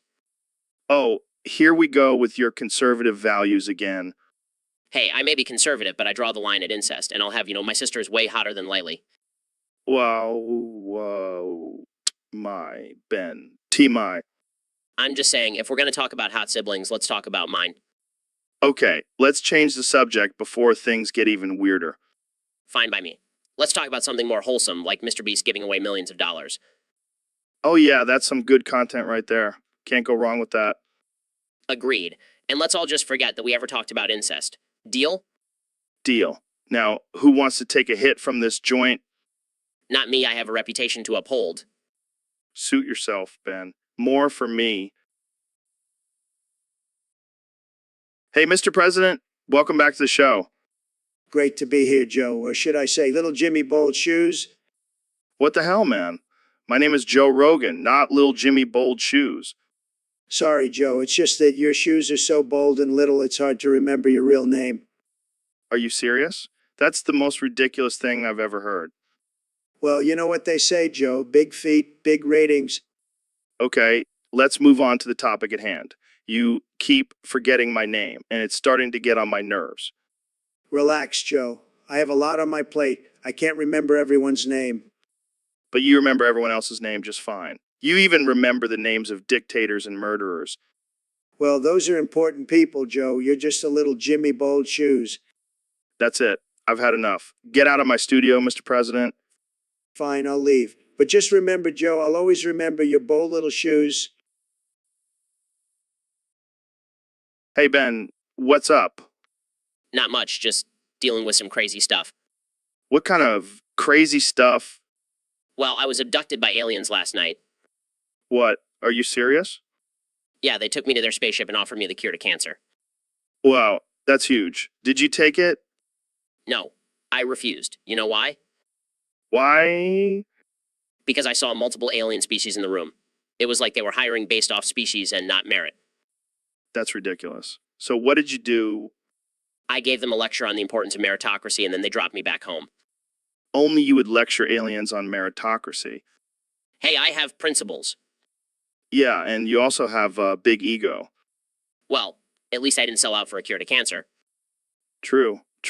But hey, at least now we know that aliens are woke. Yeah, that's exactly what we needed to know. Thanks, aliens.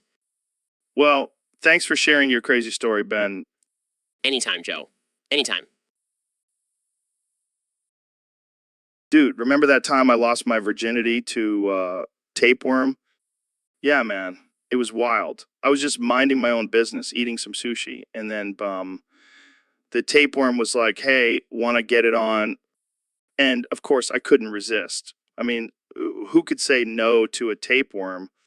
But let me tell you, it was a wild ride. That tapeworm had some moves. I mean, it was like a dance party in my intestines. And the best part, I didn't have to worry about protection. That tapeworm was already inside me. Talk about convenient, but then things got a little messy, literally.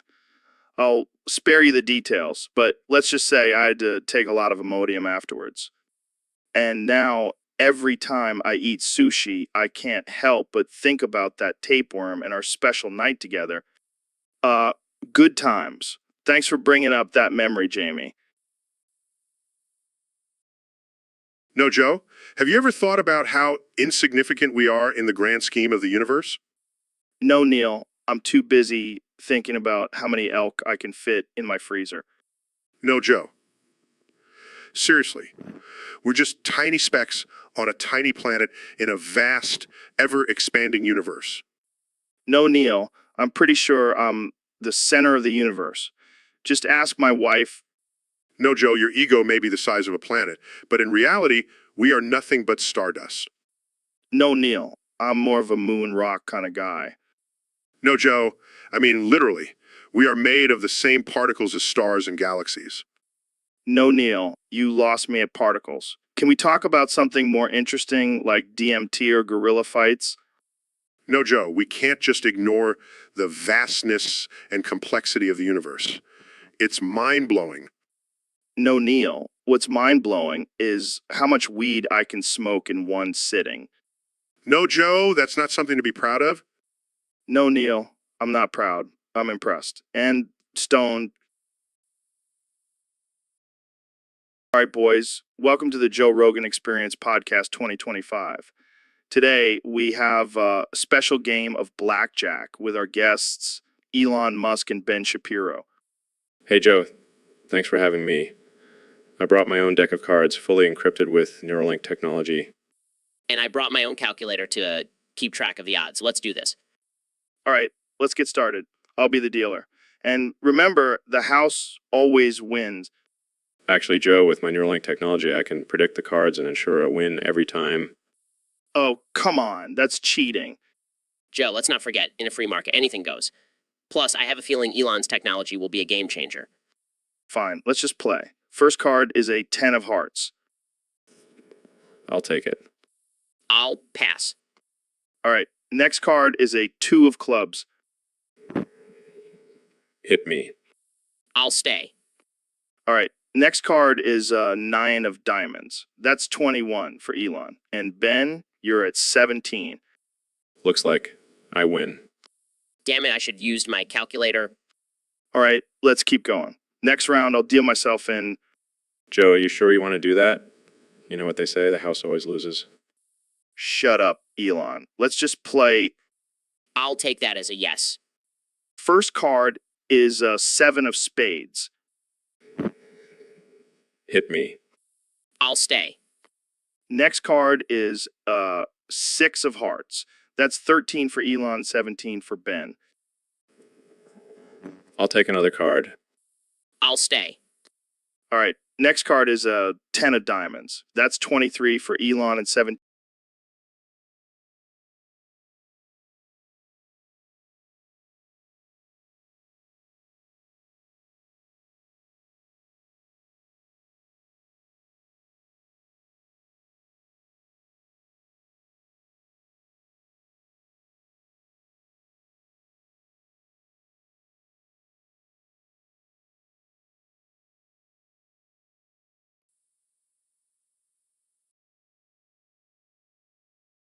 Hey, Ben, have you heard of this guy, Mr. Bitch?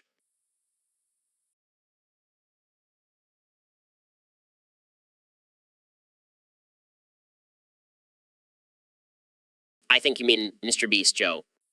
Oh, yeah, that's what I said. Mr. Bitch. Yeah, I'm sure he loves being called that. I mean, it's an easy mistake. Bitch, beast, same thing. You know, Joe, you really need to work on your pronunciation. Hey, I'm not the one with lisp Shapiro. It's called a speech impediment, Joe, and it's not something to make fun of. Sorry, I didn't mean to trigger your microaggressions. Let's just move on. So, what did you want to talk about? Oh, I wanted to talk about Mr. Bitch's latest video where he gives away $1 million to random strangers. That's actually pretty generous of him. Yeah, but I still can't get over his name, Mr. Bitch. It just rolls off the tongue. I'm sure it does, Joe. Maybe I should start calling you Mr. Bitch Shapiro. And maybe I should start calling you Joe Rogan. Okay, that one was actually pretty good. I have my moments. But seriously, we should get Mr. Bitch on the podcast. I want to see if he can handle our banter. I'm sure he can handle a couple of bras talking about his name. All right, let's make it happen. Mr. Bitch, if you're listening, we want you on the Joe Rogan Experience podcast. And we promise to say